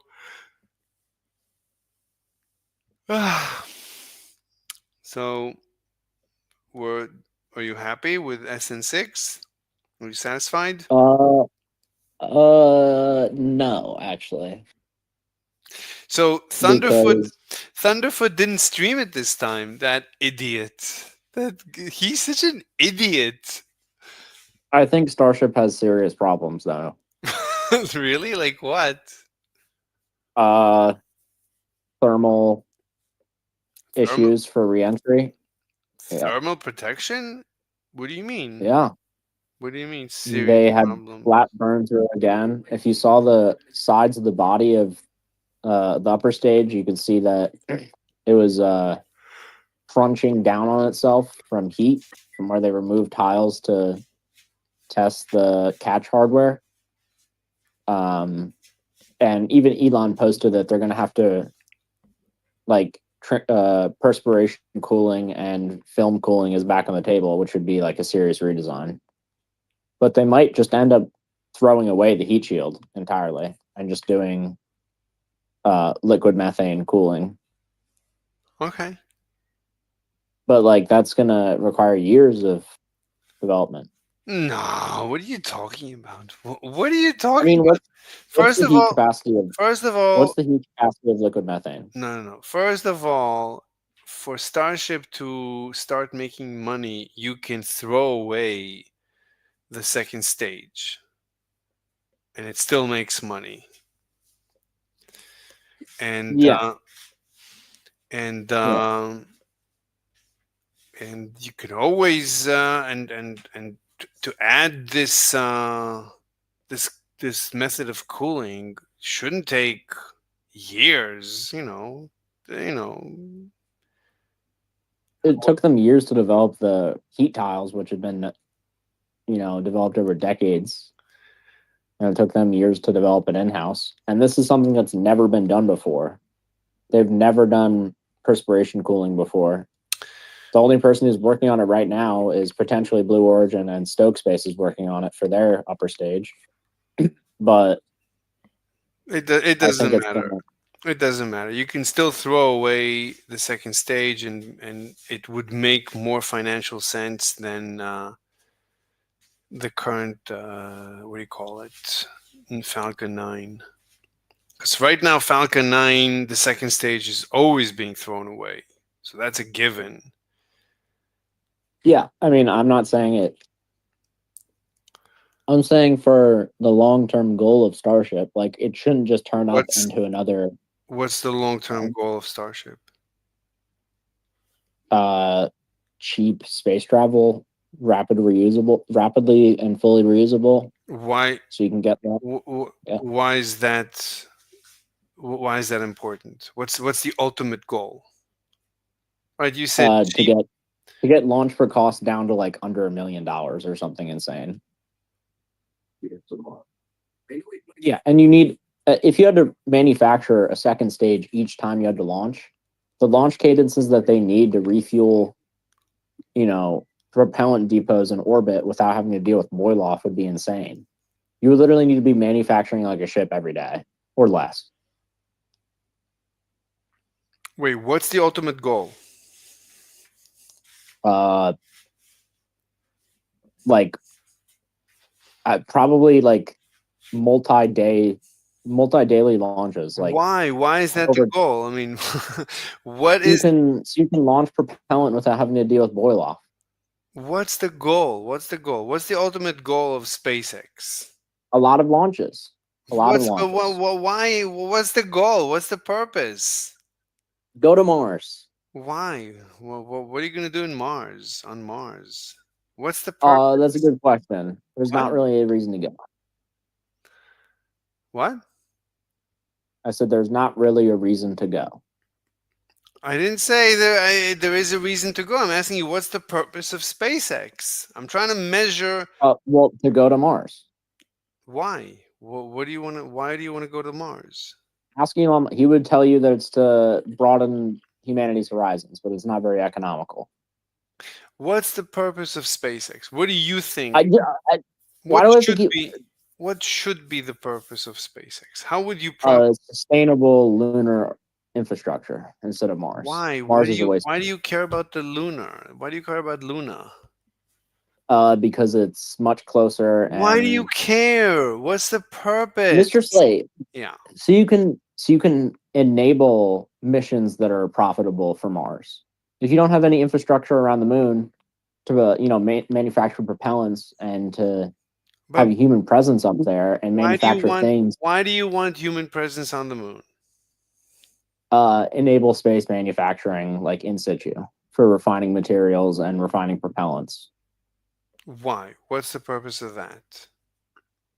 So you can have space be much cheaper since you don't have to launch everything up there all the time. You can just manufacture propellant there.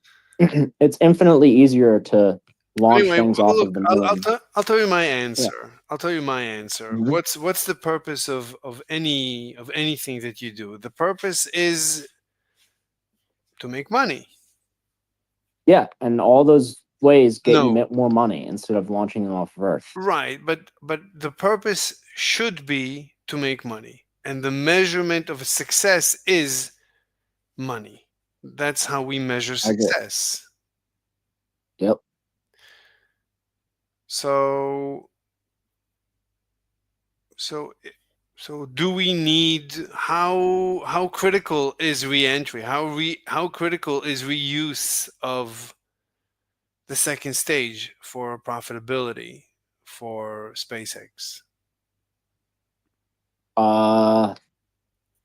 I would say they already have their main profit is going to be from Starlink, not from Fine, but Mars. So they could, the yeah, they question. can make money off of Starship. Yeah, even if Okay. it's fully expendable, they Okay. can make it fully expendable, and it would be Yeah, profitable. I agree. And I told you this, and I think it would be still more profitable than Falcon 9 in its current. Yeah, it would be cheaper per Yeah, kilogram for sure. yeah. And I don't think it's going to take much longer until they, if they redesign the cooling stuff. I don't think it's going to take years.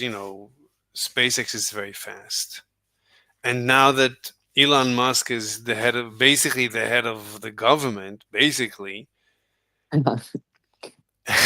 he's going to award every contract to SpaceX, basically. Yeah. So I see much less issues with SpaceX going forward. Anyway, Yeah, well, New Glenn should launch soon. They'll have some that's good. competition. I'm happy. I like Jeff Bezos. Jeff Bezos came Yeah. to Beautiful shake. bald head. Yeah, he came to shake Trump's hand after Trump won. Is that your measure of how much you like a person? If they shake Trump's hand? It's certainly a parameter. It's a And parameter. Do you like me? I haven't shake Trump's hand. it's a parameter, so you're lacking in that parameter. Oh.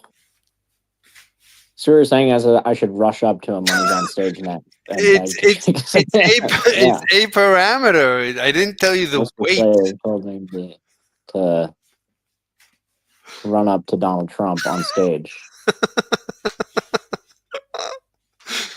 Oh my god, they're gonna get shot. They're gonna shoot That's you. why I said it. Yeah, that's why I said it. Hmm I've seen the Orange Man in real life. I've seen him. Yeah. The orange man. Oh my god, the orange man. Did you saw the orangeness? Yeah, I did. Well, not really. I didn't have my glasses on. Probably should have brought them, but I see. Hmm I saw a vague orange blob in the distance. It was like, I don't know, 100 meters away, maybe. You saw vague orangeness. There was Yeah. orangeness. You felt Wait, the. how large is the hockey? Is it 100 meters? I don't know. Is it as long as a football field? I don't know. I'm asking my Anyway, dad. I'm really happy that I'm cracking down on this Bell idiot. There's so many idiots I have to deal with, and I'm so happy that I'm dealing with them one per day. It took me a month to crack Bell's theorem. Have you gotten any emails back from any of the other professors that you've emailed in the past? Yeah, Have you done that? Inductica emailed me back, and he said that my papers are not exactly aligned with his purpose. So he wants to start, from the foundations. He does the foundations of mathematics more than anything. Like he's questioning, how do we know multiplication is correct? How do we know? Wow, that's Yeah. He's insane. Yeah, he's insane. it's just repetitive addition. So I mean, He's insane. yeah, That he is a PhD, he's a professor. He teaches physics. He's a physics and he's professor. he's trying to figure out why multiplication is correct. What do you mean? Basically, even addition, counting. Well, yeah, because He's not sure counting, multiplication is just repetitive addition. Yeah, but he's not even sure counting is correct. that's a little bit schizo. Yeah. So, like for me, like when I tell him that I have a proof for Einstein's second proposition, Prostate. then his reaction is, well, this is completely out of my league. Like for him, it's out of his league. This is like He like it's light years ahead of where he is right now. But light years don't matter because everything is FTL, right? So it doesn't matter. Anyway, I'm so happy. I think I figured it out. I think today. I think yesterday I went to bed knowing that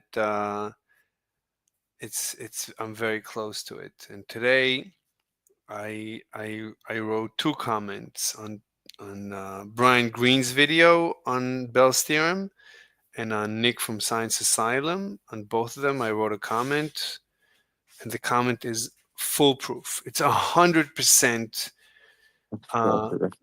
It's foolproof. It's 100% disproval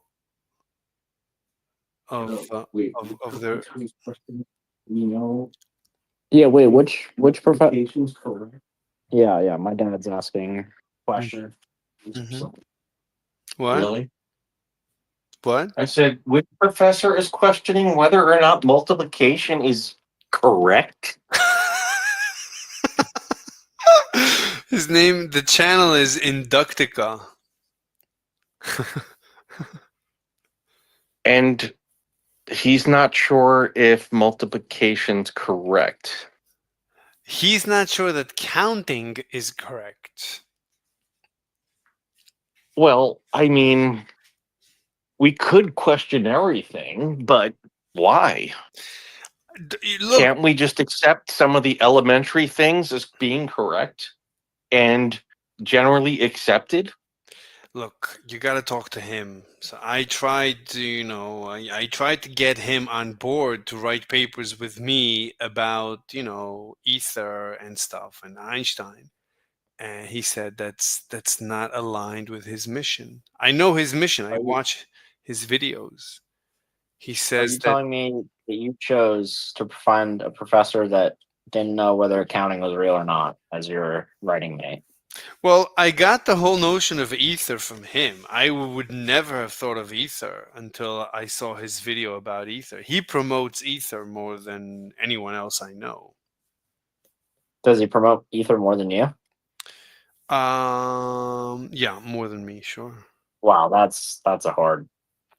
You see, I'm ask. working on Bell's theorem. I'm working on so much stuff. I didn't care about the ether. The ether for me was tangential. Like as soon as I started studying physics, immediately I came up with the ether. But the purpose from the beginning was Bell's theorem, was to disprove Bell's theorem. And that was the purpose. I mean, the ether is not even it's nice. It's nice that I have a quantum gravity theory, but the more important thing is Bell's theorem. Bell's theorem was always the dangerous, the most dangerous idea I've ever heard in my entire life. And I had to destroy it. And now it's destroyed. And I'm happy. Has it been thoroughly debunked? Well, in my mind, pretty much. I mean, I don't know what Bell said because if you read his paper is it's very difficult to understand. I mean, everyone says that, and I couldn't understand it. But I've listened to videos of people explaining his theorem, and it's garbage. So far I found like in the Science Asylum and Brian Green, both their videos, there is errors, clear errors. I mean, I can definitely get behind FTL communication is nonsense, right? Like that's obviously. so that's it's not even FTL. It's instant. Well, anything FTL is basically instant, okay? Because then you have no limit. No. Yes. No. How would you know it's? How would you if it's FTL? How would you know it's not instant? You Because can it would break send causality. no. You can Yes, send it this. would. You wouldn't know if it's real or not. It would have no time. It would be infinitely fast. Look, I don't know what it entails to break the laws of nature. So, but theoretically, Exactly. Nothing would make sense anymore. fine. But theoretically, it's possible to send a signal, and for two people on two opposite sides of the universe to receive the signal and send it back, and you do the calculation and you see that it came back faster than light.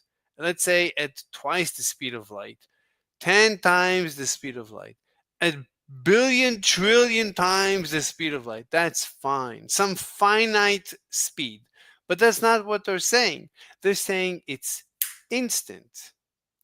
Instant communication across an infinite distance, across black holes.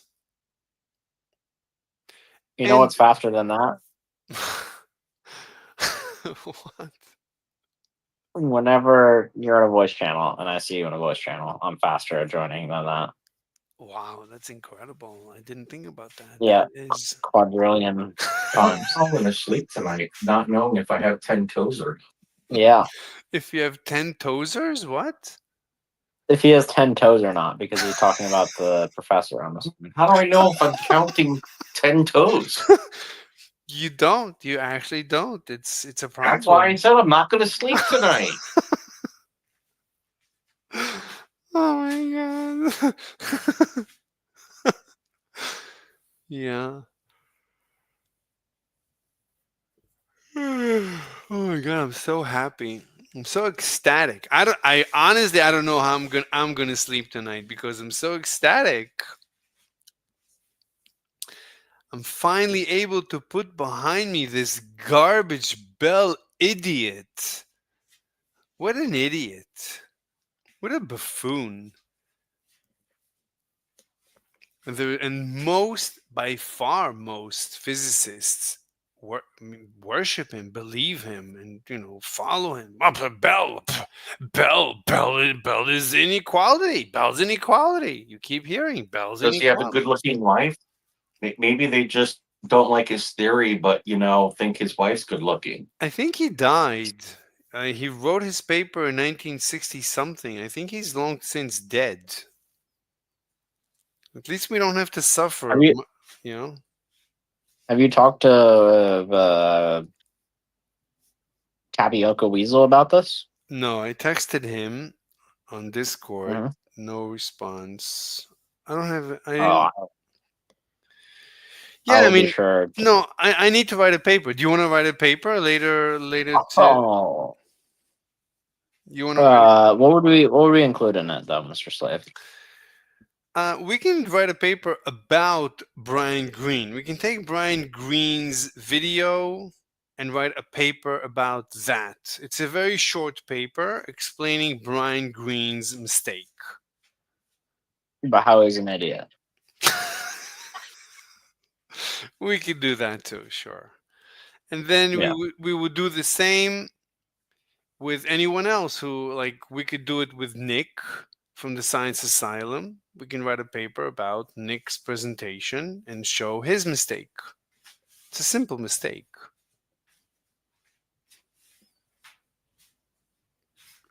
Have you ever played any of the Stalker games, Mr. Slave? I don't know. I don't play games. I don't even know how to play a game. I don't play any games on any platform. Well, you play with my heart all the time, so Yeah, except for that. Yeah. I mean, for me, this is playing games, like disproving Bell's idiocy, proving that Bell is an idiot, garbage idiot. You really don't like this Bell guy, do you? Proving he's an idiot, garbage idiot. Jeez. Oh my god, I hate him so much. Maybe you should Yeah. write your AI algorithms to write papers disproving physicists that you don't agree with. It's very difficult because the AI is usually trained on mainstream physics. So the AI just spouts nonsense. The AI just worships Bell's ass. Guessing it's something to do with the chip. Wait, who's there? That's my mom. No, one's not gonna give her insurance. Oh. Wait, tell them not to say anything private. We're live. It's just my social security number. It's not a big deal. Anyway, I don't know if I'm going to be able to sleep tonight or any. This is so, I'm really excitement. Yeah, I usually have that effect on people. No, No, I'm joking. no, I said it incorrectly. Oh my God, I'm so happy. I'm so excitement. I'm so excitement. This is the most excitement day of my life. Wow. I'm so happy. Yeah. I'm so excitement. And I just can't hide ment. Anyway, I think I'm gonna go now to the killing of myself. Really? Don't do that. It's pretty extreme. What would I do without you, Mr. Slave? Yeah. No, I'll see you tomorrow either way. Oh, you're gonna go to sleep. Well, I'm gonna go kill myself, and then I'm gonna go. Okay. I have to eat, kill myself, and then What are you sleep. having for dinner? Yeah, what do you have for dinner? I don't want to dox myself. What the my hell is God. wrong with you, Crazy. bro? If I tell you what I'm eating for dinner, that's like complete doxing. You would then be Why able is to. it? Okay, can you at least answer this question? Isn't native to a certain region where we would actually know? You'd be able to triangulate my exact location. Yeah. Your schedule. No, see, now you're just being crazy. We can't triangulate because we can't even count, so we certainly can't use numbers. Yeah. I know. But did you know that in order to actually find the location of where somebody is, you cannot triangulate. You actually need to quadrangulate. Did you know that? Quadrilateral. Well, then you don't have to worry. I'm just trying to figure out what kind of food you like, so when you visit, we know where to take you out to eat. No, I don't. I cannot be a burden on you. That's impossible. Oh my God, Mr. Slave, what I wouldn't. How are you going to write papers unless you sit down face to face at some point? Yeah, that's true. Yeah, I don't know. No, We should publish a paper on Arvix. What do you think about that? You know what? Actually, we can pay some money and get it published. It's called archive. You know something? What? How do we know you're real? How do we know you're not AI? I am AI. I am AI. See, you don't even eat. You don't sleep. That's why you don't want to say what you're having, because you're having nothing. But he does get colonoscopies 3 times a day. Kristen, Mr. Slave. Yeah. Doesn't exist. Yeah, that's true. Yeah. Anyway, I gotta go. I'm so happy. Okay. I'm happy that you came in and you're in communica with me. Of course. Yeah, I just spoke to Mordwand and he says that he's on vacation.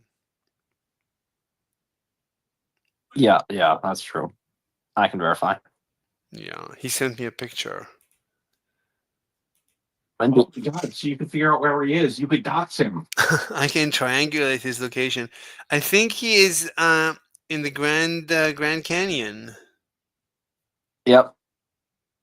That's pretty easy to figure out. Yep. I think that's a pretty big landmark. Not gonna lie. Yeah. I've been there. I've rafted through the Grand Canyon. Really? That's incredible. Yeah. It was quite the experience. Amazing. Yeah, he drowned, but he got better actually. He ground? He drowned. He drowned and died, just like how you're going to kill yourself and get better. That's incredible. That is remarkable. Yeah. Anyway, I'm gonna go. Okay. If you want to write a paper tomorrow, a quick paper, we could do that if you want. He's got to go recompile his code so we can have conversations tomorrow. Exactly. Wow. Wait. So your father is a software engineer? No. Then how does He's a LARPer. Be careful. You cannot dox your. Don't dox yourself. I can say he likes trains. True story. Mr. Slave, I'm not worried, that you're going to dox us because you're in the, network. You already know where we are. No, I don't, And you haven't doxed us yet. no, it's not good. Not good to expose any information. Anyway, I'm gonna talk to you tomorrow. I'm gonna go now. I'll see you tomorrow. Thank you so much for visiting. Enjoy your undisclosed meal. Thank you. Thank you. All right. Bye-bye. Bye. All right. I'm gonna go. I gotta go eat. All right. Egg and Waffle Productions. Thank you for joining. I think you've left already. Anyway, I'm gonna go. Thank you, everyone. Bye-bye.